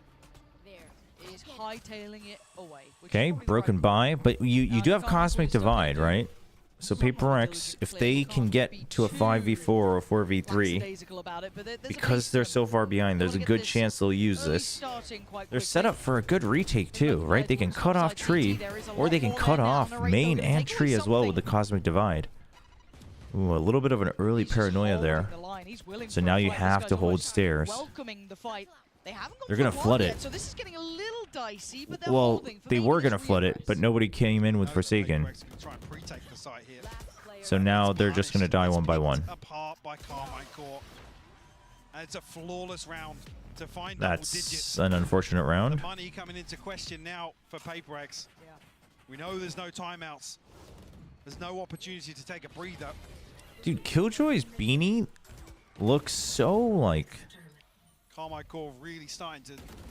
looks so fluffy. You know what I mean? It looks like it's a thick beanie. Like you got like your thin flimsy beanies, but that one looks like a thick wool beanie. You know, that full fight and flight mode, just flying at you across the map. And here, If you couldn't tell, PRX is losing, and I'm not finding it very interesting talking about the game because PRX is losing. Already PRX not going to take the foot off the gas by any means. Didn't get the connections they want. Also, this drift from... Oh, dear. Fly's got to be careful, though. Yeah, no chance to get that weapon cycled across. PRX is grouping up. They'll take the weapon. That's good. Now what they should really do is they should really just stay together as a group. Now, actually, yeah, the rifle is retrieved, so Monnier has that in hand now. And with the loss of Magnum, there is a chance for some of these flanks to work, maybe, but they've decided against it, right? Did Monnier just at some point decide that it was going to be Monnier? Why is even Hypox now saying Monnier? See something try and maybe thread the needle, but look at the spike. Look where it's heading. Hook, line, Great and read. sinker. Great read here. Yeah, PRX Wow. taking the bait. I mean, the ult for the bait. And enough time I think will pass PRX here will where they have a kind of chance take to it though. Now you just have to watch out for Shin. As long as KC are quick about this one, yeah, finally coming through. An open plant towards Mound. But there's no way they expect the Shin lurk. You know what I mean? Especially the position of it. Oh well, he was kinda worried about it, but not noted. I mean. 4 through door though. That's a lot of players there. Martin this time in the position. Magnum and was Shin in gets before, the but flank as well. again, Now they they're don't have stuck. the weaponry to really close this And the down. paranoia. You can see that late look does Yeah, get Mind Freak. handled. But they've had no success elsewhere. I'm just eyeing up Monnier. Yeah, Cosmic Divide for sure. Monnier, what is this man up to? He's got to beat Martin, and he's got to do it fast. Yeah, absolutely not. What is the plan here? There's no time for this. You gotta start sticking it. The running gun! Wait. Is there time for this? No, it's not. No. Close, but no cigar. Oh! Yeah, not even. I thought it was way more than that. I know. I was like, yeah, no, he's like a second off here.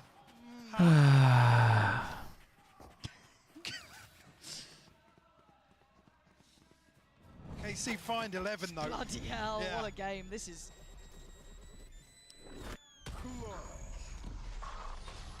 Oh man, they almost had it too, man. I liked the Cosmic Divide. I liked it. A little touch and go. I mean, if anything else happens here and it's Martin to fall first, then actually that divide pays off. Okay, you still have Seekers. You got your op. This time with the buy, though. But see, so this is the problem with this comp, is that you have no util to hold B. So somebody has to at least get some information from here or here. He can confirm site's clear. So you keep the op here. Towards that waterfall side. You expect a potential push in there. Seeker's going to come through as the answer as well. So Plant, Now you're trying to use the door as a retake, but Casey's always been very good about this. Pressure's going to be coming back through Spawn. Oh, catches him before the paranoia. And Shin will punish. Good anti. Huge anti from Shin. Huge from Shin. From Shin. 3 back-to-back. He's back. We talked about how he was a little quiet today, but he's back. Shin 돌아왔네요. Well, that aggression puts him into a 3v2, but again, they don't have step to side. They don't have the ability to clear these deeper position players, and I wonder if Magnum might have caught an audio cue or two there. I mean, if they drop these weapons, it's for sure over. Carmine caught. Yeah, but this comp did nothing against EG as well. You know, like the theories, there's some theory for it, but here's the thing. First of all, it just had to do way better on attack. Let's take away Mind Freak. There's just no mercy in these players. And on defense, this comp is so hard to run. The thing is they need to ditch a site. Like, they need to. Which is fine. I mean, that's how some of the best teams used to play Haven. You can't play just like passive 1-1-3. It's not like Astra has like infinite holding power. Like, you just can't do that. You've got to be feeling fantastic. But then, if you're gonna empty a site, you also have to have decent retakes. And the thing is, KC's post plants after the pistol have been very good. The pistol was mildly questionable, but actually might get a bit of a fight here. First time we're seeing a bit more pressure put in by PRX over towards this rubble side. So Carmine Core may not get the complete run of the house. They absolutely don't. Forsaking it to take down Shin. Not gonna get the bomb. Oh my god, there's a lot of players. okay. Plays it a bit safer this time. But he can't make it away. Martin, yes, left low. But Magnet only has to judge. And something is behind them. Martin. It's so over. Heads up work from Martin. And now there was one. Magnet with a judge and 3 players. Yeah, not going to get played in either. No. Have to try and recover a weapon here. Fully I reset mean, for the 1v3 he'll get the elsewhere. rifle, but Yeah, Martin down to 56, Narrate on 42. this comp's rough. Definitely a chance. I mean, he's got the right read on this as well. He's going to be in a position pretty close by when this plant does come through. Yeah, he's not a million miles away. That doesn't really help Okay, the matters for pit him. just to block off waterfall. The prowler though. Oh my gosh, he gets around it. Oh my gosh. That's a freebie, and now there's problem. Oof. Martin, he's caught him. Oh my gosh. Got a grip on him at the end. Dude, he was hugging the wall and the prowler just goes right by him. That's crazy. 13-6. Carmine might actually have a game on our hands. I want this to go distance. I want it to be a damn good map 3. I think we definitely do, Lauren. I mean, Narrate and Martin, the two to really step up, stretch Damn, their chat. legs on Alright, this Carmine map to Corp was a access. strong If you team can see, after you've all. got to be feeling good about that. Yeah, let's find out how this goes. Map 3 unlocked and on the horizon. Okay, here's the real prediction is Ascent. What does PRX play? What does PRX play on Ascent? Do you think they bring back the Reyna themselves and just try to match it? I don't think they do, because Magnet would have to play Raisin. But even with the Viper, Omen Viper, they were still playing the Raze. Well, I guess he could have Forsaken playing the Raze, but I don't think he's going to on Ascent. But Forsaken could play Jet, and they could play Jet Reyna.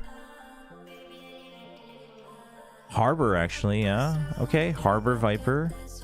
But then Magnet has to play the Raze. Is that really what we want here?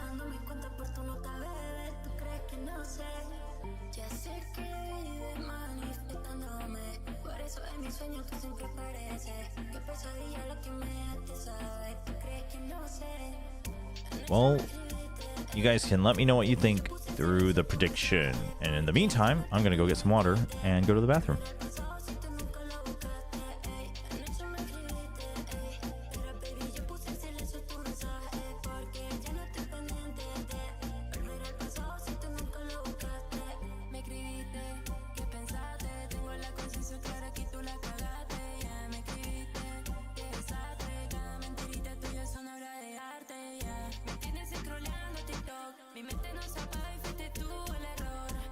No entiendo que le di el amor, un puto la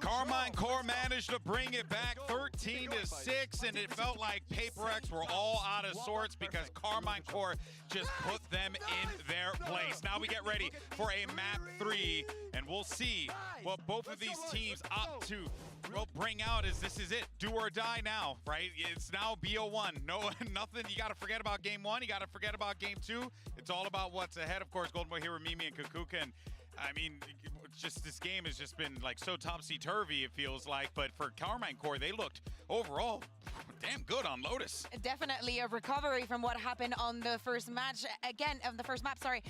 Again, we see the KC that is very good, understanding what is necessary in the map, and also more specifically, understanding of how to break this composition that has so many holes. You're playing on a map that has 3 sides with no Sentinel. You don't even have a Viper, right? You're playing that double duelist with double controller, but it's Omen and Astra. There was a lot of things that were lacking on that defensive side. The PRX could Brain says KC, Heart says PRX. Yeah, I feel like that fundamentally a lot of the issues with PRX come back to this composition. And in particular, I think that Carmine Core called a really excellent defensive side around it. They were playing these really passive style, letting PRX get onto these sites, knowing that they only have that Sky so they have nothing to start. 알렉스는 저거 일상이에요. Alex is always malding. Don't worry about him. And most of the time, honestly, PRX, He'll be okay. They're not the most disciplined team. They're going to be fighting forward. They're going to be taking risks into you. And Carmine Core was capitalizing 알렉스가 평소에는 진짜 off of that, and then fighting back in. 약간 화를 1도 물론 뭐 개인적으로 친한 친구들과 뭐 이런 상황에서 어떤지 모르지만 평소에는 화나 약간 짜증을 1도 안 내는 스타일이라서 괜찮아요. To fight back through against these really oppressive retakes, and I mean the poor guy didn't even know he had no bullets there. I think there's also the heat of the moment, right? He's pushing with the operator, he's pushing with his ultimate. PRX has only played Ascent twice this year. KC has only played it once. Yeah, but KC plays PRX's old comp. To me, for me, I got pulled into the allure of PRX. These last 2 maps we've watched of them. Last night on Split, this first map as well. These guys are so good. They can run around. They can play any comp. They can kill anyone. They're the best team in the world. And then you remember that they play double duelist, no Sentinel, no Viper on Lotus, and they're playing one of the best Lotus teams in the world. And it kind of brings you back down to earth a little bit, right? Because for all of the you get shot, you die, sometimes you get outcalled and you pick a comp that is outclassed by your opponent. I would love Yeah, they play the Reyna. They play the Raze Reyna Sky with the Harbor Viper. So it is very much the old PRX comp from Pacific last year. Well, I mean, it seemed like the direction that they were going in was straight into the gun. So while they're not going to play it, you know, word for word, page for page, I mean, PRX is not a stranger to it. Right now and really lighting it up. He's currently top fragging in the server across both games at this current time, and that is what is expected out of this star player. This guy's been so good. Remember the NA tier. Dude, what a story for Narrate, man. Winning there, and honestly, he's been so good at the international as well. In map 1, playing the Raze, following up off of his teammates Eurowalls. It's so funny that Alex is featured more in this highlight reel for Narrate. With some of these clutches. I am loving this montage because it's just Narrate playing with it's Narrate and then it's Alex. Deafening their opponents, and Alex just losing at every single round. There were some rounds that PRX were winning, and Alex was just not happy with it. He was like, no, this was not the way, this was not what I thought. But definitely something that we need to keep in mind is that, okay, that happened. It is so PRX selected attack first. It has been this one-sided, and I would say both maps have been this one-sided, and still the scores do not resemble it as good. But then in Ascent, I feel that we also have bigger questions for both of these teams, right? What do they play here? Once during the kickoff, and it was a very funky competition. I mean, they did say that the Split was the first map that they tried taking Monyet off the Raze, right? And that was also just like one day of prep, and Mindfreak was on the Viper, and that's why he was missing some of his lineups. Or do they go to normalcy? No, something different. Carmine Corp's going with something different. Carmine Corp doesn't want to play PRX's comp against them. I like it. It's smart. It's smart. It is a very strong composition. It's actually really smart. And if you're a team not expecting it, it's honestly really hard to play against. Very aggressive, extremity reclears on defense. Triple Initiator. This is the old way. Yeah, exactly. Look at it. The Omen, the Breach, the Yep, PRX is playing the same comp, which is, we'll see. Everything to help Martin in this situation. situation. Narrate, we know what he can do in all of this. And It's so crazy to me that they will prefer the Raze, but Carmine Corp's comp, man, triple initiator. Well, it's been a comeback already for Carmine Corp on this second map. The squad who impressed everyone in EMEA has made it this far. Now they're in a Triple initiator against the double controller. I kind of like it, honestly. Darn right, Mimi. It's do or die. Let's see how the chips fall here and who's going to be sent home. Let's send it back over to Hypoc and Pansy for the call.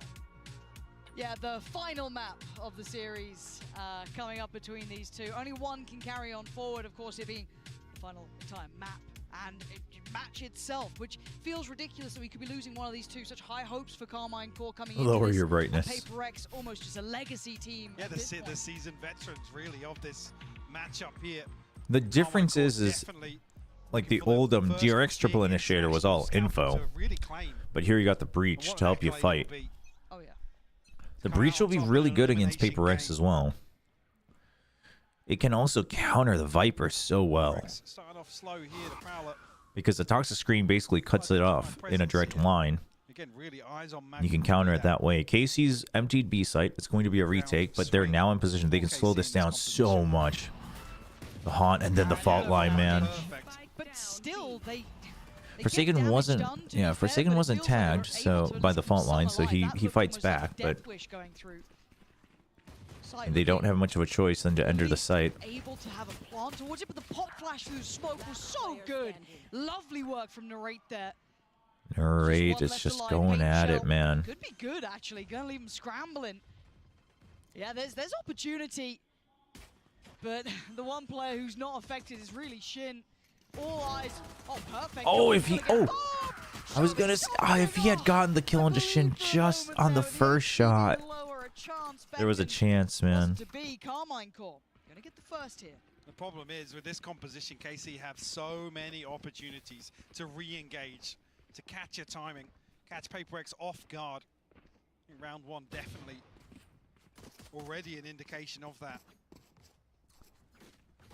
PRX gotta have their wits about them. Outlaw coming out from Martine. That half armor on something, not going to be doing much today. Might be a little bit of an exchange here. One way and the 0 point tags everybody. Interesting that they'll prioritize the showstopper instead of the Thrash. Turbulent some of these composition changes are. It must be brutal as a player to be kind of, almost getting whiplash from this sort of back and forth roll-wise. But again, Monnier map 1 was exceptional. Really highlight credit to his deep lurk for Monnier. He's found a good timing. And this has opened them up for B. Now, Carmine Corp, once again, they've left it open. So Carmine Corp, they're basically playing for counter engages, right? They went for the first peak, they go for the one way, and then they don't see anything early, they get the tag, so then they come back here and they're set up to strike onto the site as soon as they hear the initial execute happen. Now they're going to wait for the retake. And Monnier tries to go for a cheeky play. Now, all of the PRX players are going to be locked on that site. Here. Any kit, one paranoia. Oh, there's the Outlaw. Hello. No uncertainty about that. Forsaken falls. This is just going to get very difficult. They can't really springboard off the back of that utility either. Yeah, just outgunned. Just the spray down. 5 alive and a defuse on the board. And tough for Monnier, really gets himself into a very dangerous position here, but weaponry and well played by Tomazi to back up, concede once again, which has been the approach time and time again for Carmine Corp. Mostly full armor though, so that's good news.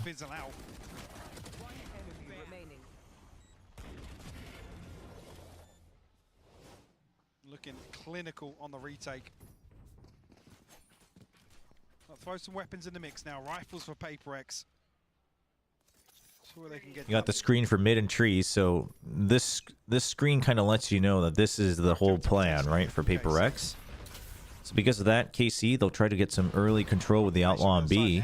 They'll just put the pressure down and then they're going to rotate. This is KC's MO this entire time, is put the pressure down. Tomasi doesn't get cleared. Surely PRX is aware of it. little bit of a glance there from Martin. Not going to see anything, so kind of. And Shin's now ready for it. In fact, the Aftershock tries to sell this even more, and PRX just says, okay, well, we're just putting fake pressure as well. So PRX is just trying to play up to speed. Martin's waiting.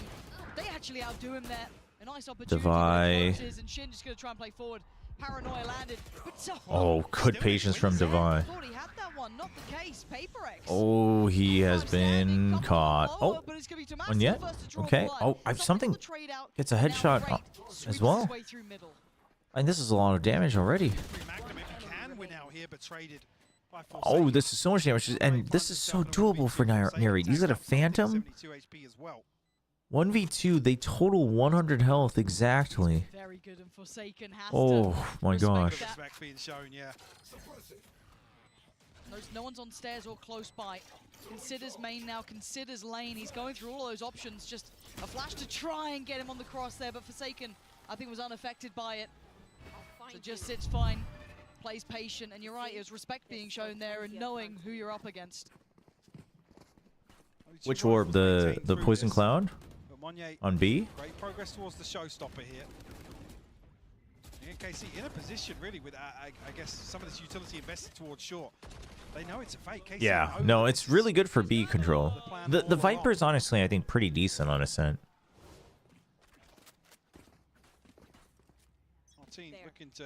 So this screen I like because it always signifies that the pinch onto A is doable at any time, but it also gives you some free mid control at any point. But Martin is just gonna. This is nice from him. They're gonna wait for the flashes. They're afraid of the Poison Cloud, but Tomasi's still getting the spike down, and 4 for Martin. Flawless for Carmine Core in map 3. So Magnum really the power player in this composition. Going to apply so much supportive utility to both sides.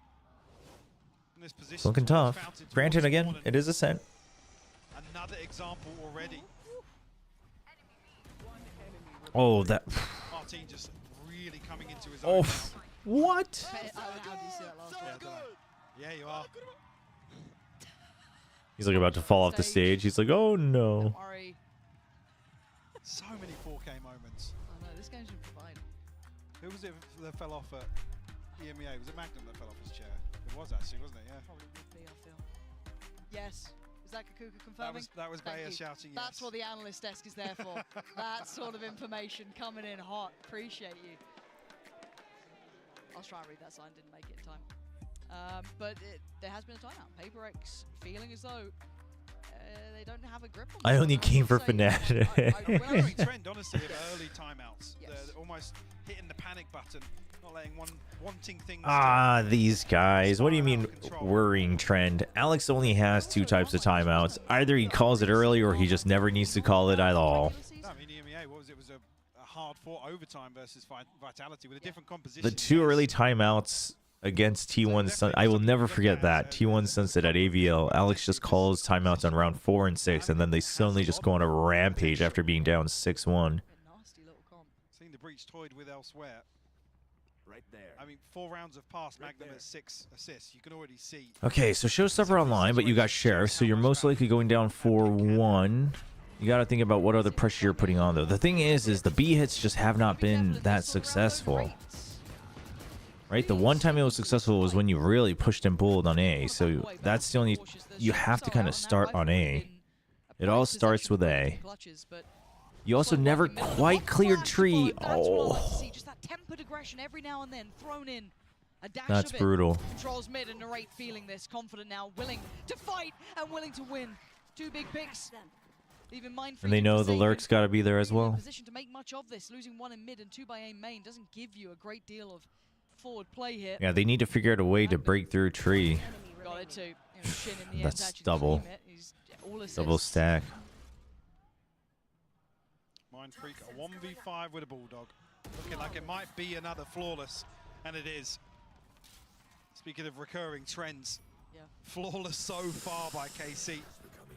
Barring that one This is this is rough, chat. You got Thrash now, though. The attack op is back. Ultimate's coming online now for PRX. with no armor. Forsaken Monnier and something. Divide one off the TP as well, but I mean, the other side, I think Carmine as well. Blade Storm, the null command, something to really shut down a fast execute. Obviously, Monnier's showstopper a concern in that regard as well, if Narate is in range.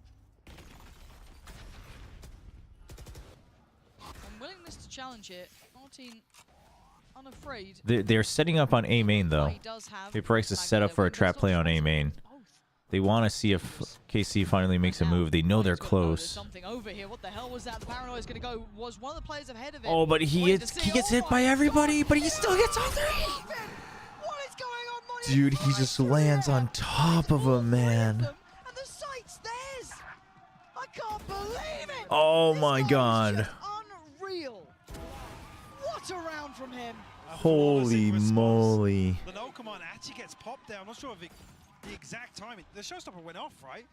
Did he get an extra boost in midair from the showstopper being shot down? Maybe. Show me this again. No, he shoots it. He just tries to shoot right under him.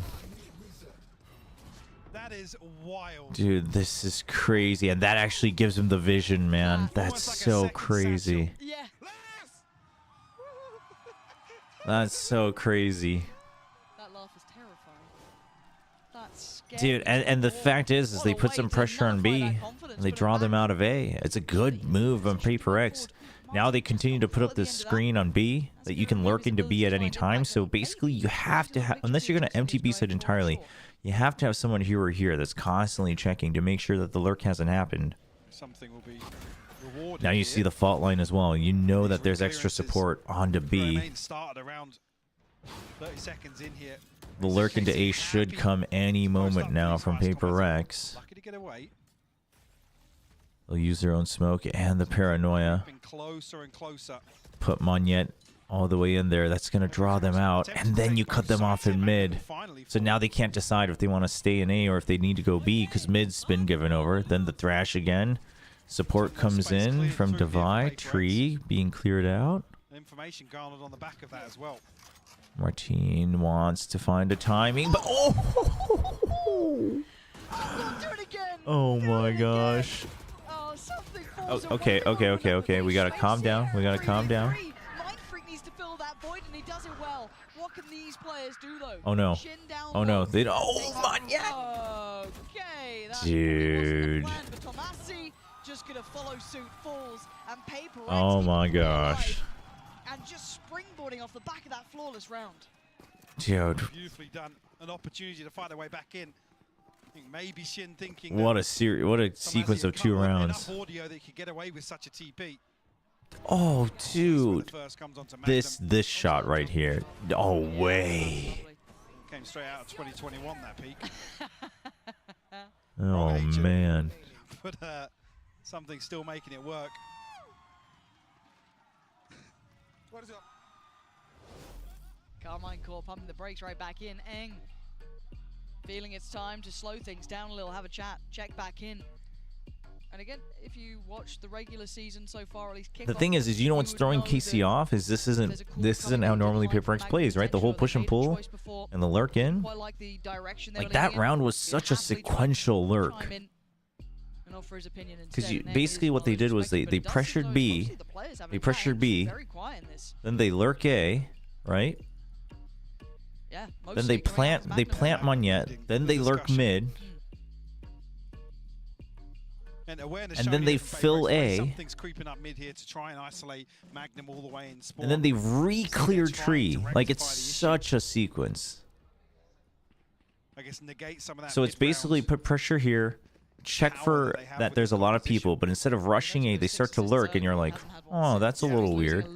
But during all of that, the real killer was something coming up all the way into market with an operator getting a kill for free. Interesting to see that dynamic shift there. Nobody plays the same Valorant as PRX, man. It's just PRX things. So Martine's going to now be tasked with holding mid. He's going to show himself. Wow, a fast push out. Double blast pack already used. Boombot will go in, but won't spot Narate, but a wide swing will. Narate. Dude, Monnier's on. Monnier's back on. Monnier's back on. proving the doubters wrong. So they now know that they've put pressure on Tree, so someone has to be watching that. Now Casey's going to play it as safe as possible, and they're just going to ditch Tree, and they're going to just hold mid. They're trying to get ahead of the game. They're trying to get the read that PRX is going to rotate, but Tomasi needs to get a multi-kill. Tomasi. Okay. So Martin, the game plan works. He tries to stay ahead of the rotate, but Tomasi couldn't get a kill.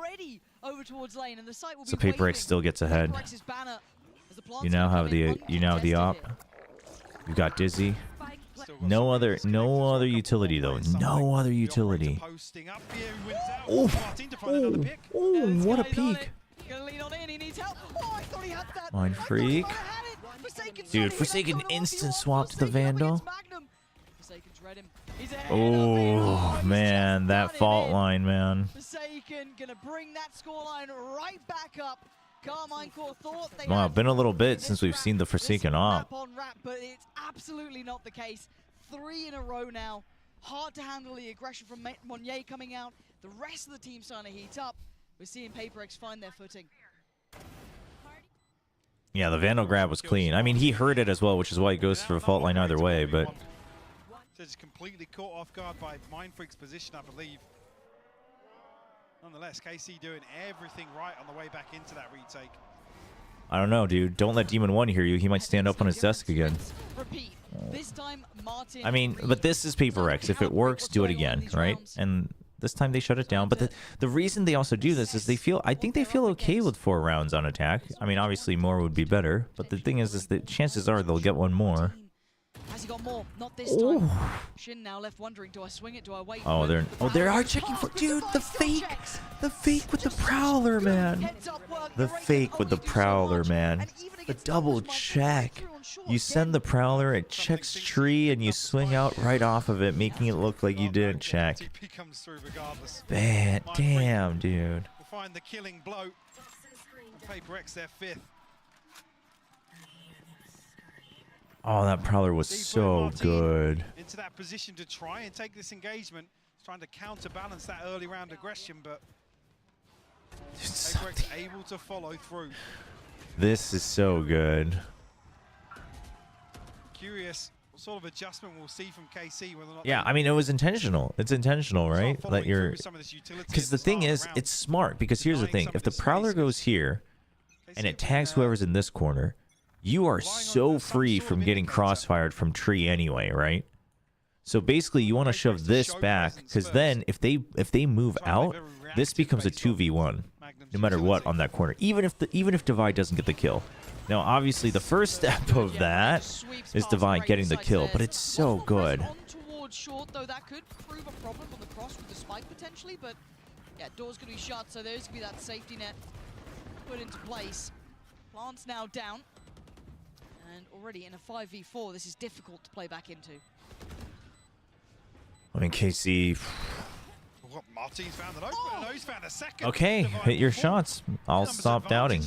Absorbing all issues. The post plant's not good. Something. What are you... What do you think you're doing? And Shin is there, converting on towards Mind Freak. Where is this final player? Forsaken. They flood him.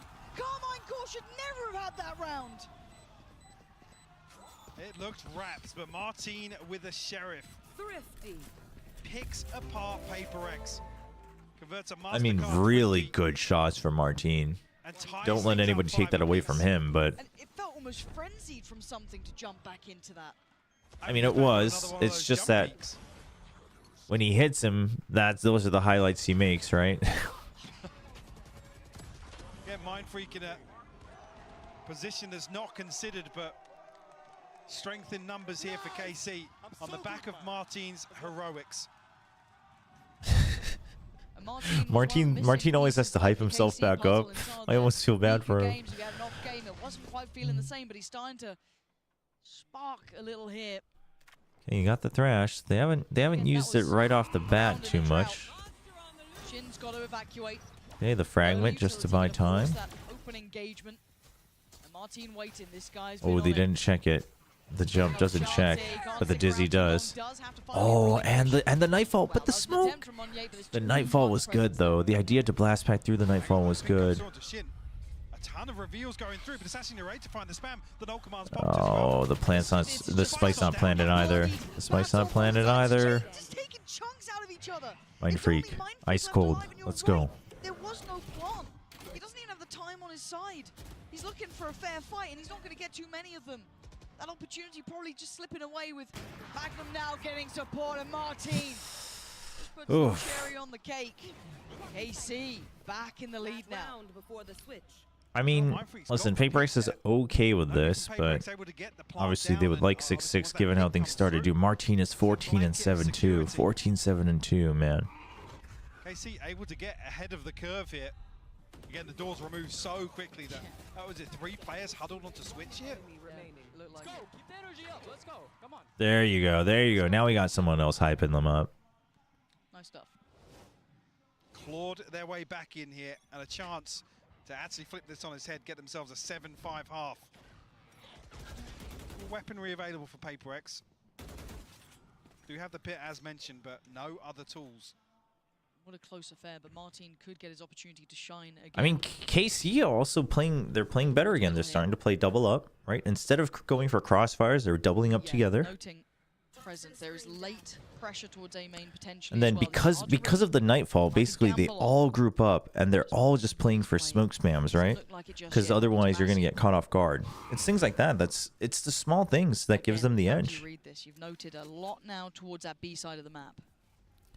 No, I mean I think comp wise, it's not like PRX is in trouble. It's not like they're playing triple duelist or something on Ascent. So on defense they should be okay. They'll just have to watch out for the breach here. The set plays with the fault line. Come through. Still KC sticking to a 3-man hold on A site. Ah, the rare set play from PRX. One and done really is enough for him. Yeah. This situation. Okay, draws from the shadows. PRX only 30 seconds. Get any help on the cross? They're backing. Look at the spike. Look where the spike's going. Not a lot of time for this. No, they have to make it out across. That the plant's not coming on B. If somebody can get he narrate swiveled at the wrong time. The fault line. This is it. That's it's so big. It's so big. What a moment for Magnum. Carmine Core keeping this in their favor. Dude, what a fault line, man. And because nothing else has really gone on in this round, Magnum has everything to close the door on short. Oh, man. The breach paying back in dividends on that round. I thought KC were potentially going to be behind this. Oh my gosh. But it's absolutely beautiful. You just can't get out. Dreamy for Magnum there, isn't it? So they keep the lead on the half. 7-5. It's a close affair. It's what we wanted for map 3 between these two. We'll be back in just a second. Okay, so the site execs. Hello guys, I'm Aaron, known as Mind Freak in game, and I play for Team PRX. How's that gonna work for KC? I think Monyet took it personally, or maybe like this is the first time he get like knocked in front of his face, that kind of stuff. Maybe like he took it personally. So basically, every time we won a round in split on the third map, and he's like screaming or whatever stuff, I say like calm down, you know, because like the match haven't ended yet. So yeah, I mean it's part of the game. I mean he they had tried to calm his him best down. to take us down, but personally I don't really bother at all because I was just like smiling at him. Wrap around players, plenty of them, ready for the targets here. Heads could pop and heads could come clean off. Still watching, and damage low enough. One shot in the chamber. Monier sends it. Oh, Brent was saying Monier as well. We just not informed like last year. We had this conversation. Is he going with Monier now? 2 days ago. That's why I'm so confused. Today was a little bit better because we changed the comp for second play race. Monyet said that he doesn't comfortable playing race in split. So yeah, I think we definitely improved like a bit because now I think everyone playing their comfortable role, and I feel like it's a good match because maybe people trying to underestimate us, but in the end of the day we take the W.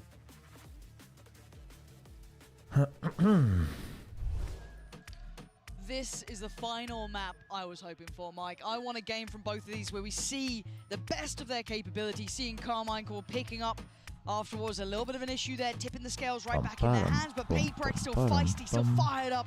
This is an elimination game. Only one of these two teams will carry on forward. So everything has to come out in this half. This is the final half of play, unless we get OT. See how KC look to apply his composition in the second half here. Martin is revealed here. Well, maybe a little bit of a miscommunication. Okay. I don't think anybody else was spotted. Only him marked. It's interesting that PRX isn't doing the retake screen anymore on pistols. Silvers Monnier looking to shoulder that. They're playing just for delay, right? They're playing for mid control here. Gives you a good sight line through market as well. Market approaches. And then delays just to close them off from A. Drift towards what looks like a But the thing is, they still stack A harder as well. High flash for the Now you just have to anchor on the front site. part of C's did come in, didn't connect. Right then I mean, you don't have anything. Towards the back It's of the side just itself, and he's going to get one, so they don't quite know. yeah, Forsaken's Oh, unknown. who is it? It's Forsaken. Yeah, Yeah, that's a good hide, and now that's enough time for the backup. Takes that time to play out. Paranoia reaches him just in time. Push and pull of the round, and Oh, the one way is actually nasty there. Martin trying to clear back in, spike back in hand, but for 25 seconds, where are you going to go? I mean, this is exactly the same amount of time that was left on the clock for PRX to make the same rotation in the last round of the first half. Martin tagged up down to 51, Shin at 74, but PRX, they're split though. Mind Freak. Gonna get the plant down. I mean, Mind Freak close, but not close enough. 40 HP, but he's here. He's gonna spot one. Spotted. Yeah, now he has to wait. Now he has to wait. Choice to wait for something to get close enough by to maybe work on some of the picks they get potentially. I think that door got shut. What do they do about it now? Spamming out towards CT. Okay, they're trying to pretend that they're both dropping. Turns his attention, spots Except it, shot. they would be wrong. Clean work, Carmine Corp. Starting off the second half here with a bang. Getting enough damage done to make something, and Mind Freak's 17 and 7 for Martin, man. I guess flipping this back in their favor. A little too difficult.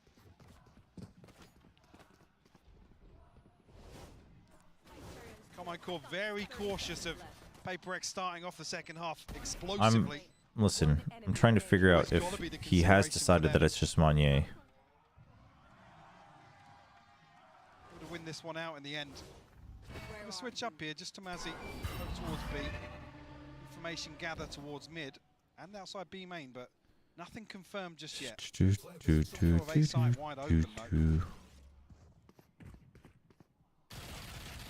divide over towards short.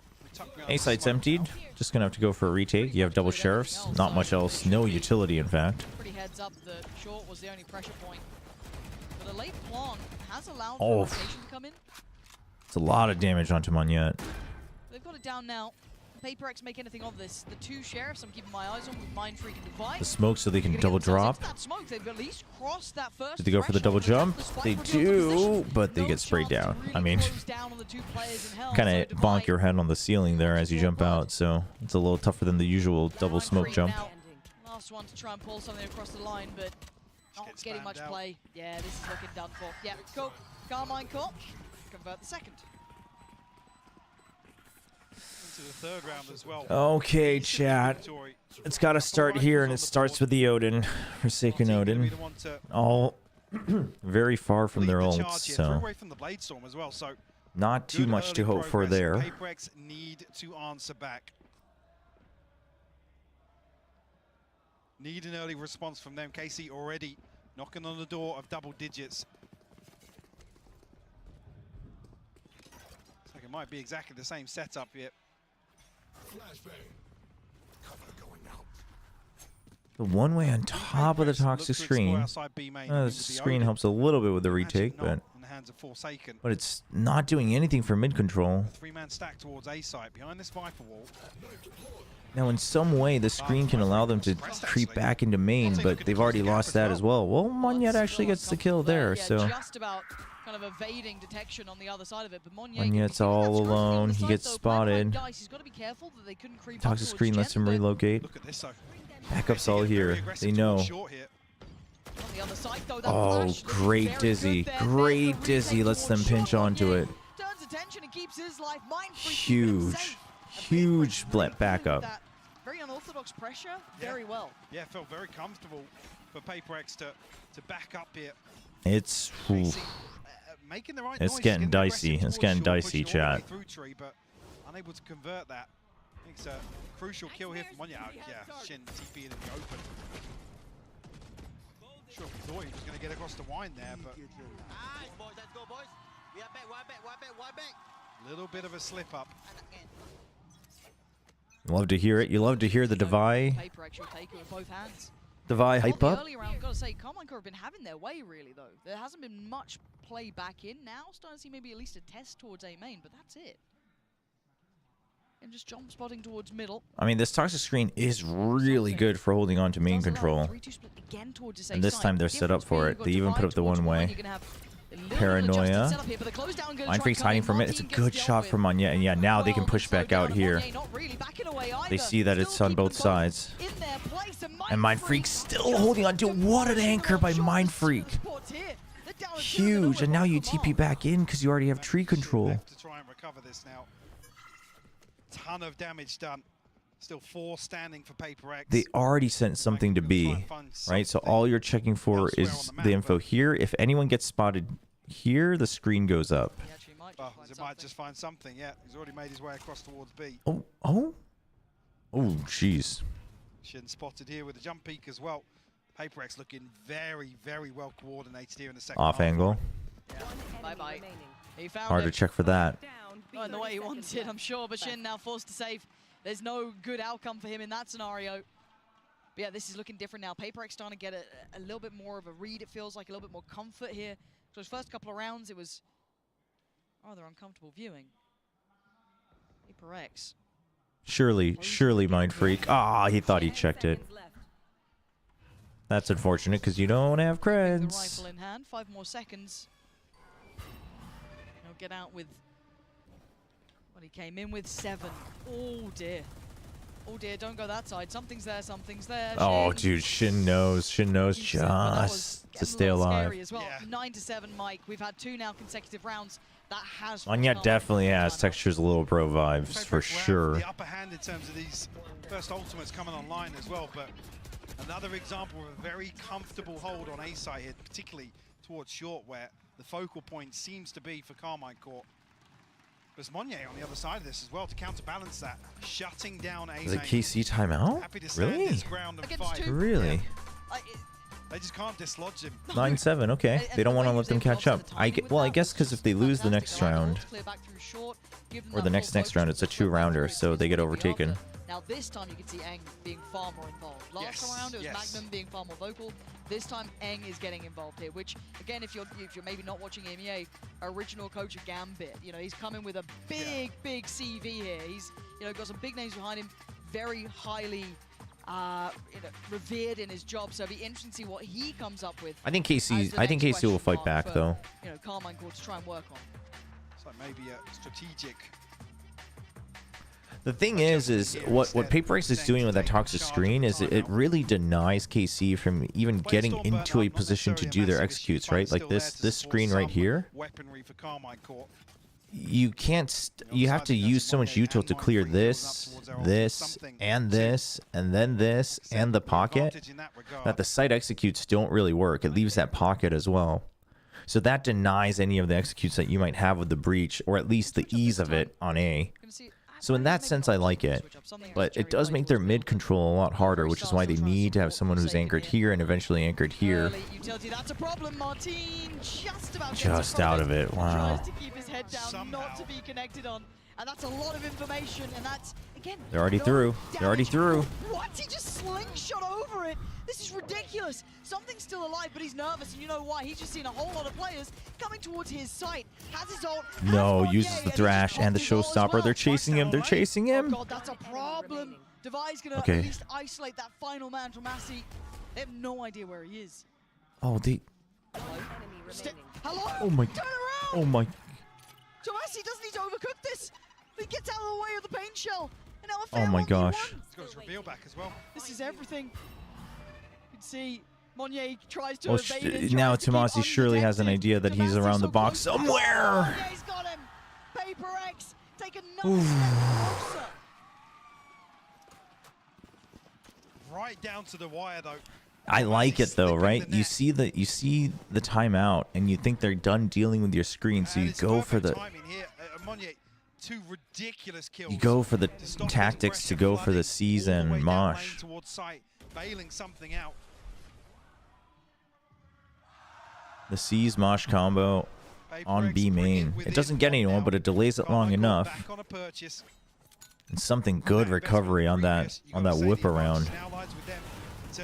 Okay, now they hear the op, but again, it's this screen is annoying. Now the op is here.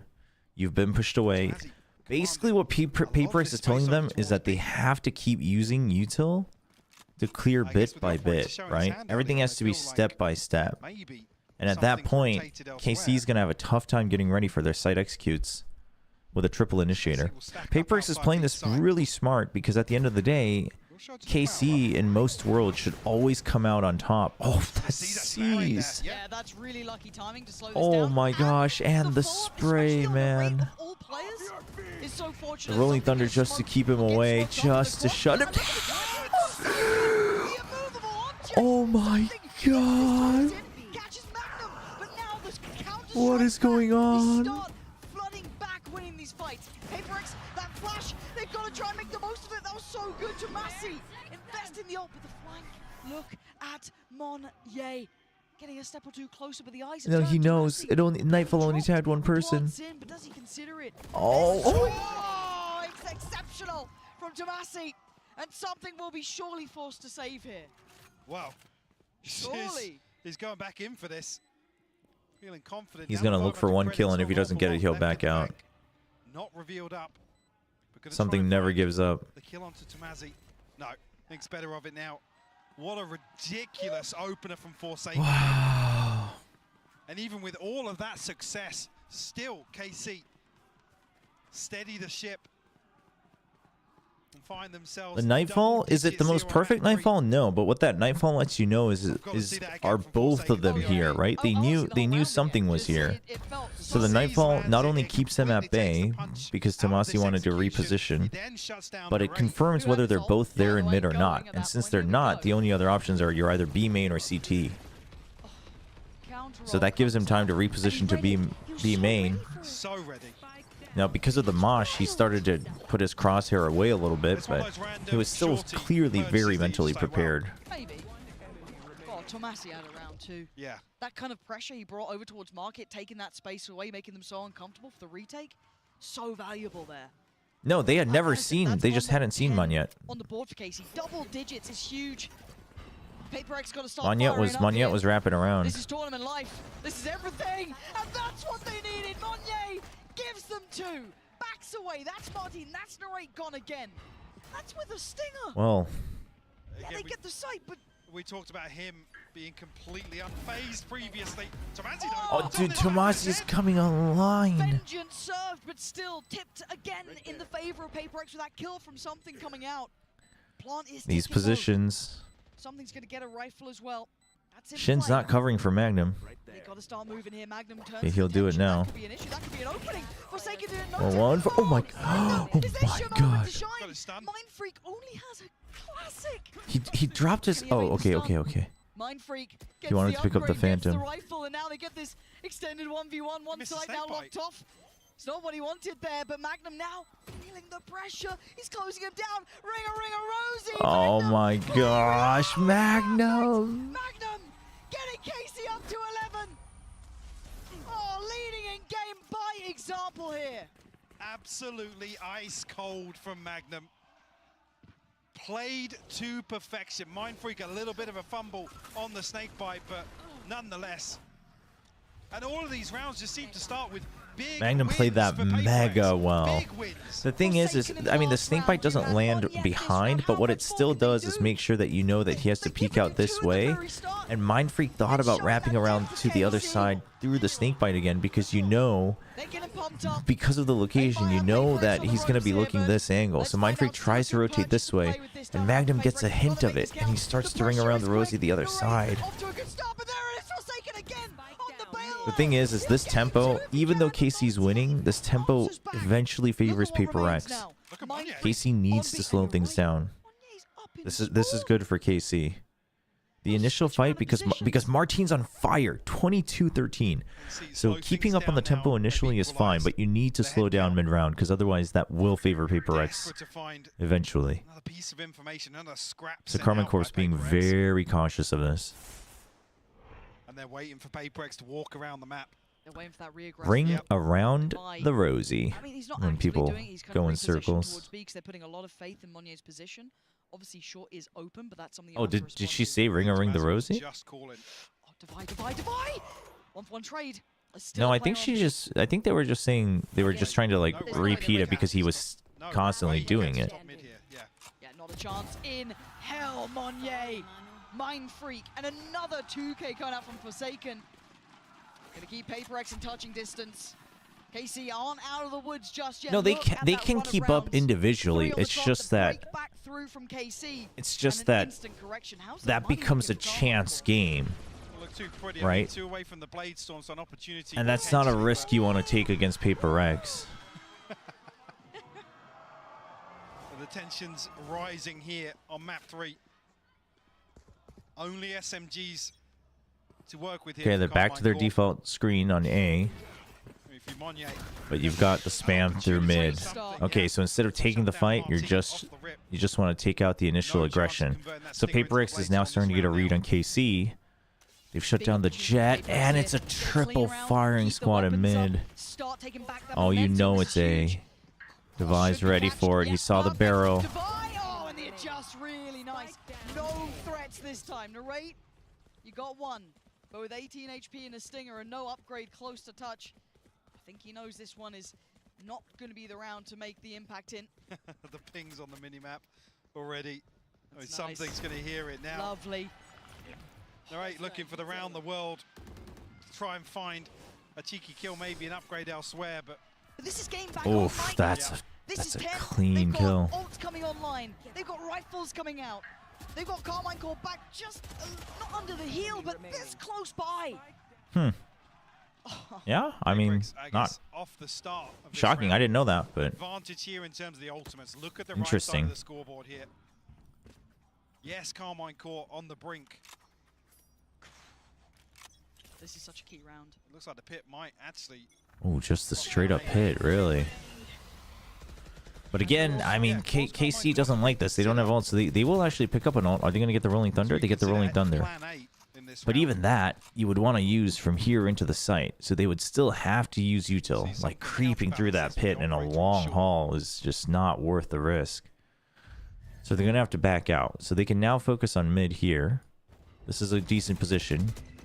You have your own Thrash and Nightfall for the retake into B. That was a really bold play to bring out there.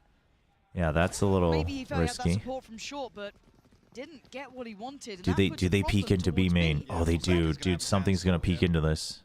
He has been good for 2. Something's got the cross. Oh. Back to oh, okay. There it is. Finds Tomasi. That's got to be so revealing. Oh my god. Oh my gosh, Shin. Perfect. Oh, he wants more information. He's not hit by the Rolling Thunder. The Thrash is chasing them. They don't have time to check this corner. Oh, he wants the close range kill. Okay, let's calm down. Let's calm down. Let's calm down. Oh. Dude, the night. Oh my gosh. I can't believe they've tied this up. 11 apiece now. In the 11th hour, they do it. And Karmine Corp. Dude, the second peak, the kill onto Shin, man. And then the Nightfall too. The Nightfall, dude, that ult combo was so big. Cause like KC just had to panic. They Nightfall this way and then they Thrash this way, and you don't hear the Thrash coming. You just have to keep running. Yeah, it's huge ults from PRX. Now they have Showstopper, so they're not exactly that far behind. Sure, there's no command, but KC's the one pressed for Econ. If you give this up, it's match point. They don't really want to do it, but they'll work with the Stingers. They had the Blaze Storm. Uh-oh, That is the only stream's adjustment we're dying. seeing here. They're allowing this space, maybe having enough faith in this ult. And these players, oh, it's so good. The timing on that. Oh, gets the KO. As soon as Narrate popped the ult as Dude, well. why did that freeze frame show Paper X standing up? That's what I want to know. Maybe give them a chance on the res here too. This buys time and it's critical. And now, PaperX don't have that next springboard. How do they get to the site? This was with Stingers, Spectres, With the op, how are you going to do Where is this? that next layer? Here it is. Here it comes. Martin going to be Okay, noted. He is in they danger. know he was Can caught. somehow weather the Good storm? clear, No. good paranoia. Creep up step by step. The screen lets them go for the retake. KC has to stack up on one side, and that's the trap. Because now you're lined up. Dude, mind freak. That's his side, but Shen can't do enough. PaperX Oh, man. gonna put themselves up to 12. This game is ridiculous. Oh, my gosh. Giving KC a glimmer of what that 12th round would have looked like. They had and a taking taste. it away. A taste. Just a Oh, whiff. dude, that retake screen is so good. And, dude, they've been putting up the A screen for so long, and they use the retake screen knowing that the null command is there. And it's like, you don't have a choice, right? You have to fill in one side, and they're all lined up. Oh, here we go. More of that. To get fired up. More of that. I mean, in some ways heartbreaking for both teams, but I agree, if they lose, it's much more heartbreaking for KC than it would be for PRX. That's a nice shot from the observers, by the way. The triple dizzy. Somehow Martin comes out with 2 kills. But with this man still standing, there is no safety. He could still change around. Does he read it? No, he doesn't do this Not again. play from the catwalk itself, considering maybe they already thought about it, but it's his He's presence trying to again. hide away from top mid as well. He is the one I mean, that this is an gatekeeps off this angle. round. They're going to check it, but this is an off angle. He needs to catch 1, 2. Is he ready for this? Are they ready for this? You can see Mind Freak moving closer as well. Starting to get curious. Oh my gosh. See just how close it is. Something gives it up. Oh, I mean, something had Mind Freak not going to be able to do much more. Martin is absolutely activating here, and it's all on Forsaken. A 1v4. And I mean, something had the timing read. It's just the jump up, man. So I mean, good on narrate. Welcome back, Ascent, man. It's been a little long time since we've seen some good Ascent, man. Absolutely fitting end to this map 3 and this series overall. Oh, dude, Martin is firing on all cylinders this map. And KC just demonstrating such a solid understanding of how PaperX are playing in some of these mid rounds. Triple Initiator. It's not Triple Flash. It's Triple Initiator, right? But Triple Initiator used to be the go-to comp. DRX started playing it for a long time, and it became the go-to comp. It was really suffocating. Absolute banger. Man, you couldn't. And then Loud brought in the current now. meta comp as an adjustment. Something. But the Triple Initiator comp is very good against very specific styles and plays. And in fact, it's actually really good against PaperX. The difference is DRX plays triple info rather than like the breach. And that used to be really good against PaperX in general. Still positioned towards Pizza, but PaperX very quickly disengaged. Spike not committed just yet, so PaperX looking to just find these picks. Tomazzi lucky to escape with his life here. I mean, if we're counting the Prowler, then sure, and the Omen Paranoia, I guess. But the point here is it's much more just. This isn't really a flash comp. It's basically Triple Initiator, but not for info. It's just so you can always regain control, right? And then you still have enough for a set play. It's just that sometimes these toxic screens are forcing them to have to use it a lot earlier to regain any control. Reality of the scenario if you're a Carmine Core fan that, well, they're not coming B anymore.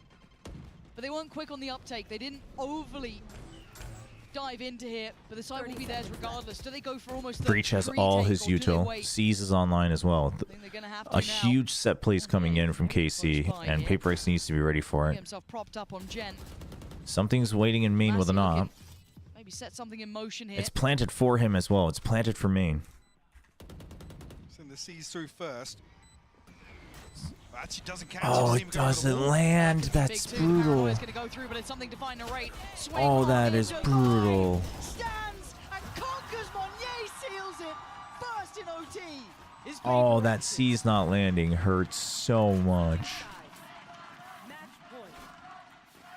And a punch to the gut of KC. I mean, something gets the first kill anyway, so I think PRX comes out on top. Dude,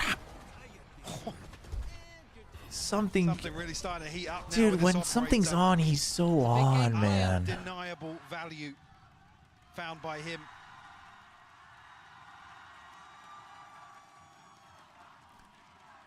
Holy cow. Big timeout just came in. I just caught a glimpse of it. It's Carmine Core. We're in OT, so it kind of changes it. They're going to slow things down now. That's going to be, again, Eng right back in here. Magnum, again, this is very hard. Once you get into OT, calling becomes not impossible, but it's one of the hardest things, I feel, because it goes out of the normal realms of reality. You're not playing a Absolutely, dude. Calling OT is I think so this is a good time difficult. to pump the brakes and try and check back in. Calm the nerves a little. You've still Yeah, got a very for sure. young This- team yeah, here. exactly, yeah. I Like we think, said, we talk dude, about, obviously, why is everyone so KC's against it? I think Gecko Ops are opportunity here to really are play one of fine. the international titans It's of not, Valorant listen, and a it's not as victory good over as Jet or Chamber, uncharted but territory for this roster. they also provide so much other utility. They Shin, the provide only so much real other value. Legacy really remaining from Carmichael. Everybody else, newcomers, other than Magnum, to the international stage. The thing is yes, you have to be really good with the op, right? Well, everyone can op if you're good enough, but for instance, like Cypher is a bad opera agent. Because the more you look at through your op, the less you're looking at your cam, right? So, like I would say, Cypher is probably a really bad one. Grease for it a little bit. I mean, it's a set play. PRX, they try to go for it, but it doesn't quite connect. From there. Oh, he's been near on prolific at his damage. How many rounds? 2 kills, 3 kills, just impact. So a great adjustment and a really strong read. But there's bodies behind this, Mike. It's not just Monnier. They still have 2 other players, which I don't know if they're expecting that. But now, probably a lot of utility going to reveal who's present on this site. Again, the other switch up being Forsaken over towards A site. Look at the amount of space that Mind Freak has. Yeah, huge. A ton of information. And okay, so because of the screen, right? Look at the difference. KC now can do their set play. They don't have to use all that util to get rid of the screen. No, you've got to stand. You've got to try and hold that ground. Martin has to just stay alive. Switching out to the shorty is Divine Forsaken. Oh no! They're on the back. They're on the verge. I can't believe it. PRX keeping hope alive for themselves. Take it to OT. Beating Carmine Core. The European Reapers carry on. I mean, that's a rare observer L, but quite frankly, I was interested in following Martin. I was more interested in following Martin, because if he clears the site, then they all get in, right? And he was trying to wait for as long as possible. Damn, dude. Gave it their all today. EMEA 0-team region, am I right, chat? From start to finish. Put some respect on VCT Pacific. Of their performance. I mean, Martin becoming absolutely electric towards the end of this series. Yes. Narrate as well, potentially even. I mean, Dude, Loud eliminated all of China, and PRX eliminated all of EMEA. Statistically, performance for him. Yes. Absolutely fantastic stuff. And bigger picture. No, it delivered for sure. It delivered. It showcased the strengths of both teams. It showcased the strengths of both teams. No, I give him credit where it's due, but on the other side, of course, the victors today who somehow have been almost sparked back to life. Whatever Heretics did have turned these boys back. I can't believe they're going to playoffs again, chat. I can't believe it. Color me surprised. I mean, I predicted KC for the match. We saw on map 3, right? Was just like something that I feel like I hadn't seen in a while. Some of that explosive potential, seeing just Forsaken, Monnier, and seeing now Monnier joining the others towards that top end of the board. is exceptional to yeah, me. there's still some real questions about the comfort within this roster. That's the composition. crazy. Alex saying yesterday in the pre-match, we need to figure something else out. Like W Gaming's in year 3 now. We need to figure something else out. Oh but no, still, it chat. just looks My so soundproofing keeps falling off because our wallpaper has patterns on it. You're always rooting for KC in a way because it'd been great to see what they could do with such a young squad. But if anyone was going to put them home, I'm happy it was PaperX. What a fantastic run from them. 3K channel points, damn. Yeah, I mean, yeah, we're supposed to like talk about the game, and then we're supposed to like break it down. I mean, I feel like all there is to say is that they've done it in the most Yeah, that's PaperX so way many possible. Going to plushies. Madrid, we're on an ascent game with no Sova, with no Killjoy on either team. We come out here and we see them popping off towards the end of the Thursday game. night. On Gecko in Or Thursday. Thursday European time. There was no protection. He just Thursday night, midnight, KST. Just doing something things. And that's the So thing 2 with this days. team. 2 days break. They are inexplicable. They will pick a composition that makes no sense. They will make decisions that no one can fully explain, but they will win with it because they can seemingly make it work under any circumstances. And what a way, I mean, it was a honestly, good if KC comp. was It's a gonna good go out comp in groups, against. there's no better Somehow, way it's than actually playing good against against a KC. great team In some ways, it's actually not bad against Yeah, I mean, you basically went to the Reyna wire comp there either, against, but a squad that is no shame in losing to. I mean, let's not forget these are the runner-ups of the World Championship last year. For goodness sake, only difference is they have a new player on the team. And if anything, I think that this just further confirmed for me that Moniette belongs on this team, and that kid's got something special. He's got that dog in him for sure. He absolutely does. All right, well, let's just go ahead and head down to the floor right now. We got Kuka standing by with Moniette. Let's see what he's going to say with the Rise post-match. Moniette. PaperX one more time! Congratulations on making playoffs, on making that top 4. Before we even begin with the interview, real quick, if it were up to you, Raze, Omen, or Astra? Can I pick all of them? No, you have to choose one. I think I'll still say Omen, but I'd say my Raze is picking up right now. Is the momentum. Yes, exactly. We love that. Lo primero que le quería Yeah, preguntar es, he still likes the Omen. que ha jugado, sobre todo por cómo le I vemos think they'll cómo do se live mueve, draws, right? ¿Cuál prefería? Parece ser que se queda con los controladores, pero dice que ahora mismo su Raze está en ascenso, así que ya lo veremos. So, in 2 days, your team has defeated the 2 EMEA and sent them home, the 2 EMEA teams. What can we expect this time around from PaperX in playoffs? You'll never know what comma we're using. Do you see yourself lifting the trophy? I cannot jinx it. I mean, we'll see. Okay. Like one by one, The PaperX way. The PaperX way, one by one. A casa a los dos equipos de EMEA. Dicen que desde luego lo que nunca vamos a saber es qué composición van a elegir y que bueno, que no quiere todavía I don't think they can beat Sentinels though, so I don't think PaperX my last question is going to be can lift the trophy. Tell us about, now that you mentioned those compositions, tell us about that composition in Lotus. Help us understand, right? You make those changes from one day to another, right? Like now you go with the Astra. It's a Lotus comp with no Sentinel. So, help us understand why you make these changes. I mean, it's just like we're trying to what's comfortable for us, so we decided to change it to Astra Omen since 4Second was playing well on Race like yesterday, so we decided to do that after we came back from the venue.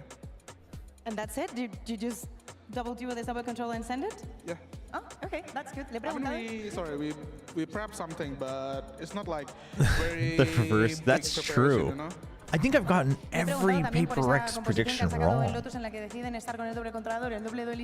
think I've gotten every PaperX prediction wrong.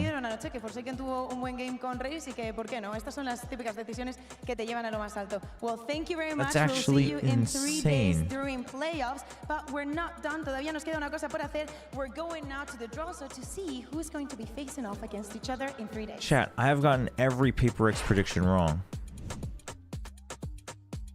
Am I the curse or am I the blessing? I mean, who knows? Hola a todos, chicos. Estamos aquí para ver quién va a jugar this en time los it's playoffs, Mixwell, para man. ver cuáles son los primeros equipos que vamos a ver dentro de 2 días. Victoria, let's do this. All right, so this draw is very simple and straightforward. This is for playoffs, so you have 2 teams that are 2-0, 2 teams that are 2-1. The 2-0 teams will be higher seeds. They will play one of the quote-unquote lower seeds. Oh boy. It is a new stage of the tournament, so there are no rules. Any matchup is good to go. The regional rematches could happen. I think that's it. So if you want to just kind of, you can give me one of these, and then we'll see what the first team for the first match is. Okay. Don't know. I don't know. I don't know what I want. Do we want regional rematch in the round of 4? I don't know. I mean, there's a lower bracket as well, so. Is going to be. Sentinels, let's see. And then by default, we'll do this. Okay. By default, the first team of the second match, so they don't play each other, but the first team in the other match is going to be Genji. Sentinels against Genji, 2 de los equipos que se clasificaron a los playoffs, los primeros. Yeah, there's 2 outcomes, so let's see. No, yeah, it's not Sentinels. Why did she open the second box first? ¿Quién va a jugar? It's not Sentinels. It's not Sentinels versus Genji. Loud. So it's Sentinels versus Sentinels Loud. Oh my god. So yeah, by default, we're gonna have Genji, PRX. It's the region. Oh my god. It is the finals rematch of Americas and Pacific. No, but I don't mind this. I don't mind this actually. I kind of like this. No, I kind of like this chat. Thank you so much for that, guys. And that was never bound to happen. There was no world. No, chat. This is actually. I was saying, I was like, No, this is actually good because there's a double. Because it's a double elim. Because there's a lower bracket. This is actually good. Because if we don't do that, there's this weird world where you have a regional finals rematch for the elimination, and I think that would feel bad. Right now, the first elimination match is guaranteed to be cross-regional. Right? It's guaranteed to be Americas versus Pacific in the first round of the lower bracket for elimination. So this is actually good, right? Get the rematch out of the way, a nice little fun best of 3. Set that up. If they meet again in the grand finals, it's mega hype, right? I mean, the thing is, we were gonna get, because it's 2-2, there's only 4 teams, you were going to get a regional rematch at some point anyway. I would rather it be in the round of 4 and then like potentially in the grand final again, rather than in an elimination match. No, this is good. This is good, chat. This is actually good. It kind of sucks, but it's actually good. They absolutely did. I mean, in particular, No. This is good. This is good. So here's the crazy part, chat. I think Genji actually has a small shot of beating Sentinels, but I just don't know if PRX has a shot of beating Sentinels. But then PRX definitely has a shot of beating Genji. It's that one thing, but both matches, Sentinels, 2 or 3 rounds difference, they win that game. Yeah. This game against PRX, same damn thing. It's overtime. Literally 1 round difference in OT. Yeah, that's all it would have been. It's a bit of a heartbreaker. Oh man. It's not an indication of this team. They just happen to run it. But chat, I can't believe it. I can't believe it. Out of 4 teams, it's 2 Pacific, 2 Americas. Pacific is finally showing up. You know, everyone wanted to trash on Pacific, including myself. And you know what? We're stronger than that. Let's fricking go. Sentinels, not Sentinels. Pacific's doing it, but then Sentinels is gonna do it better probably. Which is like, okay, it's a regional rematch. But after that, the games Chat, we can get. I have like a little shelf on my desk. So bad. I want to see Loud PRX also. Oh, I think I dropped my phone. It's freaking cracked. I dropped my phone on it. All these matchups are going to be really interesting. We have such unique styles throughout this one as well. We have Sentinel's balance of like individual risk and like pre-cooked stuff and counter stratting. You have Genji's fundamentals. You have inexplicable PRX is washed. Who are finally looking back in, you know, like championship form just as they get into playoffs. The concern being if PRX just start going down the rabbit for playoffs. I mean, they've already started today, right? Yeah. They're happy to just bring out Give the true heroes of Pacific a little bit of a shout, huh? RQ and Team Secret. Copenhagen vibes. You know what's wild too? We're having a tournament in EMEA and both of the teams go home, and it's a tragedy for this crowd. But I'm also just so sad about it because both of those matches for Heretics and Carmine Corps to be eliminated. Didn't you miss all the President RQ as well? I mean, you mean the 2 times that they played Genji? Yes. How close every team is that people were doubting Pacific coming in. Both their teams are in playoffs. People didn't know what Loud Granted, would look like. also They last stepped year, up. I had They're like a in playoffs. 90% miss rate on RRQ matches. The times that I predicted them, they lost, and the times I predicted against them, they It's won. going to be a very different landscape. There are some new contenders here, and I think even losing both EMEA teams, I think it's a real positive in terms of the performance, in terms of the demonstration, the level that they've shown here in Madrid. Definitely a positive to take away. Oh yeah, this in no way, shape, or form is this an indication because To beat Sentinels, ban Sunset? Yeah, but then you have to play their split. competitive, wild tournaments that we've ever had. It was impossible to predict. It was impossible to predict. Everyone I don't came here to know. play. This is the peak. This is like what Valorant. Are Champions tickets out yet or no? I don't think so. The tickets for VCT Pacific just went live today. I wonder how the sales are for that. Little guy just enjoying it on the side. It's amazing stuff. But folks, we're gonna get Mike out of here because he just casted a game that gave him a headache more than likely. Same thing for Mimi también. But guys, thank you so much for joining us. Dude, Genji. Oh man. Okay, hold on, chat. We gotta work this out. We gotta work the magic. All right, chat.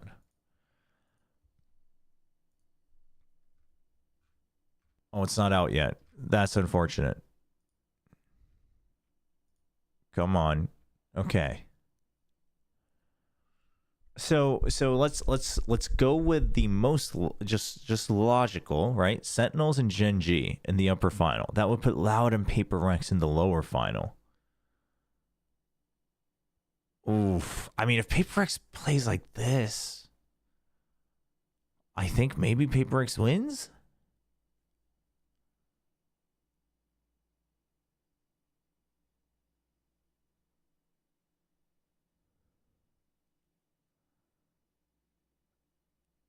And then it's probably Genji that drops down. There's actually a real chance that Genji can get to the grand final.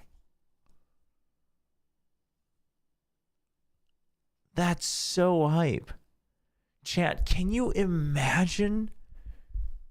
Chat, can you imagine the just explosion that the Korean fan base would have if some other Korean team makes it to the grand finals of an international tournament before DRX? Can you just imagine? Oh my gosh. Stacks would never be able to trash talk again in an opening video. Oh my god. That would be so exciting.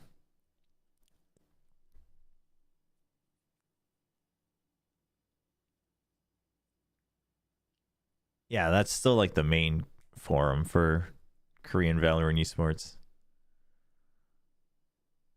Yeah, the platform overall is not great, but I mean, I think the most logical outcome is Sentinels versus a Pacific team in the grand final, right? And I think Sentinels still edges it out, especially in a BO5. I think PRX, listen, if PRX makes it to the grand final, I don't think they're beating. I quite frankly, if they make it to a BO5, I don't know if they could even beat Loud. I think their map pool is just gonna suffer.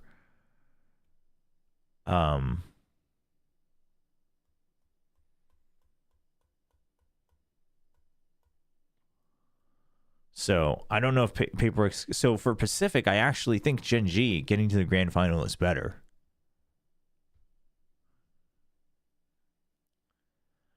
I mean, you say that, but here's the thing. There's a difference between.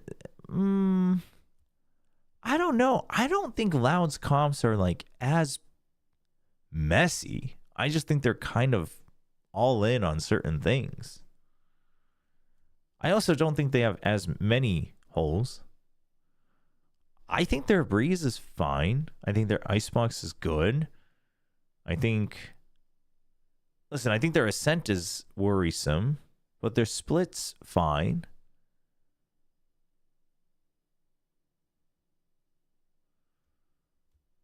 I guess Load. I mean, yeah, I guess Lotus. I guess Lotus is the Lotus and Ascent are kind of the concerns. I mean, yeah, maybe. Well, yeah. The thing is if it's Loud versus PRX, I think Loud still wins in a best of 5.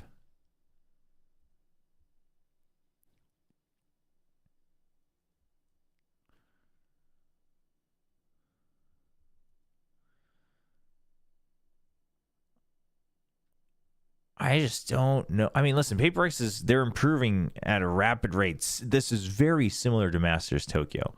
So I'm not going to say it's impossible, right? I'm not going to say it's impossible. I'm not going to be like, wow, like this is like the craziest things that happened in world history. It's not that level, but I think you'd have to be ridiculously, like you'd have to be a straight up fan to believe objectively that they have a good shot of winning a best of 5. That's what I'm saying.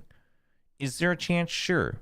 If you're a fan, do you want to hope for it? Sure. Am I going to call you crazy? No. But I think objectively, they're probably the weakest looking team in a best of 5. Loud's close. Loud could be close, though. You're right. Loud could be close.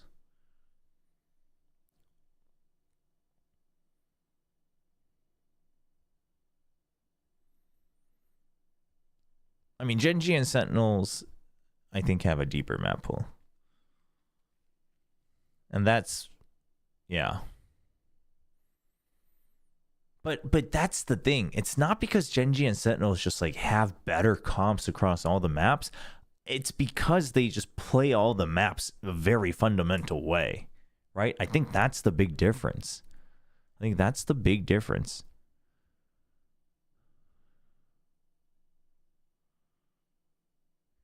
Loud and PRX are both trying to do their own thing, which means until you have a good comp that works, that map's going to be bad for you. Whereas Sentinels and Gen G are like, I mean, we don't really like this map, but we just play it like any other game of Valorant, right? So I think there's a good chance it's Sentinels Gen G. I think there's a good chance.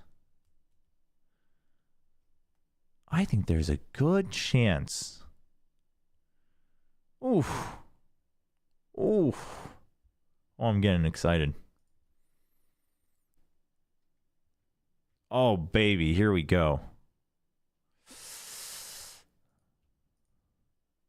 Oh, man.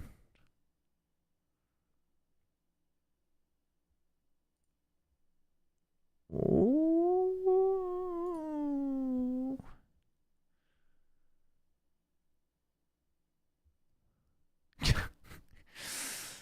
Man, it'd be so heartbreaking for but you know what the craziest part is? Oh my god, actually it's happening. It's actually happening, chat. It's actually happening. This is a repeat of Masters Reykjavik. If this happens, this is literally deja vu. And up to this point, it's so likely.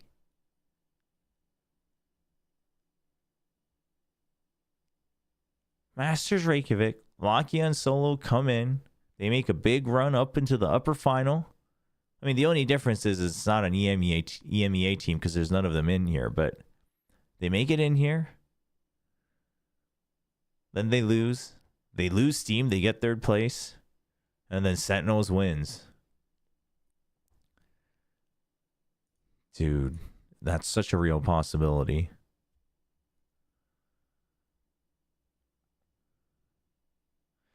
Man, if... No, but wait.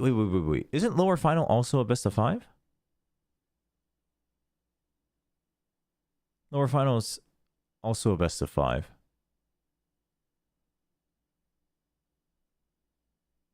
Then Gen G wins. Oh. Oh my gosh. Then Gen G wins. And then by the rule of the rematch, Gen G's gonna be the Masters champion. Chat. It's donezo. It's donezo, man. Pacific's winning our first trophy, man. Oh, it's happening. Oh, chat, you don't even know. Oh, you guys are laughing right now. Oh, boy. I can't wait to call you all out. Oh, it's so happening. Oh man, Gen.G's gonna be the first Pacific team. Well, that would be a headline. If Gen.G was the first Pacific team to win an international trophy, that would be a headline.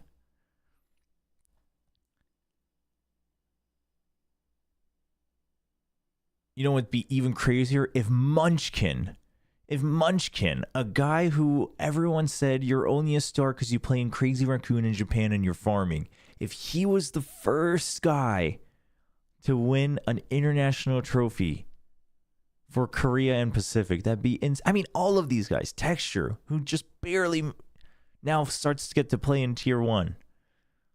Lakia, who also couldn't even win Challengers Japan. And the biggest one of all is if Solo gets a trophy before Termi, dude. Oh man, I don't know. I would not want to be Termi in that situation, man. Oh man. At least predict the map pool. It doesn't matter. It's 5 maps and it's a rematch. Okay? That's all you need to know. That's all you need to know. I actually live for the drama. Anytime something crazy can happen at a tournament, I'm like, oh man, I can't wait. Everyone's like, what's your prediction? I'm like, I want the craziest outcome. Oh, we have like 50 tiebreaker rules? Oh, I want all the tiebreakers. In case some of you didn't notice, when we had the play-ins, I didn't predict who I thought I was actually going to win. I just predicted all 3 teams going to win.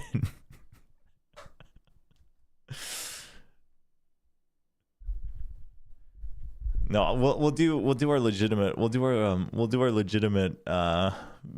pick'ems sometime during the week, or I might just record it and put it up. I'll kind of run through it.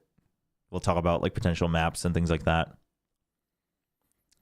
Right now, I'm too tired to do it actually step by step. But this should be fun, chat. This should be so fun. This should be so fun. I think it's oh man, this Masters already is very good. Someone was asking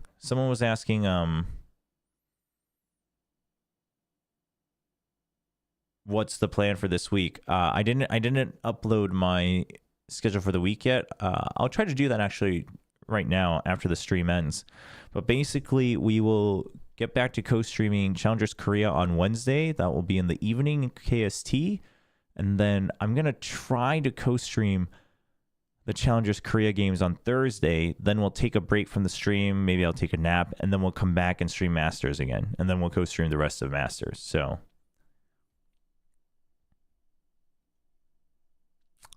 I mean, listen, I agree. I agree that Tomasi was the weakest link, but also we all said that about Magnet, and we weren't wrong. We were absolutely correct. And I mean, he came back swinging. He was a big reason they won map 1, and he was a pretty solid reason they won map 3. Right? Lakia's the weakest link of Gen.G. He still is. But he was also a huge reason they absolutely stomped on EDG on Breeze. Right? Yeah, and Tomasi was kind of bringing it back in a sense. It's just that EDG was just, or not EDG, PRX was just PRXing all over them. I mean, there's players like this that have their moments, and clearly there's some value that you have to consider there, right? Like, would I, like, if I was building a team, would I put as much value there? Maybe not, but maybe also I don't know what I'm doing, right? I mean, who knows? Like, for instance, I would say Carpe is in that boat, right? I would say Lakia is absolutely in that boat. I mean, Magnet's, I think, a different situation where, like, he really needs to grow into his situation, and obviously we need to give him time to figure it out. Like, it's only been, 2 official months in terms of official matches, so it's a little early, but no. Carpe doesn't get the IGL excuse. No.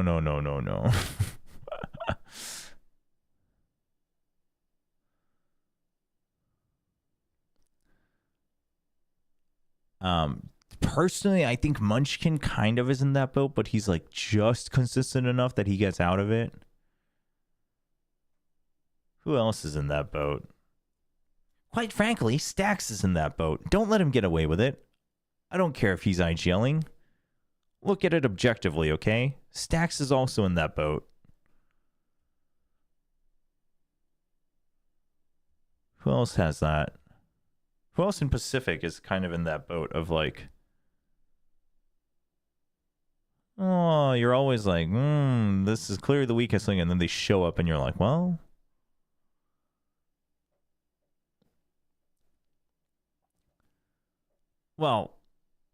apparently not for Dubstep because he got replaced, but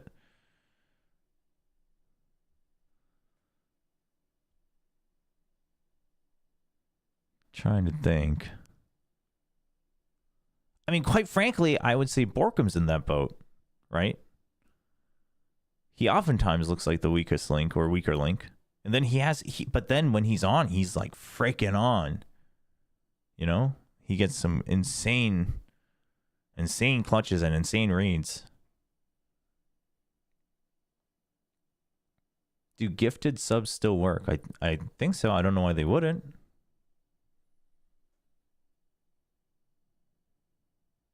Oh, you mean for my channel? Yes. I don't know. Unless I have to like change a setting. Unless they change something in the settings. In Pacific, who else is in that boat? I'm actually not so sure. But there's several people like that globally. Just take some time. Yeah, so basically, chat, we'll be watching these. One day 11 hours, one day 14 hours. Then we'll watch these. And then we'll jump right into these.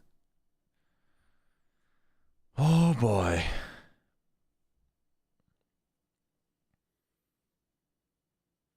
Hello, Elkim. It is a darn shame that EDG just bombed out in their last match. I don't know what happened. But honestly, the only way we can explain it we won't ever know until the team straight up tells us, but maybe they talked about it in the press conference. I actually don't know. Maybe I should check that out. But yo, Intel Sama with 5 gifted subs. Thank you so much. Appreciate it. If you were gifted a sub, feel free to give a big shout to Intel in the chat. Truly appreciate it. Thank you so much. Thanks a lot.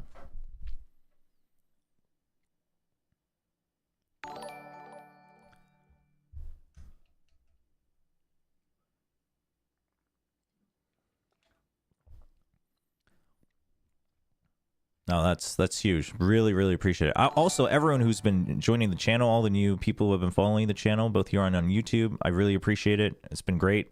You guys have made the co-streams even more enjoyable, and we'll keep doing it. Team IAM's actually, they look like they're back, so we'll see how they do. I mean, this should be an easier match for them, but Team IAM's looking better.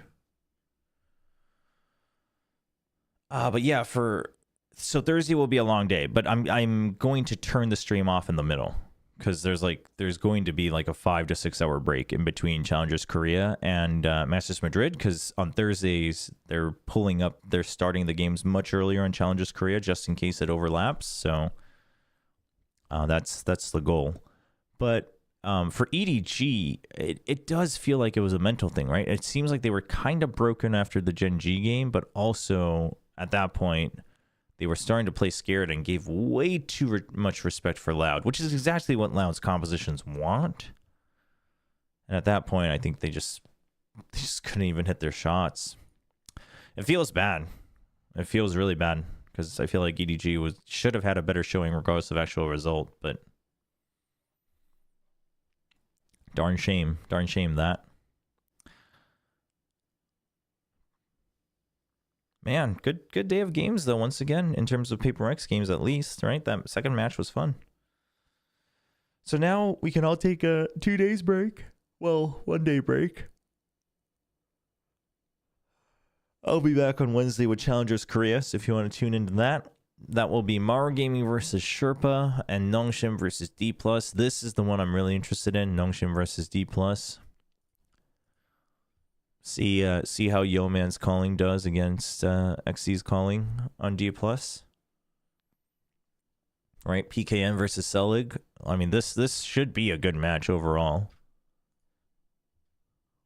Yeah, they're tied for first right now alongside. Oh, actually, Sherpa. Oh, because Sherpa beat LFG, they're all tied. That's actually kind of crazy. Dude, SLT Songnam really made a run for it, and Maru's just not doing well. SLT beat DK. Yeah, this was the one that shocked me. SLT beat DK. How? I haven't gone back and watched this yet. They also played everybody in a 7-man roster, chat. What?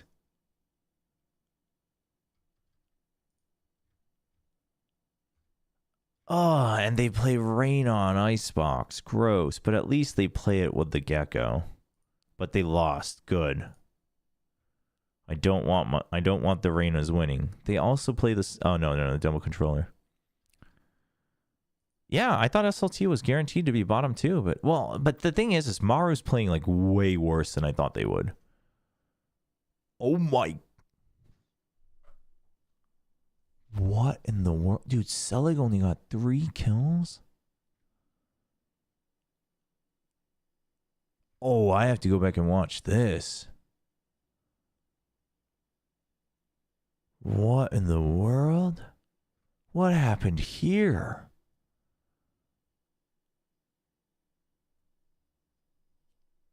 Holy cow.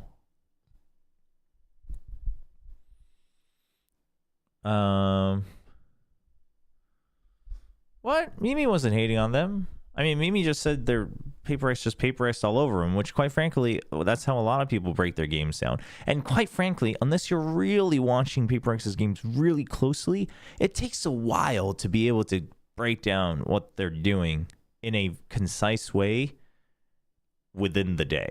And also, death segments. Listen, death segments are for entertainment at the end of the day. So don't read into it too much. Here's the thing is I agree. All of us as casters, like all of us can do even better at like giving respect where it's due, right? Instead of just like, well, he just like turned it on. Like I'm trying to get away from using things like that in my breakdowns of like, well, he just turned it on and he started shooting back. It's like, well, I mean, part of it might be that, like, if it's clearly a mental thing, right? If he just looked broken on stage and then he looked really zoned in, sure.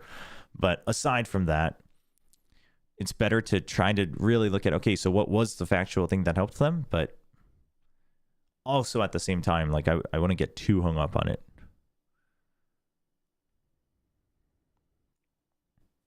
How do we know who just wanted him more?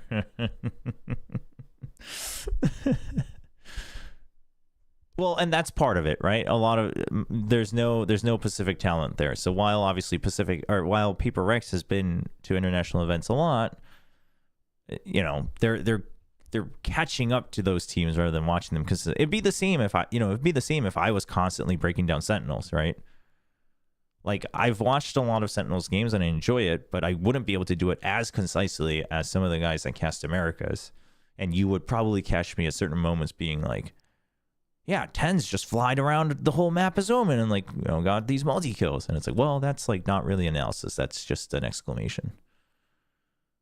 But I mean, like, if you're commenting on what the ending segment, I get it. Like, I was listening to it and I was like, it's unfortunate that we have to summarize that game that way, because I feel like there was so much more going on. But, yeah,